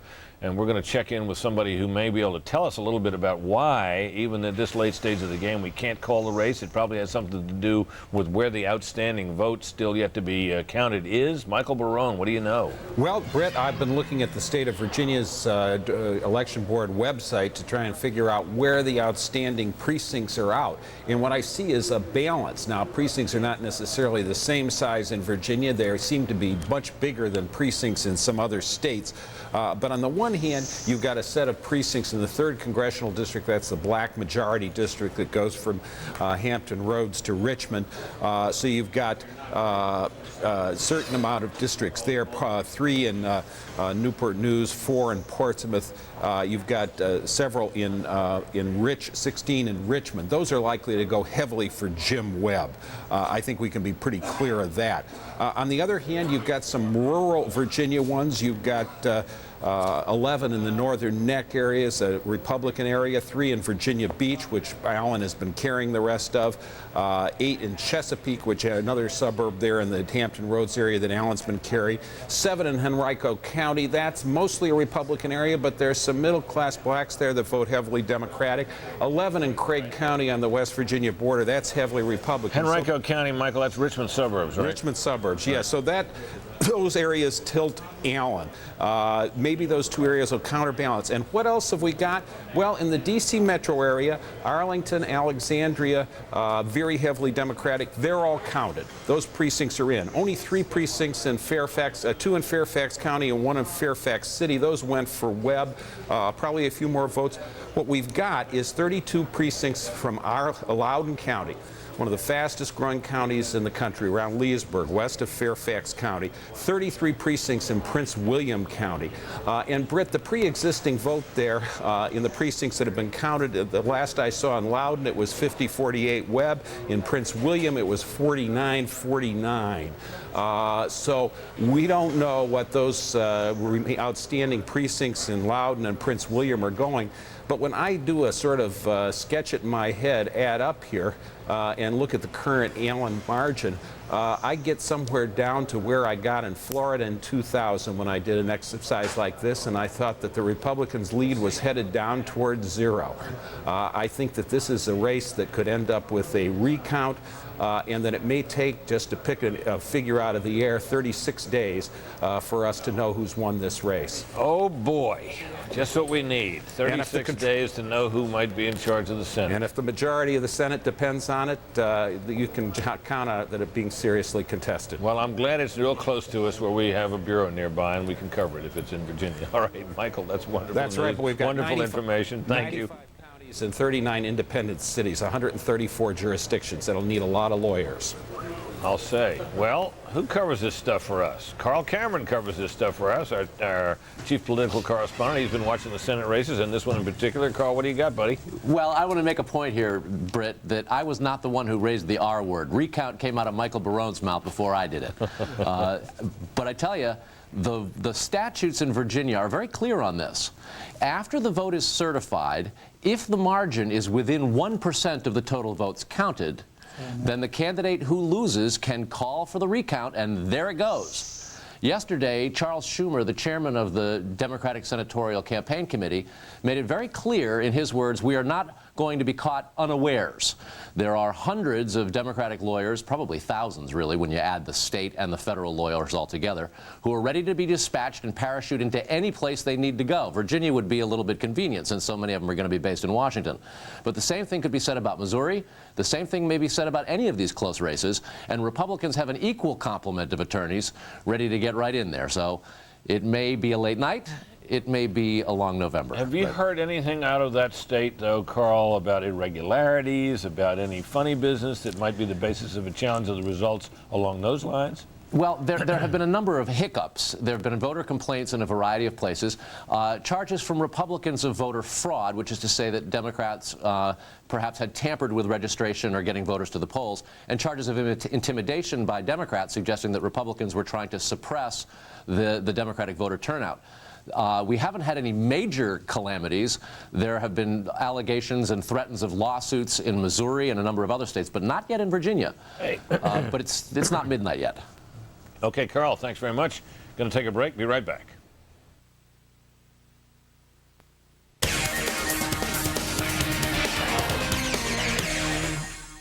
You Decide 2006 is brought to you by ExxonMobil, taking on the world's toughest energy challenges.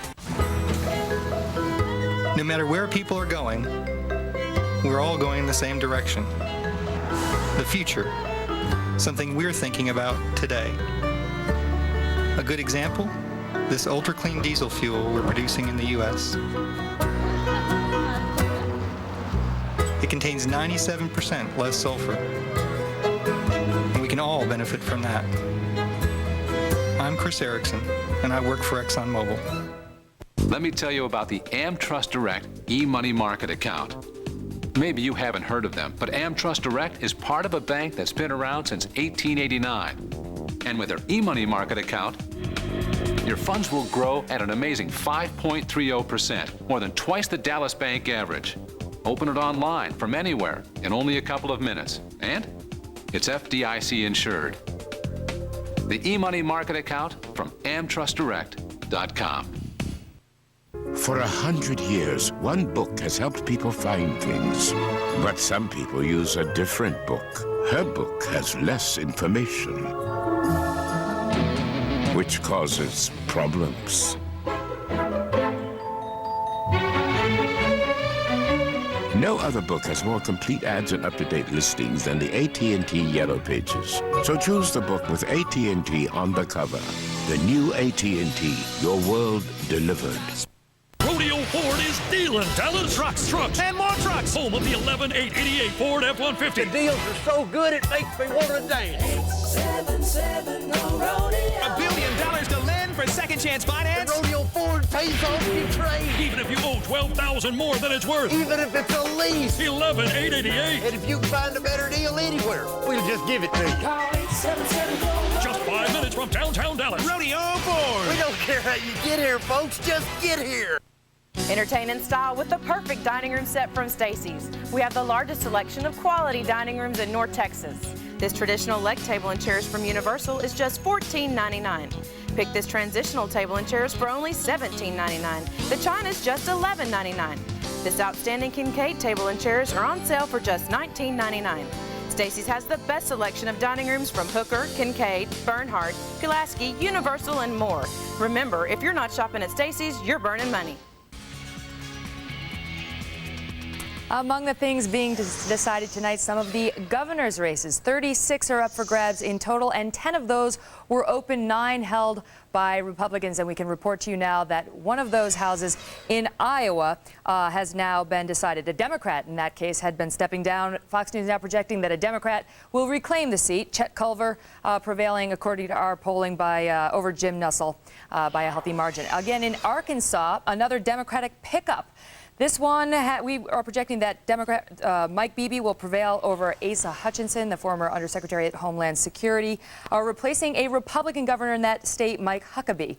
And finally, in Colorado, Fox News projecting another Democratic pickup. Democrat Bill Ritter has prevailed over Republican Bob Beaupre. Republicans very much wanted that Colorado seat. Beaupre had been running strong in the polls initially, petered out at the end, and was basically 19 points behind as of yesterday. So the Democrats with 2 pickups there, Arkansas and Colorado. In total, that gives the Democrats at this point 6 pickups among the governorships, including in Maryland, in Massachusetts, Ohio, New York, Arkansas, and Colorado. 6 Democratic pickups, and that means, Britt, that if the Democrats don't lose another single seat tonight, or if they do lose 2 seats and no more, that they will have reclaimed, I should say, the majority of the nation's governorships for the first time since 1994. Britt. Megan Kendall, thanks very much. You bet. We got a call we can make. This is no big surprise. Dennis Hastert has won re-election. He was not thought to be in any serious trouble. He, of course, is now the Speaker of the House, but if the present trend continues, he will no longer be the Speaker of the House. And there are all kinds of questions about what role he would play in the leadership of the Republicans as a minority, many people believing he wouldn't play much of a role at all. For more on the Senate and the situation there, Carl Cameron is in a position now to talk to the Senate Minority Leader, who is, of course, has high hopes tonight. He may be, before it's all over, the Senate Majority Leader. Carl? Thanks, Britt. Speaking of legislators who aren't exactly sure what their role might be in the upcoming Senate, the Senator from Nevada, Harry Reid, thank you very much for joining us, sir. Well, I know what my role will be. I'm going to be the Democratic leader. That's for sure, but we don't know if it's a minority or a majority. Well, I've never predicted that we'd be in the majority. I mean, it's still possible, but I think it's going to be we have 4 seats that still haven't been decided. We'd have to win most all those, and a couple of them are looking a little weak right now. So we'll have to wait and see what happens. If someone had told you 2 years ago that we would not have to worry about the 2 Nelsons in Nebraska and Florida, and Minnesota would not be on anyone's lip this election period, and of course North Dakota would be no problem, and Senator Byrd would be no problem, they're no problem. Nobody even talks about those. And to think that we're already at a +3 is remarkable. What we've done in 2 years, I'm very happy about that. Reading between the lines in the politics of interpreting lowballing there, it sounds as though you're prepared to not make it to 6. Well, I've never been prepared to make it to 6. I can do the job. I'm happy to do that. As the Democratic whip, I've been in the majority, I've been in the minority, I've been tied. I've done it all. And so whatever the people decide, I'm ready to do that. But one thing the people decide tonight, they're in the air, there's change. change of direction. And I think that the message to the American people should be, a one-party town doesn't work. It simply doesn't work. The right wing control the Republican Party. They would not even treat their own moderates with civility. And so I have already reached out to Mitch McConnell. I did it before the break. I said, Mitch, no matter how the election turns out, we've got to do better than what we've done. We should explain that Mitch McConnell would be the Republican leader. He's my counterpart. And we need to recognize that the only way to legislate is on a bipartisan basis. And the president certainly should have the message that we got to change direction in Iraq and here at home. When you have the Army Times, the Air Force Times, the Navy Times editorialize against Rumsfeld yesterday, the president has to get the message we've got to change direction in Iraq and here at home. Let's talk about the practical effect of the Democrats potentially taking over the House, and if the Senate were to remain Republican. We now have even more divided government in that the two chambers would be controlled by opposite parties. What is the practical effect of that in terms of the president's perspective? Can Democrats actually change anything? He still has the power of the veto pen as well as the bully pulpit. The president has to realize that these past 6 years have not been days of progress for our country. And the president, I believe, and I certainly am willing to work with him. We've had a few rocky roads in the past, but I'm willing to work with the president. I really want to do what he said he wanted to do when he came to town. I want to be a unifier, not a divider, and I hope that we can do that. Let's talk a couple of things about what the new Senate might look like in terms of the issues that are likely to come up. First of all, investigations. If Democrats do have the majority, there's an expectation that you'll be required by Democrats across the country to look into what happened. Is that part of the investigative agenda? What we need to do is realize that for 6 years we've had no legislative branch of government. Under the Constitution, we have 3 separate and equal branches of government for checks and balances. The number one thing we need is congressional oversight. This doesn't mean the flurry of subpoenas. It means basic congressional oversight to find out what's going on with the war in Iraq, with Halliburton. We'll find out what's going on in the various departments within this government. Regular congressional oversight. And from that, do some legislation that's good and bipartisan. And we still don't know who will have the control to have that subpoena power regardless of party. Britt, we're going to send it back to you in New York. Thank you very much, Senator Reid, the Democratic leader. And pass along my thanks as well to Senator Reid, and thanks to you, Carl. In the meantime, our colleague Steve Brown is in the town of Frontenac, Missouri, right near St. Louis at Talent headquarters, where we got a real cliffhanger. Steve, what can you tell us? Well, Brett, this is turning out to be a classic Missouri election night, especially when you're talking about statewide races. In this case, the Republican Jim Talent, just like almost every election year, when you're running statewide in this state, the Republican districts or the Republican areas and Republican counties come in early, spot you a lead, and then the Democratic votes come in. According to the website for the Secretary of State's office, they report no votes from St. Louis or Kansas City counted yet. So what the Republicans need to do, in a sense, is get a huge margin outside of those two areas. For example, Talent has gotten a 10,000 vote margin from Greene County in southwest Missouri. Also in Newton County, also in southwest Missouri, a 7,100 vote margin. Cape Girardeau, a 9,000 vote margin. They're still counting the vote down there. Cumulatively, you have to start building up that margin, because late in election night, in comes the St. Louis votes, in comes the Kansas City votes, and in come a lot of those Democratic votes. It eats away at that lead built up over the course of the evening. They're taking a look at some key districts in suburban areas, and to be quite honest with you, I think the number's a little disappointing for the Republican camp. In St. Charles County, just outside of St. Louis, a thin margin, a relatively shallow margin for Talent there, where it was thought he needed to pick up a more substantial kind of margin. South of St. Louis County, in Jefferson County, Claire McCaskill has a pretty sizable lead with about 60% of the vote counted down there. That was a county in her failed gubernatorial bid 2 years ago. She only took by 18 votes. She's improved her standing there. The question is, what is it going to look like in terms of turnout in both Kansas City and St. Louis? And I got to tell you that our affiliates there were both reporting that turnout in the city precincts was pretty heavy. Britt? Steve, thank you very much. That's very revealing about what's not in Missouri, and it points to better things ahead, at least when the St. Louis and Kansas City areas come in, those areas do tend to vote heavily Democratic. She's trailing now by 52,000 votes, and a margin that could be easily overcome, I think it's fair to say, by the voting from those two big areas. And as Steve said, the Secretary of State is reporting that nothing is in. We got a couple of races we're going to look at here. In Nevada, this is not a surprise that the incumbent Republican Senator John Ensign has won re-election over President Carter's son Jack, as he was expected to. Arizona, this is the 8th district in Arizona. This is a pickup for the Democrats, and one of those seats out west where there was worry that the Republicans might not be able to hold it, and high hopes that they would, and it seems that that is going to go the other way, adding yet one more to the count for the Republicans in the House. And in Florida, this is a big disappointment for the Republicans. That's the Fort Lauderdale district. Clay Shaw, a veteran member, one of those in line to possibly head the House Ways and Means Committee, and now it appears he won't be on the House Ways and Means Committee because he won't be in Congress, and that Ron Klein has won that seat. And Heath Shuler has beaten the Republican Charlie Taylor. That's in the Asheville, western part of North Carolina, in the mountains around there. Heath Shuler is a former quarterback for the Washington Redskins. He campaigned as a very conservative Democrat and has won. 34 years old. You can see he's from Waynesville, North Carolina.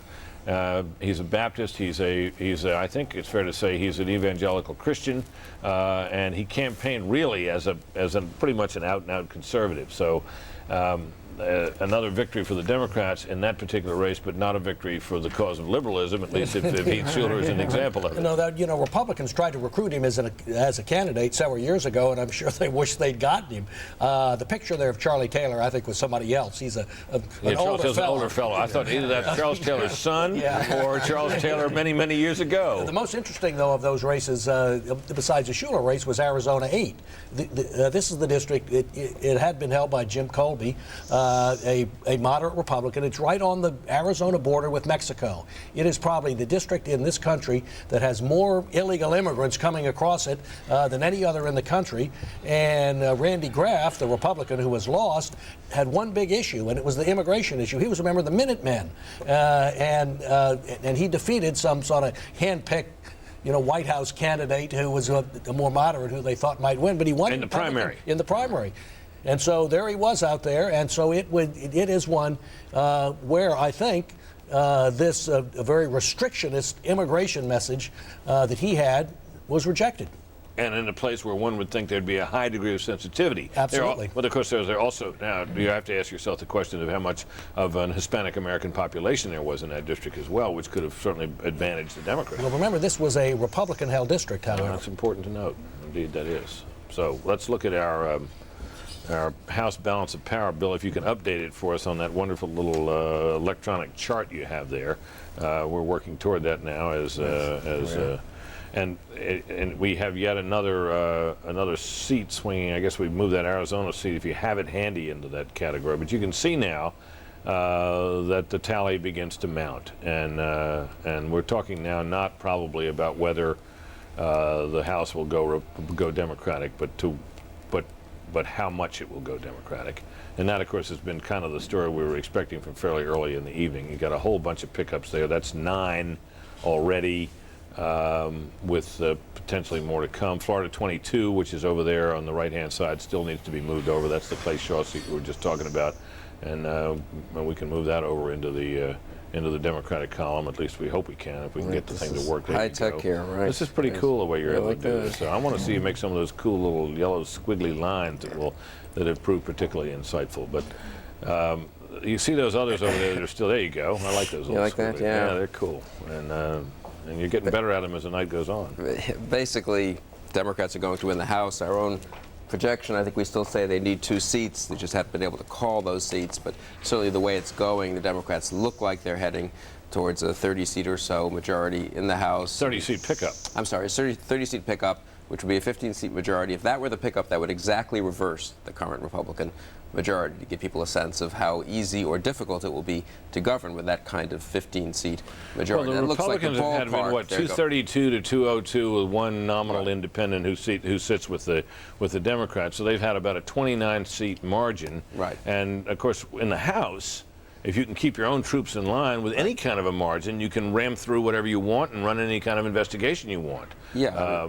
But it doesn't guarantee you're going to get anything through the other body. Right, and a 15-seat majority is not bad in the House. There have been smaller ones that the Republicans have had. On the other hand, as we've just been saying here, a lot of these new Democrats are moderate or even conservative, and they'll vote for things like a hike in the minimum wage or some very, small bore Democratic measures. But I don't think they're on board for cutting off funds in Iraq or for major big government programs. But the Senate will be, of course, will be so closely divided. It's hard to believe that any big legislation is going to be rammed through that body. Hold it. I'm sorry, Juan. I'll come right back to you in a minute. We got a call we're able to make, and this is one that's of some note in New York. This is the 26th district, and this is Tom Reynolds, who was thought to be in fairly serious trouble against businessman Jack Davis there. He, of course, was someone who looked like he was way too close to Mark Foley. And it appears now, we now project that Tom Reynolds will win and survive in that seat. That was a potential pickup. I think that as the weeks wore on, Reynolds looked to be in increasingly better shape. I'm sorry, Juan, I interrupted you. Go ahead. Well, it's just to quickly say on that, that seat, I don't know how endangered it was. It was because people felt he hadn't acted quickly enough on Foley, but it would have been more of an embarrassment. That was not considered a seat that was going to make a big difference. No, that was not considered a make or break seat in any way. But go back to another point. So many conservative Democrats. Joe Sestak, the former admiral coming out of Pennsylvania. He's the guy that beat who beat Kurt Weldon who'd been there 10 terms in the suburbs of Philadelphia. Right, and then you go to Heath Shuler, and we just keep looking across the country, and what you see is that these are conservative Democrats, and these are conservative Democrats who are going to bring. But they're the young bloods coming in. But the ability to hold together and ram anything through. To go back to the idea of a majority of the majority, the old principle that Hastert used among Republicans, that's not going to work for this new group of Democrats coming in. Another call to be made now in New York. This is the 20th district, and this is veteran Republican Congressman John Sweeney, and we project that he is gone. So that's another pickup for and I think a quite unwelcome one for the Republicans. I think this is a seat that they figured on a night that if they were going to have any chance in the House, they were certainly going to have to hold this seat. Well, and the reason was there's an 80,000 advantage of registered Republican voters in that district. And remember, this was a gerrymandered seat because Republicans and Democrats got together in New York and really decided, well, you'll get this seat and we'll get this seat. And this is one that Republicans thought they had. It shows you, though, that in the Northeast, registered Republicans are not quite the same as registered Republicans in the South. I mean, they're not necessarily conservatives, and that's one of the reasons Sweeney lost. A couple more to call here. This is California Senate. No surprise here that this particular seat, but many of you didn't know that Dianne Feinstein was running. Dianne Feinstein is running, and she has won. Hawaii. There was even some late buzz on some blog that said that Daniel Akaka might lose, but he didn't lose. We project Daniel Akaka has won, and I suspect, given when the polls probably closed out there, probably won pretty handily, or we wouldn't be calling it so quickly. Late out in Hawaii. I mean, it's early out in Hawaii compared to here. It's like 6 o'clock. So we project Akaka the winner. Further thoughts on the picture? Well, it's down now, isn't it? It's down to the suspense is probably over about which way the House is going. Right. The only question is by how much. Right. But the suspense is on the Senate. This is getting to be quite a night. We've got I count I don't know what Bill's got over there, but 13 House seats has gone over at the moment. So we need to find 2, and there are enough hanging out there in Ohio and Connecticut and Pennsylvania that the Democrats are definitely going to go over the top. It's a question, as you say, by how much, and there are a bunch of seats. Let's go back, if we can, to the Allen Webb race in Virginia, just to keep abreast of the popular vote there. It might take us a minute to get it up on the screen, but this is down. We're north of 90% of the raw vote being counted there. And as Michael Barone was pointing out to us, it's a very mixed picture in terms of the places where votes are still outstanding. Now, we don't see anything in there in terms of the vote totals, so that's a a relatively useless board, so maybe we can dispense with that in favor of something that might tell us a little bit more. Last time we looked, it was up to 95+%. And the Secretary of State's office had the margin at something like 12,000. Bill, am I right? Right. Last we looked, Allen had about a 12,000 vote margin with, if I can do the math right in my head, about 100,000 votes still to come. Mike Barone said a lot of those votes are coming from African American areas. Now in that Richmond. has a 29,000 vote margin with 96% counted. The tabulations on the Secretary of State's website have been a little bit at variance with that. Probably we may be a little behind. I doubt that they're a little behind, but a 29,000 vote margin with 4% outstanding could be overcome. It's not meaningless, though. No, that would mean if it could be overcome if most of the outstanding precincts were basically African American precincts in Richmond or elsewhere that might go 90 to 10 Democratic. It's not going to be overcome if they're just a bunch of 55-45 precincts out. Because something interesting is happening in Maryland. The Washington Post, which apparently had projected, along with everybody else, that Ben Cardin would win, has withdrawn that projection. And Michael Steele, projections or no, has refused to concede. This is getting more and more like 2000. Can I say the dreaded words? We have Virginia heading towards a recount. We have a projection being withdrawn in another state. All we have now are 45% of the vote in, 315,000 to 293,000. This is interesting. Now the Post has pulled its projection back. We have not pulled ours back. If we begin to smell a rat, folks, we promise you, we will pull it back in a heartbeat. But we haven't yet done that. Maybe we can check in presently with Michael Barone to see what he can tell us about the places from which the votes are still to come. But there's probably a reason why Michael Steele is refusing to concede. He's not a hothead who refuses to concede just for the heck of it. He probably thinks he has real hope at this hour. Juan, your thoughts on that race? Well, again, you see, I think that race is all about the black vote in two places. I've said this to you before, Britt. I think it's in Baltimore and Prince George's County. Prince George's County, adjacent to the District of Columbia, heavily populated by an affluent African-American population, many of them federal workers. And my guess is that what Michael Steele is saying is, wait a minute, let's see where these votes come in. A lot of these votes would come late. Let's see exactly how they register. A lot of times that what you see is the Democratic machine would say, oh, we'll deliver those votes late with the hope that they will help our candidate. But in this case, Michael Steele saying, I anticipate that I'm going to get 25%, and that's what he said to me. He thinks he can get 25-30% of that black vote. If that's the case, it might shift the numbers significantly. Yeah, he's made an effort for the black vote as a Republican and as an African American, much greater than other candidates have who happen to be black Republicans. And he's brought in people like Mike Tyson, the boxer, to endorse him, and he got some hip hop entrepreneur. Russell Simmons. Yeah, Russell Simmons, and he got a number of Democratic officials, particularly in Prince George's County, that Juan was talking about. And it's true. In polls he'd been getting 14-15% of the black vote, but the black vote has always been very difficult to poll. Well, and also, you know, this could be the beginning of something that Ken Mehlman has been trying to get going, and that is trying to de-link the black community automatically, as it has been for decades. We were just looking at the Democratic Party. We just saw a board go by, the tally go by, and that at the bottom of the screen it said Allen was up with 96%, up 12,000. That comports with what we've been hearing from the Secretary of State. And I believe I saw that Thelma Drake had won the Southern Virginia election, which is a hold for the That's for an important one for the Republicans. Thelma Drake down. That's Virginia Beach, which is an area that, unlike I guess next door Norfolk, Virginia Beach tends to be Republican. It does, and of course there are a lot of military retirees. There's a huge naval base there. You know, Virginia. People may wonder why George Allen does the Republicans doing so poorly. Of course, he had the problem with the Macaca statement and so on. The truth is, though, Virginia's elected 2 Democratic governors in a row. Here we go, 13,000, 97% in. The Allen lead has shrunk to 13,000. Actually, that's maybe up a couple of votes from where it was, but we're down to 3% of the vote outstanding. 65,000 votes outstanding. Allen leading by 12 or 13. Again, if these districts are in any way representative of the state, Allen's okay. If they're all inner city districts, we could be just in a dead heat or even with a tiny web lead. We're now well within recount category, I would say.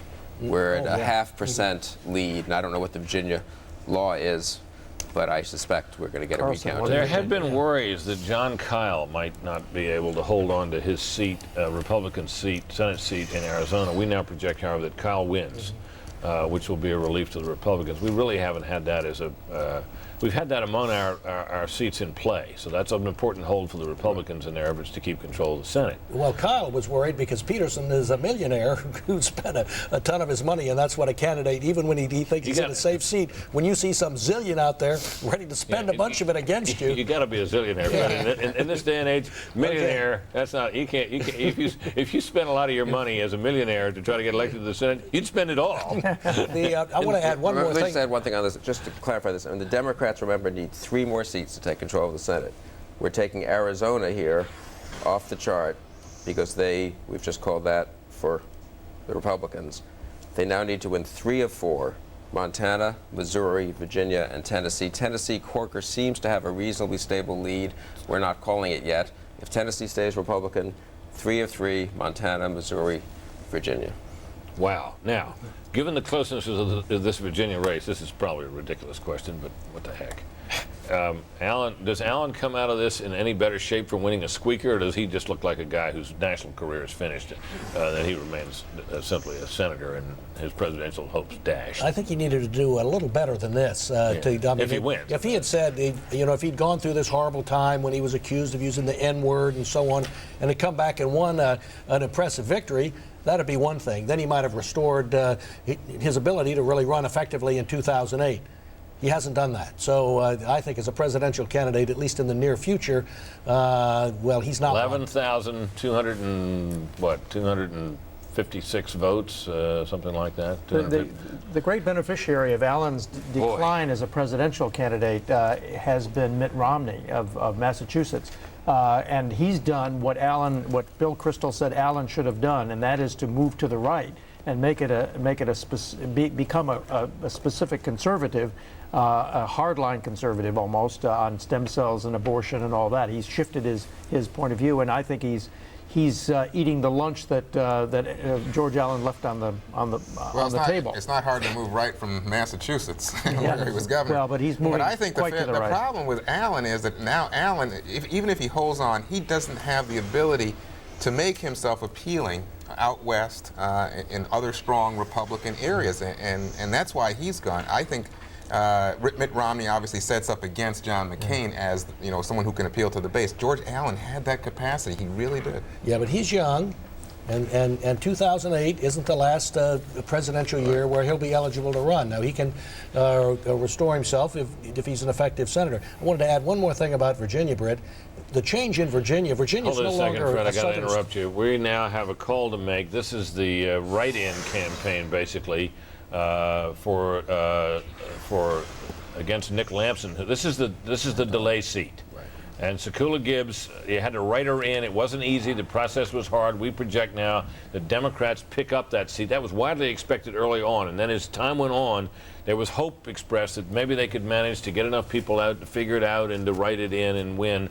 And we are now on the verge now of saying, we've been saying, that we're at 15, I believe, and we're now projecting officially the Democrats win control of the House. This has been a kind of a foregone conclusion for some hours, but we wanted to be able to have a chance to put it up in lights, and there you see it in front of our desk. Exciting things, folks.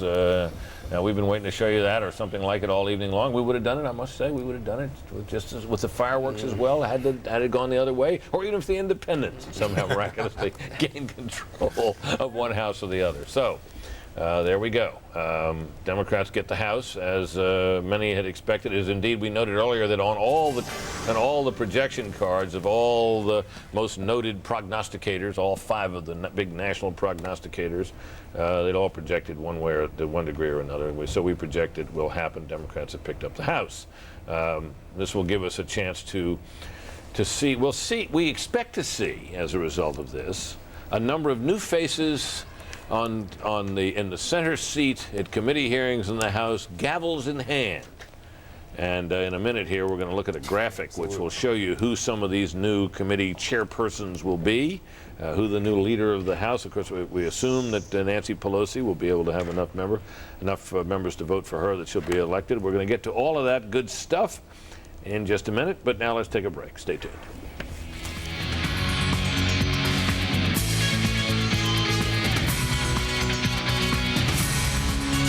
You Decide 2006 is brought to you by AARP.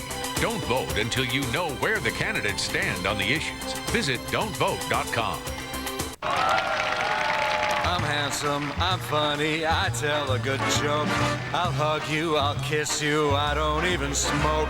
My wife is impeccable, my past quite respectable. Vote for me assuredly, but don't ask about Social Security. Come have some pie with me.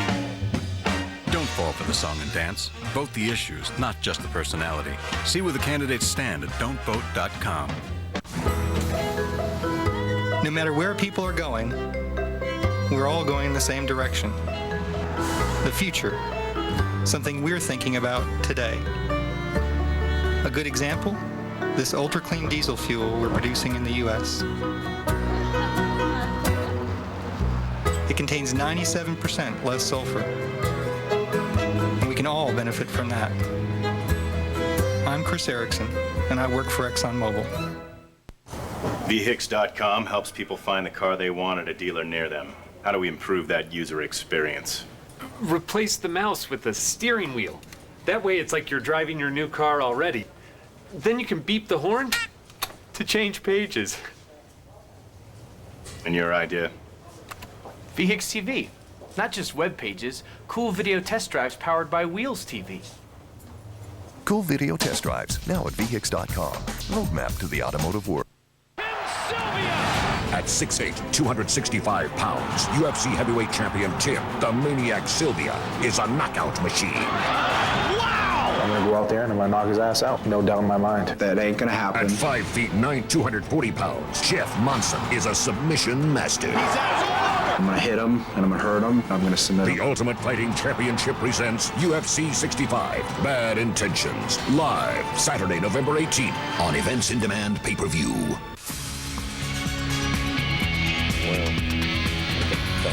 Wow, fireworks and all. Now, that's all electronic, folks, but it certainly does look like real fireworks. Democrats have won control of the House. It's something that we kind of have known for some hours, but we now can officially say it based upon a gain so far, final and projected of 15 seats. More are likely to come. In fact, the big question for the rest of the evening are really two: who gets the Senate and how big will the margin be in the House? In the meantime, we can now discuss some of the ramifications of Democratic control of the House, including some key leadership and committee chairmanship positions. We were likely to get Nancy Pelosi as Speaker. We're likely to get Charles Rangel as the chairman of the House Ways and Means Committee. Alcee Hastings, a man who was impeached as a federal judge for bribery and ended up running successfully for the House. He's now risen in seniority to where he would be in line, at least, to become the chairman of the House Intelligence Committee. And John Conyers, a man who is as liberal, about as liberal as they come among elected officials in Washington, would be the chairman of the House Judiciary Committee.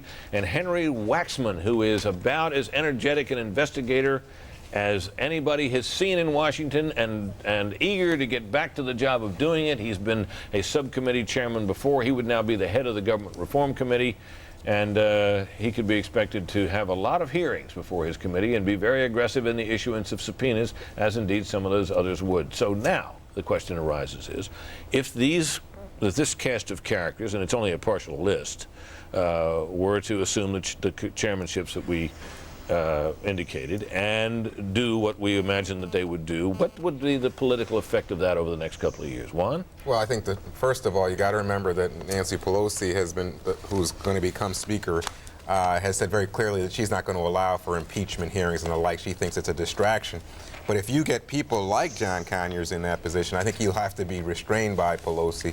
If you get Alcee Hastings as intelligent, I think, again, Pelosi's going to have to do something there because of the image is just as a difficult image, I think, for the party, and Alcee Hastings may have to be a team player and step aside there. Charlie Rangel's Ways and Means, the Republicans, and he got into it big time with Vice President Cheney, as you recall, over whether or not his ascension to the Ways and Means Committee chairmanship would mean a tax hike.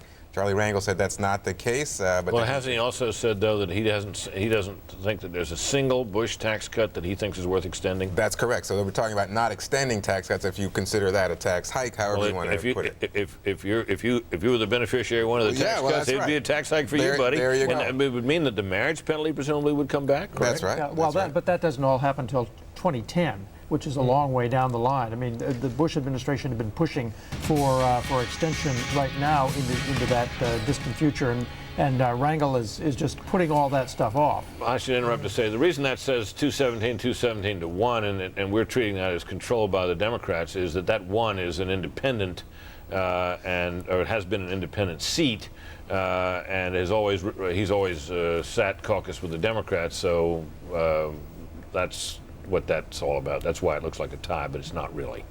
Just to explain that graphic. Sometimes graphics can be confusing. Often they're clarifying. So, Fred, your thoughts on this? I think there's one threat that faces President Bush from a democratically controlled House, and it's this. I mean, the stuff they do proactively, he can veto, it can be blocked in the Senate or whatever. But spending, he needs their assent. And if they want to cut spending for Iraq and for the military, they can do it, and if they stick to it, there's nothing the president can do. And I think that's the biggest threat, to interfere with his Iraq policy. Yeah, well, the other thing that they're definitely going to do is they are going to try to expose every flaw that's ever that's even been thought about in the Bush administration. There will be subpoenas flying like confetti toward the Bush administration, and cabinet officers and functionaries are going to be raising their right hand and being sworn under oath, and there's going to be investigations of practically everything, contracting in Iraq, the intelligence that led to the Iraq War, all the stuff that the Democrats have been complaining that the Republicans never did as to oversight. They're going to investigate. Interference with various agencies, the EPA and all of that, alleged attempts to sway scientific judgments by political means and stuff like that. They're going to try to discredit the Bush administration. And what will be the political consequence of that? Will that be attractive to voters coming up in 08 or not? It depends on what they find. You know, if they find legitimate scandals, then they're going to be vindicated. If they seem to be harassing, then they won't. Hold it a second. We got one more House race I want to call here. This is the 1st district in New Hampshire, and this is a gain for the Democrats. And yet adding one more, that puts them more than one past the total they needed. We expect more will be coming soon. We're going to go to a break. And when we come back, we're going to look back in on two what have become very interesting races now in Virginia and across the Potomac River in Maryland. Stay tuned.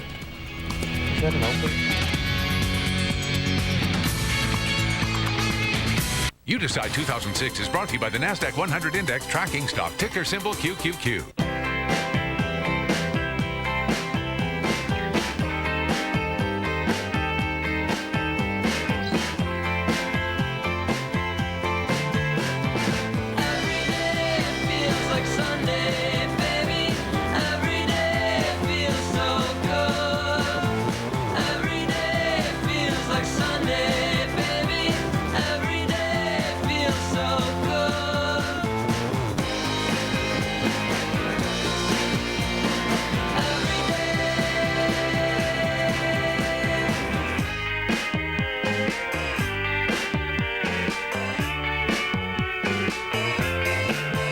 Invest in these companies and the rest of the NASDAQ 100 Index through QQQ. And investors should consider investment objectives, risks, charges, and expenses carefully before investing. For this and other information about QQQ, a unit investment trust, obtain a prospectus from your broker or visit NASDAQ.com/QQQ. Read carefully before investing.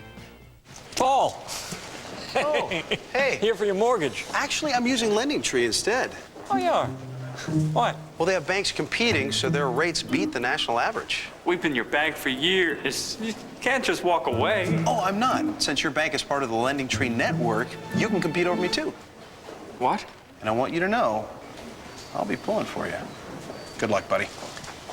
Today, interest rates are close to historic lows. Refinance now and lower your monthly payments at LendingTree. When you're smiling. Printers and copiers so advanced, they're simple. When you're smiling. That's a reason to smile with Kyocera. The whole world smiles with you. Award-winning performance. Another reason to smile. Brilliant color. low cost of ownership, and not just reliable, network reliable. New reasons everywhere you look. That's the power of people-friendly. Only from Kyocera. Smiles with you.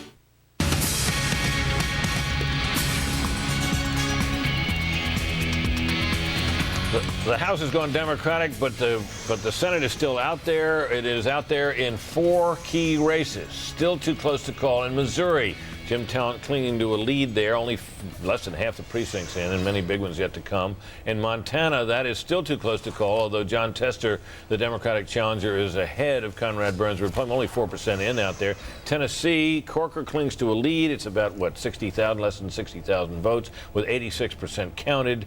Who knows where they're from? And Virginia, this thing is really getting close. It's we've looked at it since. It's down under 7,000 votes now with 98% in.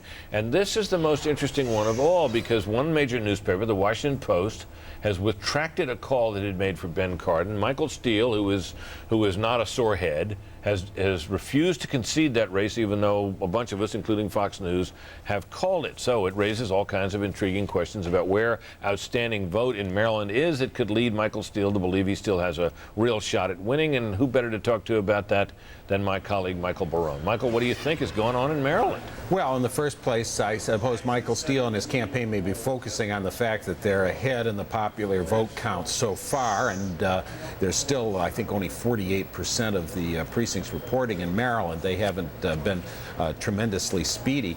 I'm wondering whether or not Michael Steele is questioning some of the votes that have been tallied so far. In Prince George's County, that's the county with the largest black middle-class population of any county in America, suburban America.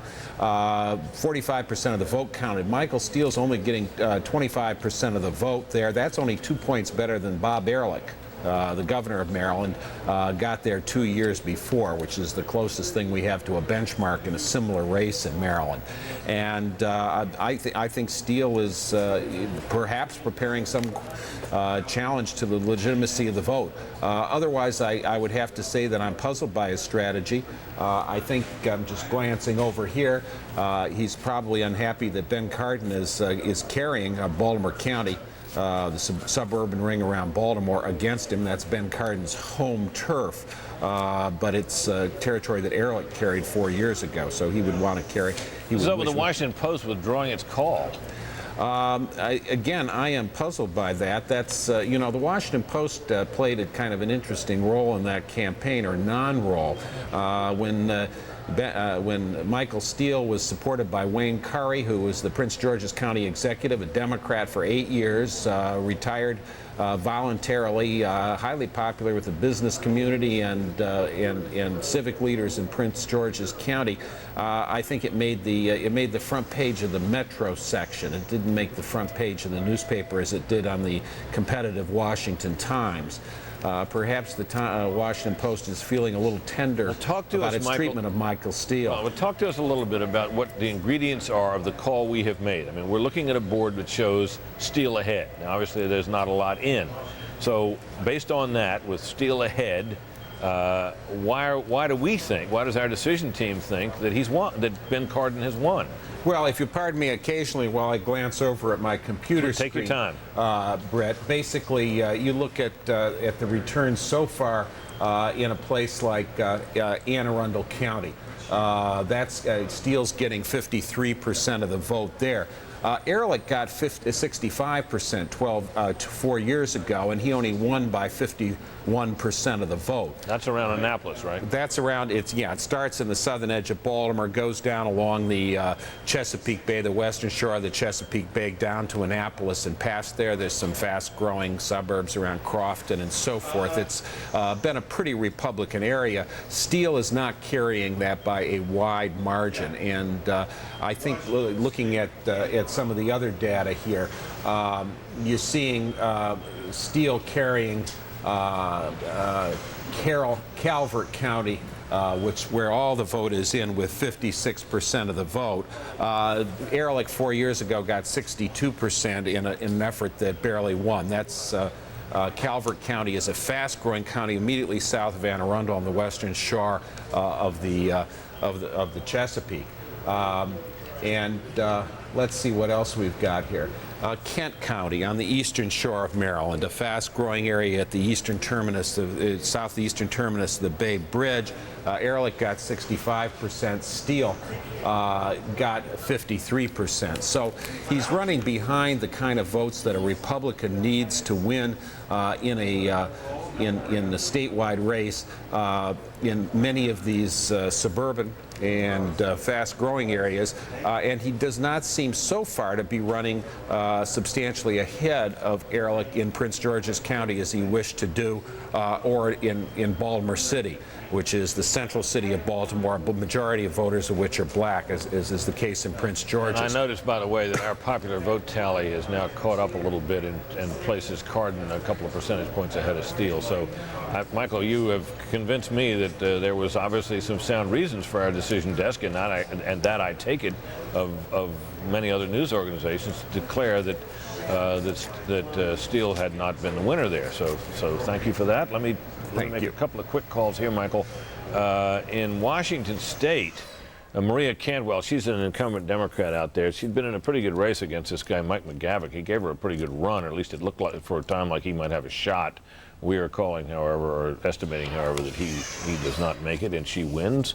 This is Chet Edwards, who is a popular Democrat.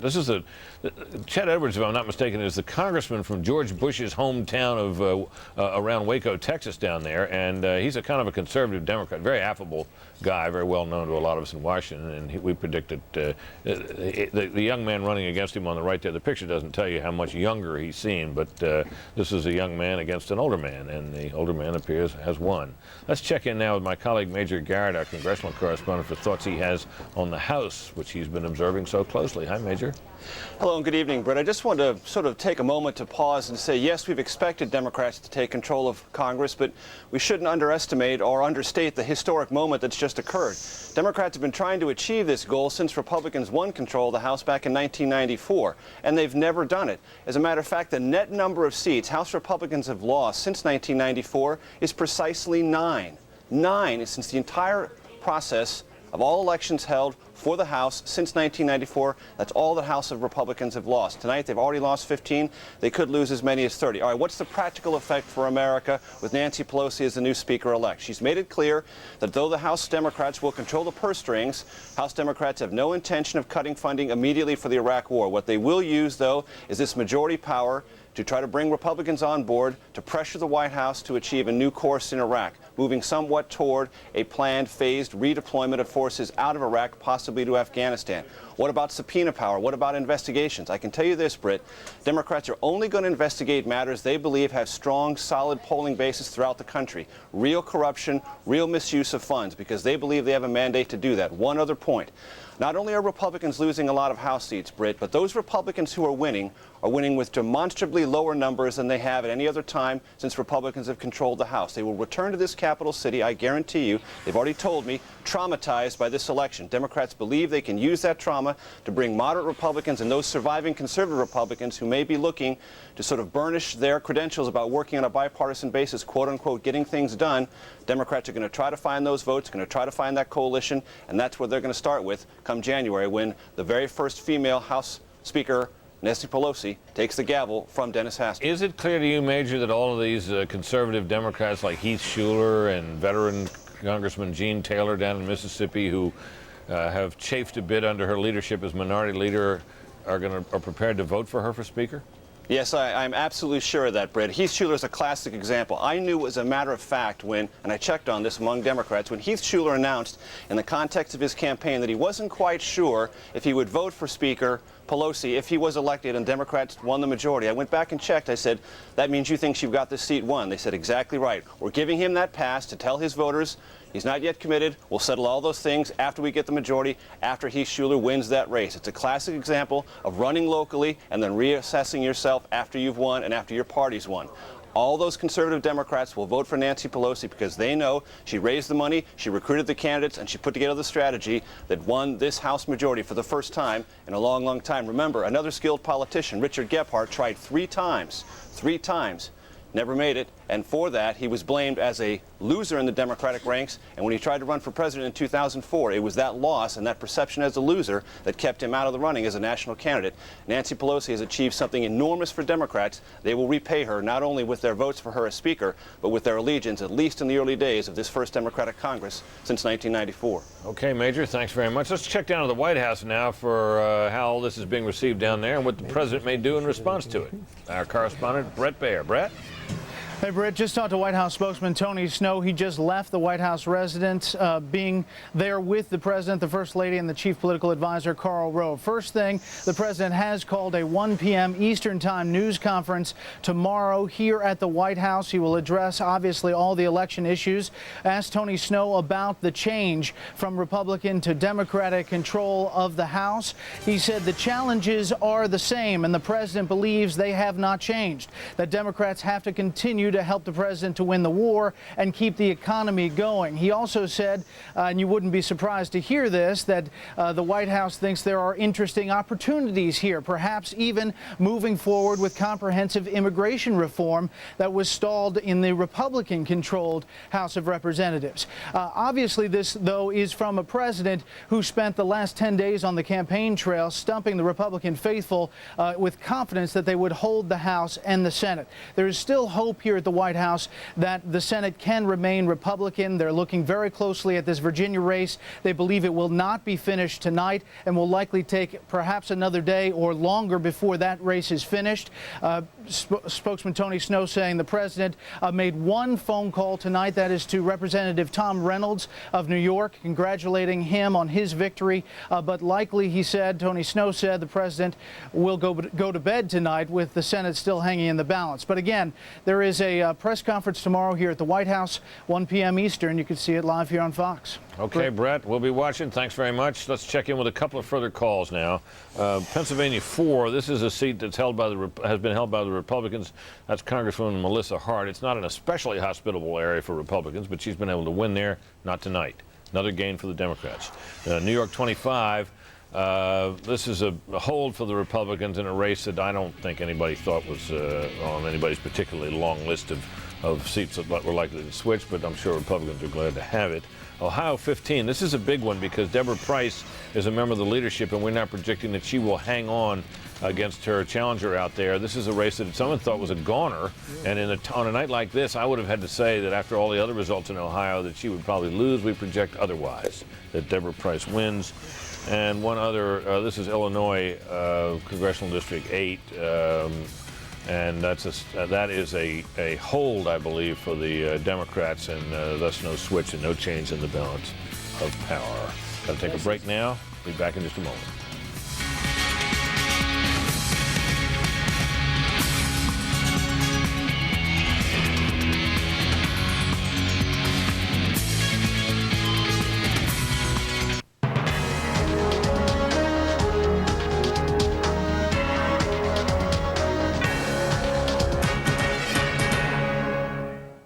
Let me tell you about the AmTrust Direct e-money market account.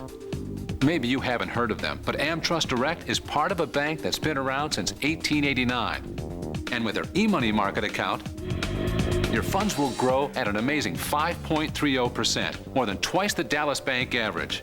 Open it online from anywhere in only a couple of minutes. And it's FDIC insured.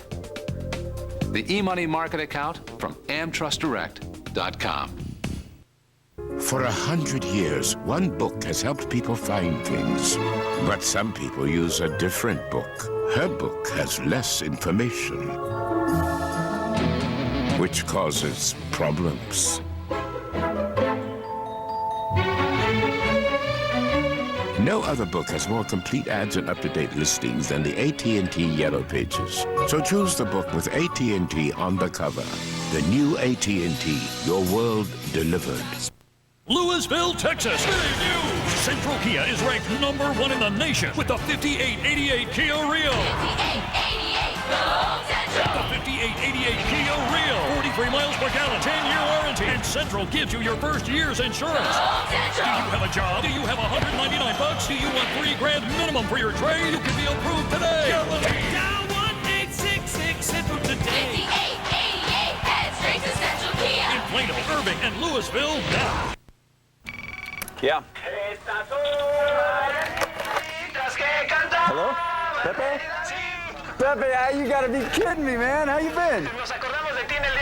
Santo? Ah, St. John's Day. Yeah, you remembered. Oye, ¿y cómo piensas celebrarlo? Oh, I don't know. It's been kind of busy around here. It's like, you know what? You just gave me a good idea. Hang on. Hey, Susan, give me 2 tickets to Mexico. Only in Mexico, your vacation never ends. Mexico, beyond your expectations.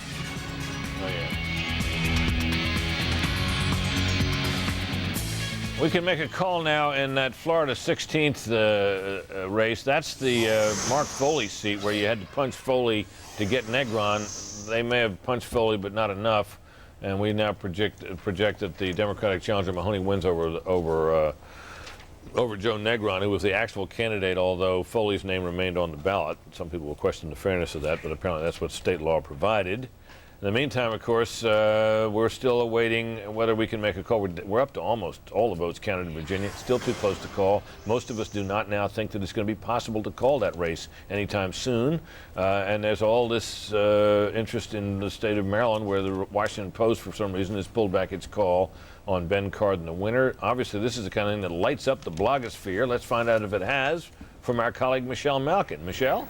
Hey, Britt. Yeah, the blogosphere is buzzing, very hot over both the Maryland and Virginia races. And for the last hour, actually, some of the blogs, including The Corner at National Review Online, have been stressing the Steele campaign, which is not conceding. In fact, Steele just finished a statement that was run on local stations in Baltimore, telling his people that he is not standing down. I actually communicated myself for my blog, michellemalkin.com, with the Steele campaign about half an hour ago, and they're stressing the absentee ballots. It is a record number of absentee ballots that have been applied for in Maryland, up to 200,000. So it is going to be a long night, and Steele is stealing for that. In Virginia, you'll get a kick out of this, Brett. While the networks are often beaten up for calling things too early, we now have blogs that have called the Allen campaign. A site called The Real World View has gone ahead and called it for Allen. A number of other blogs that have been covering that race have as well. And so they're looking optimistic about that. But again, as Michael Barone and a number of your commenters on your panel have mentioned, it's going to be a long night for that one as well. Okay, Michelle, very interesting. I like that idea. One thing about if you have a blog, you can do whatever you want. You can call races, you can do whatever you want. You can make a call, you can pull it back, you can, I suppose it'd be hard to call a race for somebody where when you got 100% in and they've lost, but when you got a blog, what the heck? Well, I don't understand how anybody can keep track of all the blogs there are there. There are millions of them. Practically everybody in his pajamas. It is a real marketplace of ideas. I mean, it is. Yeah. It is an interesting contest because you can get up a blog and make it pretty accessible pretty easily. I mean, all you got to do, if the word gets around and other blogs begin to post a link to your blog, you can develop a following. And the thing is, you have to be interesting. Real democracy. Yeah. It's certainly real free speech. Yes, it is. One interesting aspect of tonight is you look back and you see Denny Hastert won, right? Deborah Price won. Tom Reynolds, who everybody thought was in danger in New York, won. It looks like, in a way, Republican leadership has managed to hold on, and I don't know how they interact now with Pelosi. What is the new Republican strategy going forward?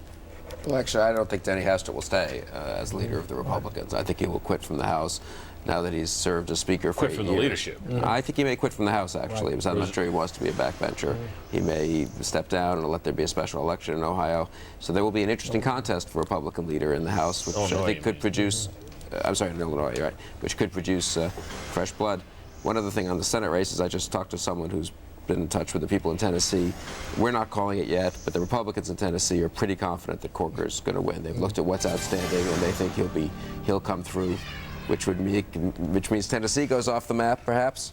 Which means then you can use your yellow marker for that, and we'll take a look at that. I mean, we're not Tennessee calling. Comes up. We're down to Virginia, of course, Missouri and Montana. If the vote outstanding in Missouri, as we've been told, is primarily a lot of it is St. Louis and Kansas City.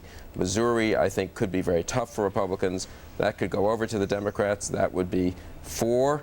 pick up. Montana, who knows? Tester's been ahead in most of the late polls, but we don't have much vote from there, so that's a question. And then Virginia, of course, we're now at a 5,000 vote lead with about 60,000 votes out. Wow. So if they split so if they split it, what happens? Democrats win, right? Yeah, if Democrats need Virginia, Montana, and Missouri. They need three. They need all three. Split. If Tennessee holds, all Republicans need, if Tennessee holds, is one of those three. Montana, I'd say one of those two, Montana or Virginia, to hold the Senate. Democrats need all three, Missouri, Montana, Virginia, assuming Tennessee stays Republican. Wow.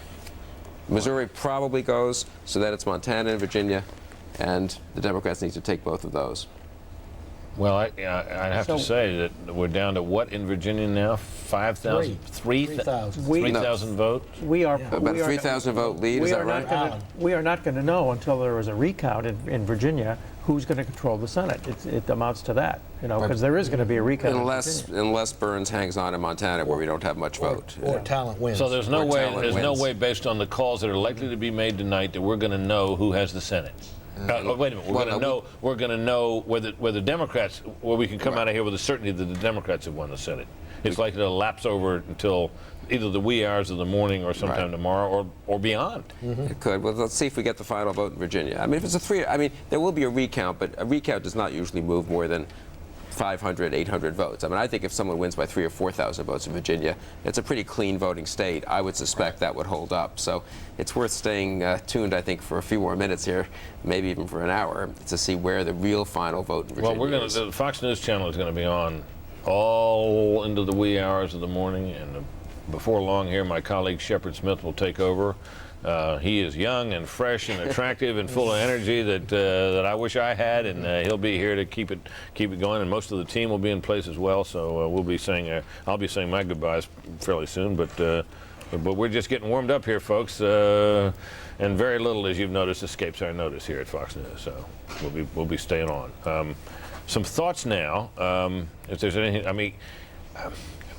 How far do we think this is likely to go in the House in terms of the number? Is this wave blowout, or is this strong midterm showing? This is well within the historical margins. I mean, assuming that it's 30 or something less than 30, the average for 60-year elections is 31.5 since World War II. And what about, has anybody done an average for 6-year wartime? That's worse, I assume. Yeah. Well, Mark's done it for 6 years with a president under 50%. Yeah, and so this is a sort of a standard 60-year election. There's almost always something going wrong. Either it's Vietnam or it's Watergate or it's a recession or something happens in the 6th year. And this is a sort of a standard election. And the Democrats probably will interpret it as some sort of a mandate. I mean, after all, George Bush didn't win the popular vote in 2000 and took it as a mandate. Rammed through massive tax cuts and changed American foreign policy and all of that. He didn't stop him. Well, he didn't do that until 9/11.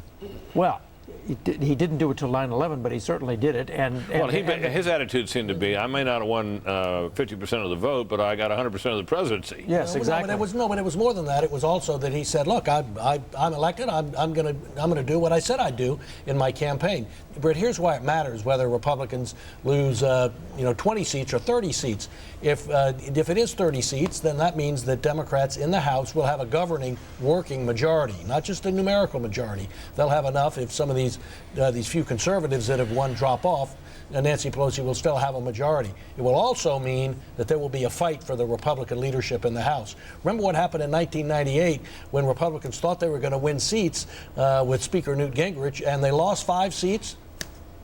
Gingrich was gone as Speaker, and then he left Congress altogether. So this time, there, Mike Pence of Indiana is thinking of running. Steve Shattuck. You're talking for leadership. For the leadership, in this case, what happens to John Boehner? What happens to John Boehner? Well, he'll be challenged. No doubt he wants to stay, but if they lose 30 House seats, it may be difficult for him to stay. And I wouldn't minimize the importance of this. A lot of people... He's not. No, Fred isn't. Mort is, I would say. A lot of people had thought that 2004 was the first time in 40 years a president got reelected with a majority of his party winning both houses of Congress, and indeed increasing their vote a little bit in Congress. There was a lot of hope for a permanent governing Republican majority. The Republican realignment that people had worked for so long and hoped for so long. Well, is that blown up now in your view? It's stalled out. I mean, you cannot now say, I don't think we can say after this election that it's a majority Republican country. We can say it is an evenly divided country. We're going to have a 50-50 Senate. It looks like, depending on, a couple of thousand votes in Virginia, it might be 51-49. We're going to have a slight, moderate Democratic majority in the House, presumably. And yet it remains a Democratic governorship. It remains a country with Democrats in positions of real power and authority and in control of at least one House of Congress. But from what we can see from all the polling and everything else, it remains a conservative country. It remains a moderately conservative country with a Democratic Party that's adjusted to that. A lot of us thought after the Democrats walked away from the Clinton legacy after 2000 that Clinton's attempt to change the Democratic Party had clearly failed. I wonder now whether there's another chance for the Democrats to go in a Clintonian direction. Clinton did win the vote in 92 and 96. You've got a lot of Clinton-type Democrats, I don't mean in terms of their personal life, but in terms of their moderate politics, being elected to the House this year, and even a few to the Senate. But I would have got to agree with you. If you look back at 2004, you would have thought we were on the verge of establishing that Republican majority. That has not happened. And what you have now is an opportunity, I think, for the Democrats to assert themselves in a way that I think is going to leave President Bush injured for his last years. I don't know that he can get anything done. All right. This has been great insights from all of you tonight. Thank you very much. I know many of you will remain here as we keep on through the night. I want to turn now, though, back to Washington and our chief political correspondent, Carl Cameron, for some final thoughts from him, at least on this phase of our programming. Carl? Hi, Britt. 5 months ago, we headed out on the campaign trail. We went to 20 states and countless congressional districts. From the very beginning, we said it was going to end up being a toss-up, and it's a purple country, and it looks like we're going to actually see recounts now. That seems to be almost a standard operating procedure now for American elections. It looks as though we're going to have the first female Speaker of the House in history, Nancy Pelosi, a liberal from San Francisco, elected largely by the victories of conservative Democrats. And in the Senate, we still don't know what's going to happen, and we do know that an awful lot of those members of the U.S. Senate are going to be out on the campaign trail 3 days from now for presidential races. Brett? All right, Carl, thanks very much. We're going to turn quickly to your colleague, Major Garrett, who is there and has been following these House races these many weeks. Major, your final thoughts here. 3 quick points, Britt. First of all, point 1, what's the grand prize for House Democrats? The grand prize for House Democrats is Iraq. Democrat strategists tell me Democrats simply must be part of the solution, not propagating, continuing the problem if they're going to hold a majority. Point 2, they won in suburban districts after Republican-orchestrated gerrymandering, which means they have a chance to hold suburban districts for the long haul. To do that, they have to produce on health care, keep taxes low, balance the budget, things Democrats have said they would be willing to do, but have never been proven to be able to do. Those are the 2 big issues. Suburban issues, finding a solution for Iraq. If they do that, Democrats believe they'll hold not just this cycle, but many more to come. All right, Major, thanks very much. Thanks for all your insights tonight. Final thoughts now from my colleague Michael Barone down at our decision desk. Michael? Well, Bill Clinton in the 90s tried to form a Democratic majority and failed.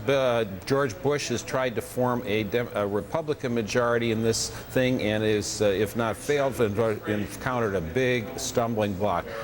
Democrats now have an opportunity to advance some ideas. They haven't done very much of that in this campaign, and neither have Republicans. And Republicans will have an idea. The Democrats in the House, the roughly evenly divided Senate, and presidential candidates of both parties in 2008. Ron, thanks very much. And last but by certainly not least, my colleague Chris Wallace. Chris, first of all, thanks for handling so much of the interviews for us tonight, and thanks for your insights on the exit polls. Your final thoughts.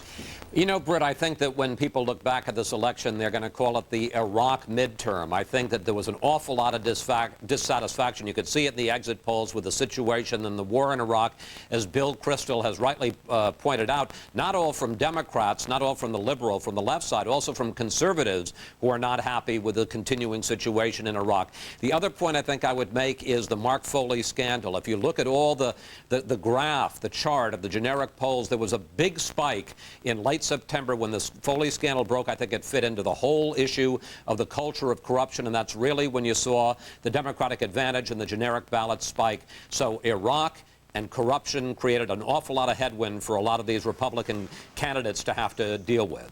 And as we've seen, they were unable to do it, at least in the House, and may prove unable to do it in the Senate. That, of course, is where all the late-night suspense is. And we're still, Chris, thanks very much, keeping an eye on 4 particular races. We're watching, and we can show you the boards such as we have them on those. We're looking at the race in Missouri. Jim Talent clinging to a lead with now 57% of the vote in, but as you can see, it's a 64,000 vote lead. Big cities can turn that around in no time. And we heard that Kansas City and St. Louis are still out, so who knows what that means. In terms of the lead, John Tester ahead of Conrad Burns now, only 18% in Montana. We won't know much more about that for a long time. Tennessee is one where Republicans, at least, are privately very optimistic that they have won that. We are not prepared to call it, even though there's 88% of the vote in. And the Republicans will need more than that. They will also need Virginia to win. And this race has now, Webb has now pulled ahead by a little less than 3,000 votes with 99% counted. We're headed for a recount in Virginia. We may not know the final outcome of that for some time. This concludes my portion of this broadcast, but my colleague, the very able Shepard Smith, will be here in just a minute to take charge. So thanks for watching, and thanks to all of our Fox News team for our coverage tonight. Good night from me.